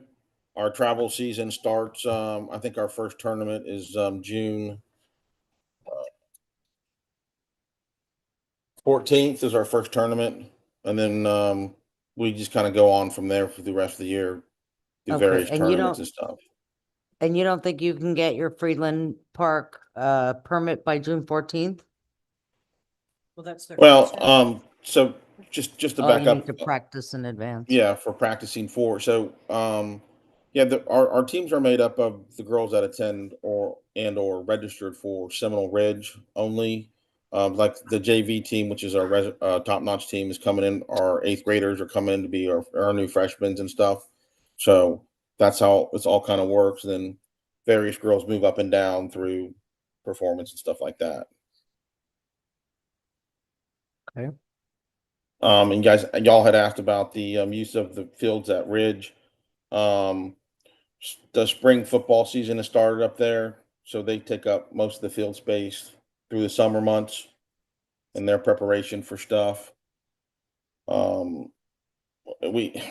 We just don't. They don't have the space for us, unfortunately. That's what we were told. So, so one of the problems is, so you're asserting that you are the Seminole Ridge team, but, so what are your tryouts for? Are the tryouts for the girls that are actually going to Seminole Ridge? They're Yes. going, so is this a school sanctioned event or is this like something separate?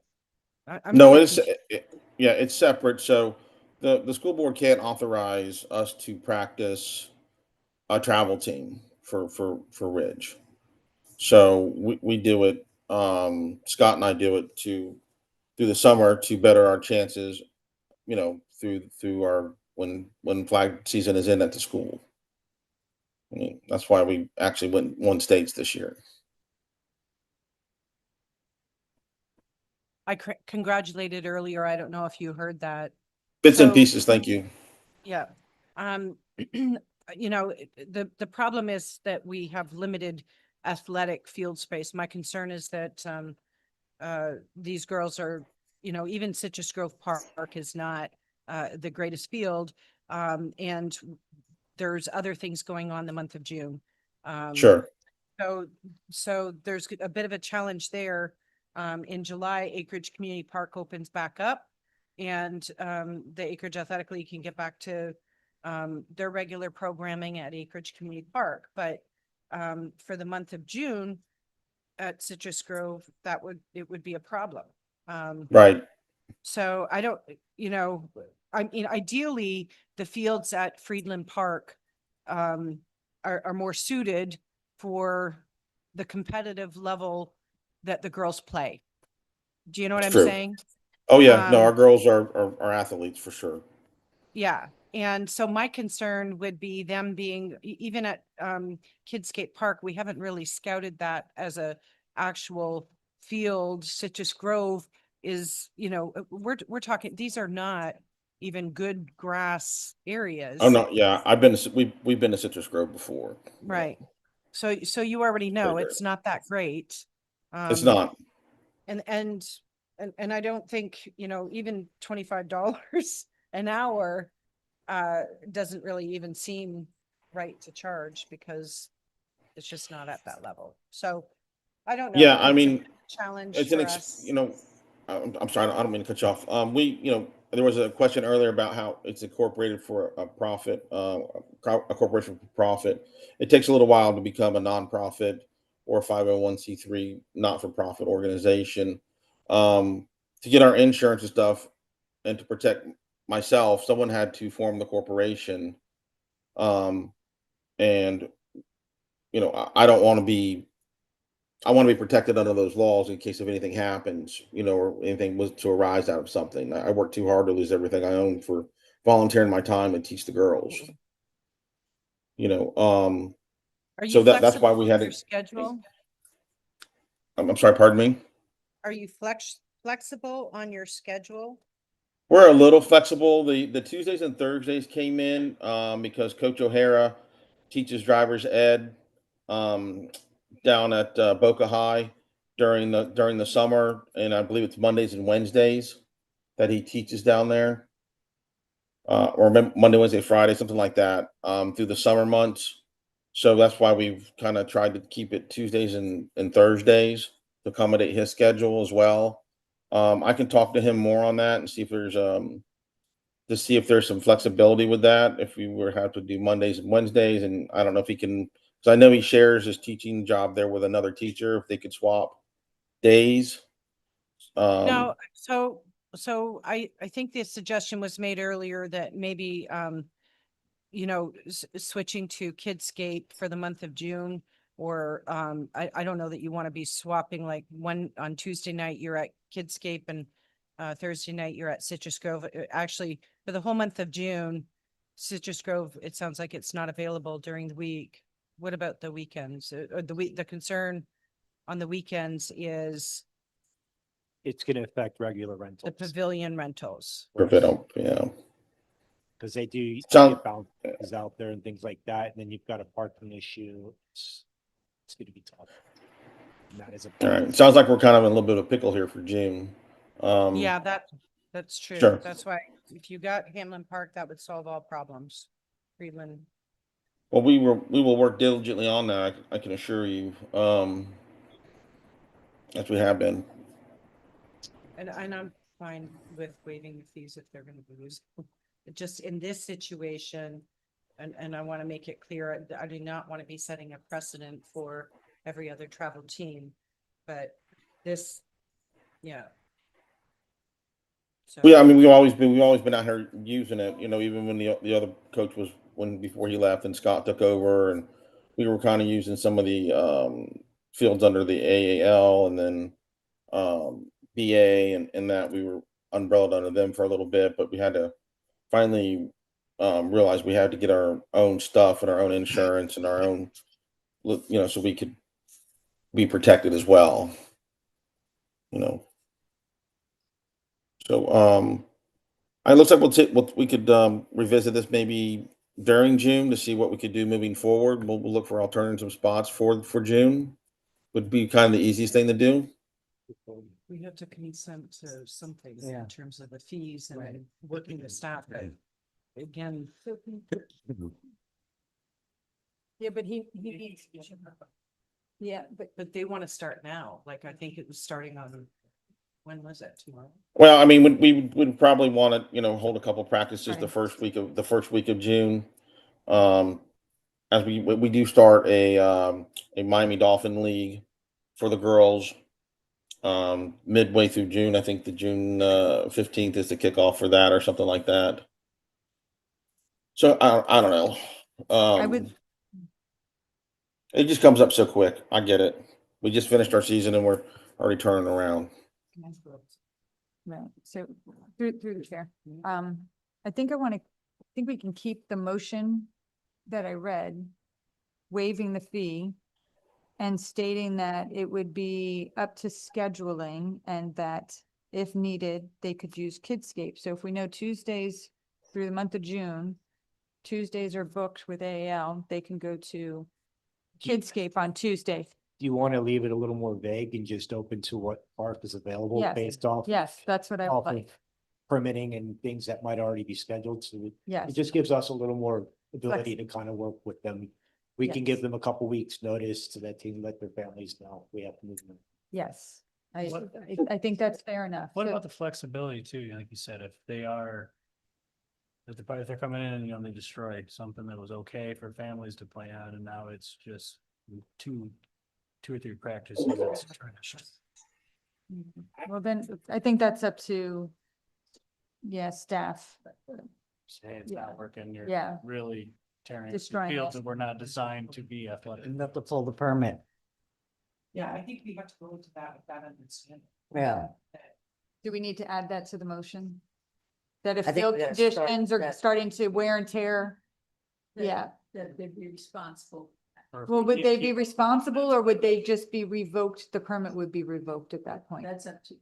I think we'd say if the fields are showing excessive wear and tear due to the use of the field through their use, that the staff has the option of revoking.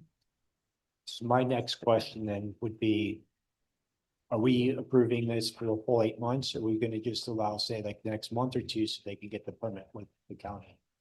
I think we Kind of just, time. I'd say, why don't we just approve it? And if they get the county, they can let us know that they need to Next close the step. permit out. This way we don't have to have this revisited again. Okay. Be a backup to the- Yeah. All right, can you restate? Sorry, but- I got you. We're gonna start over and restate the entire motion, so it's not muddy.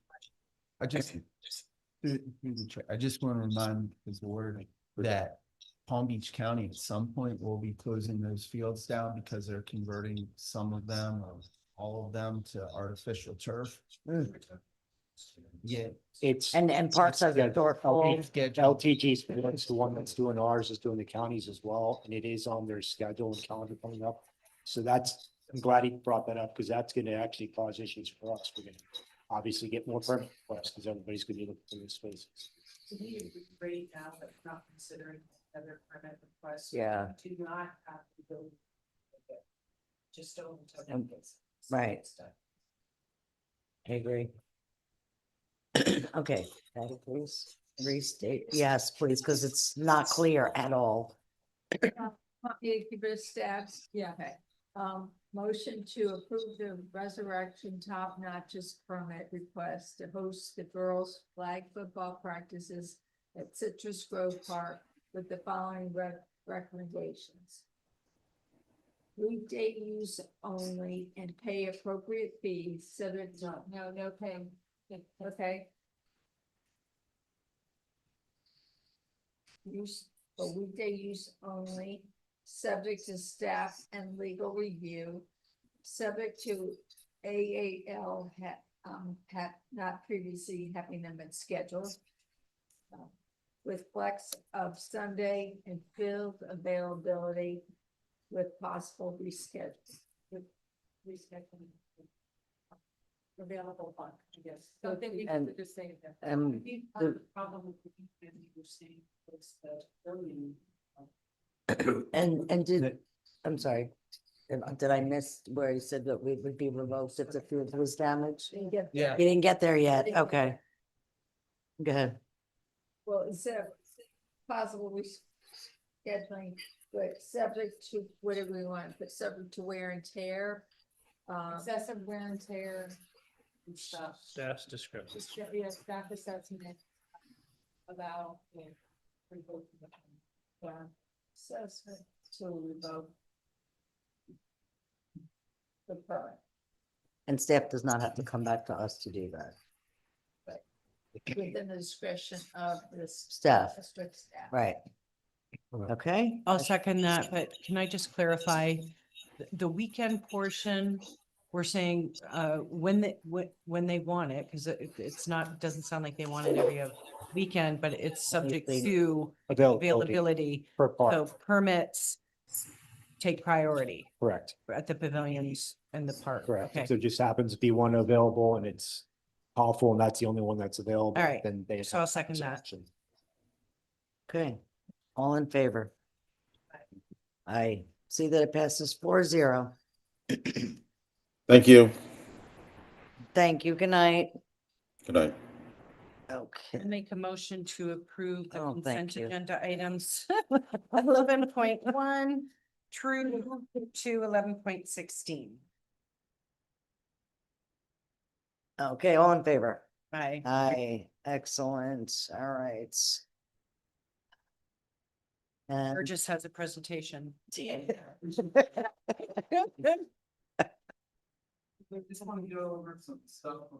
yeah, oh, sure, let's go over the whole budget again, just for one more time.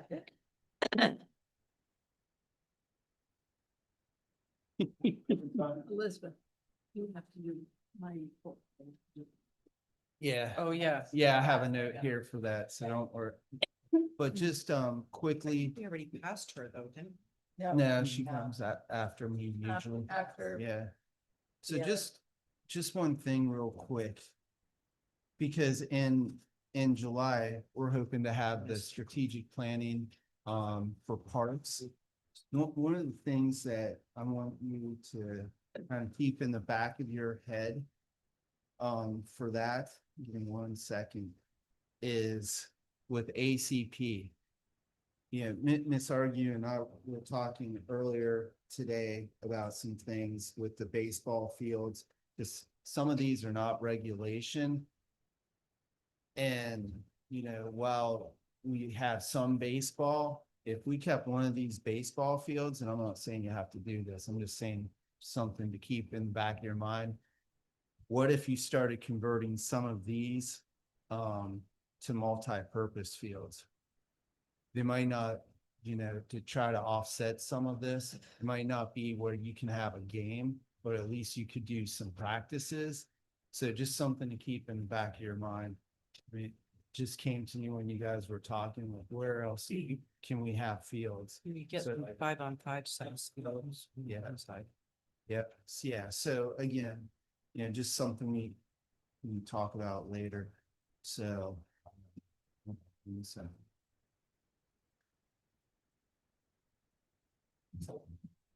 I don't, we have approximately 20 speed cushions left out of that order we did. Because we're only putting them in maybe once a week or once every, we're putting about 2 in a day, 1 day. Yeah, or 1 week.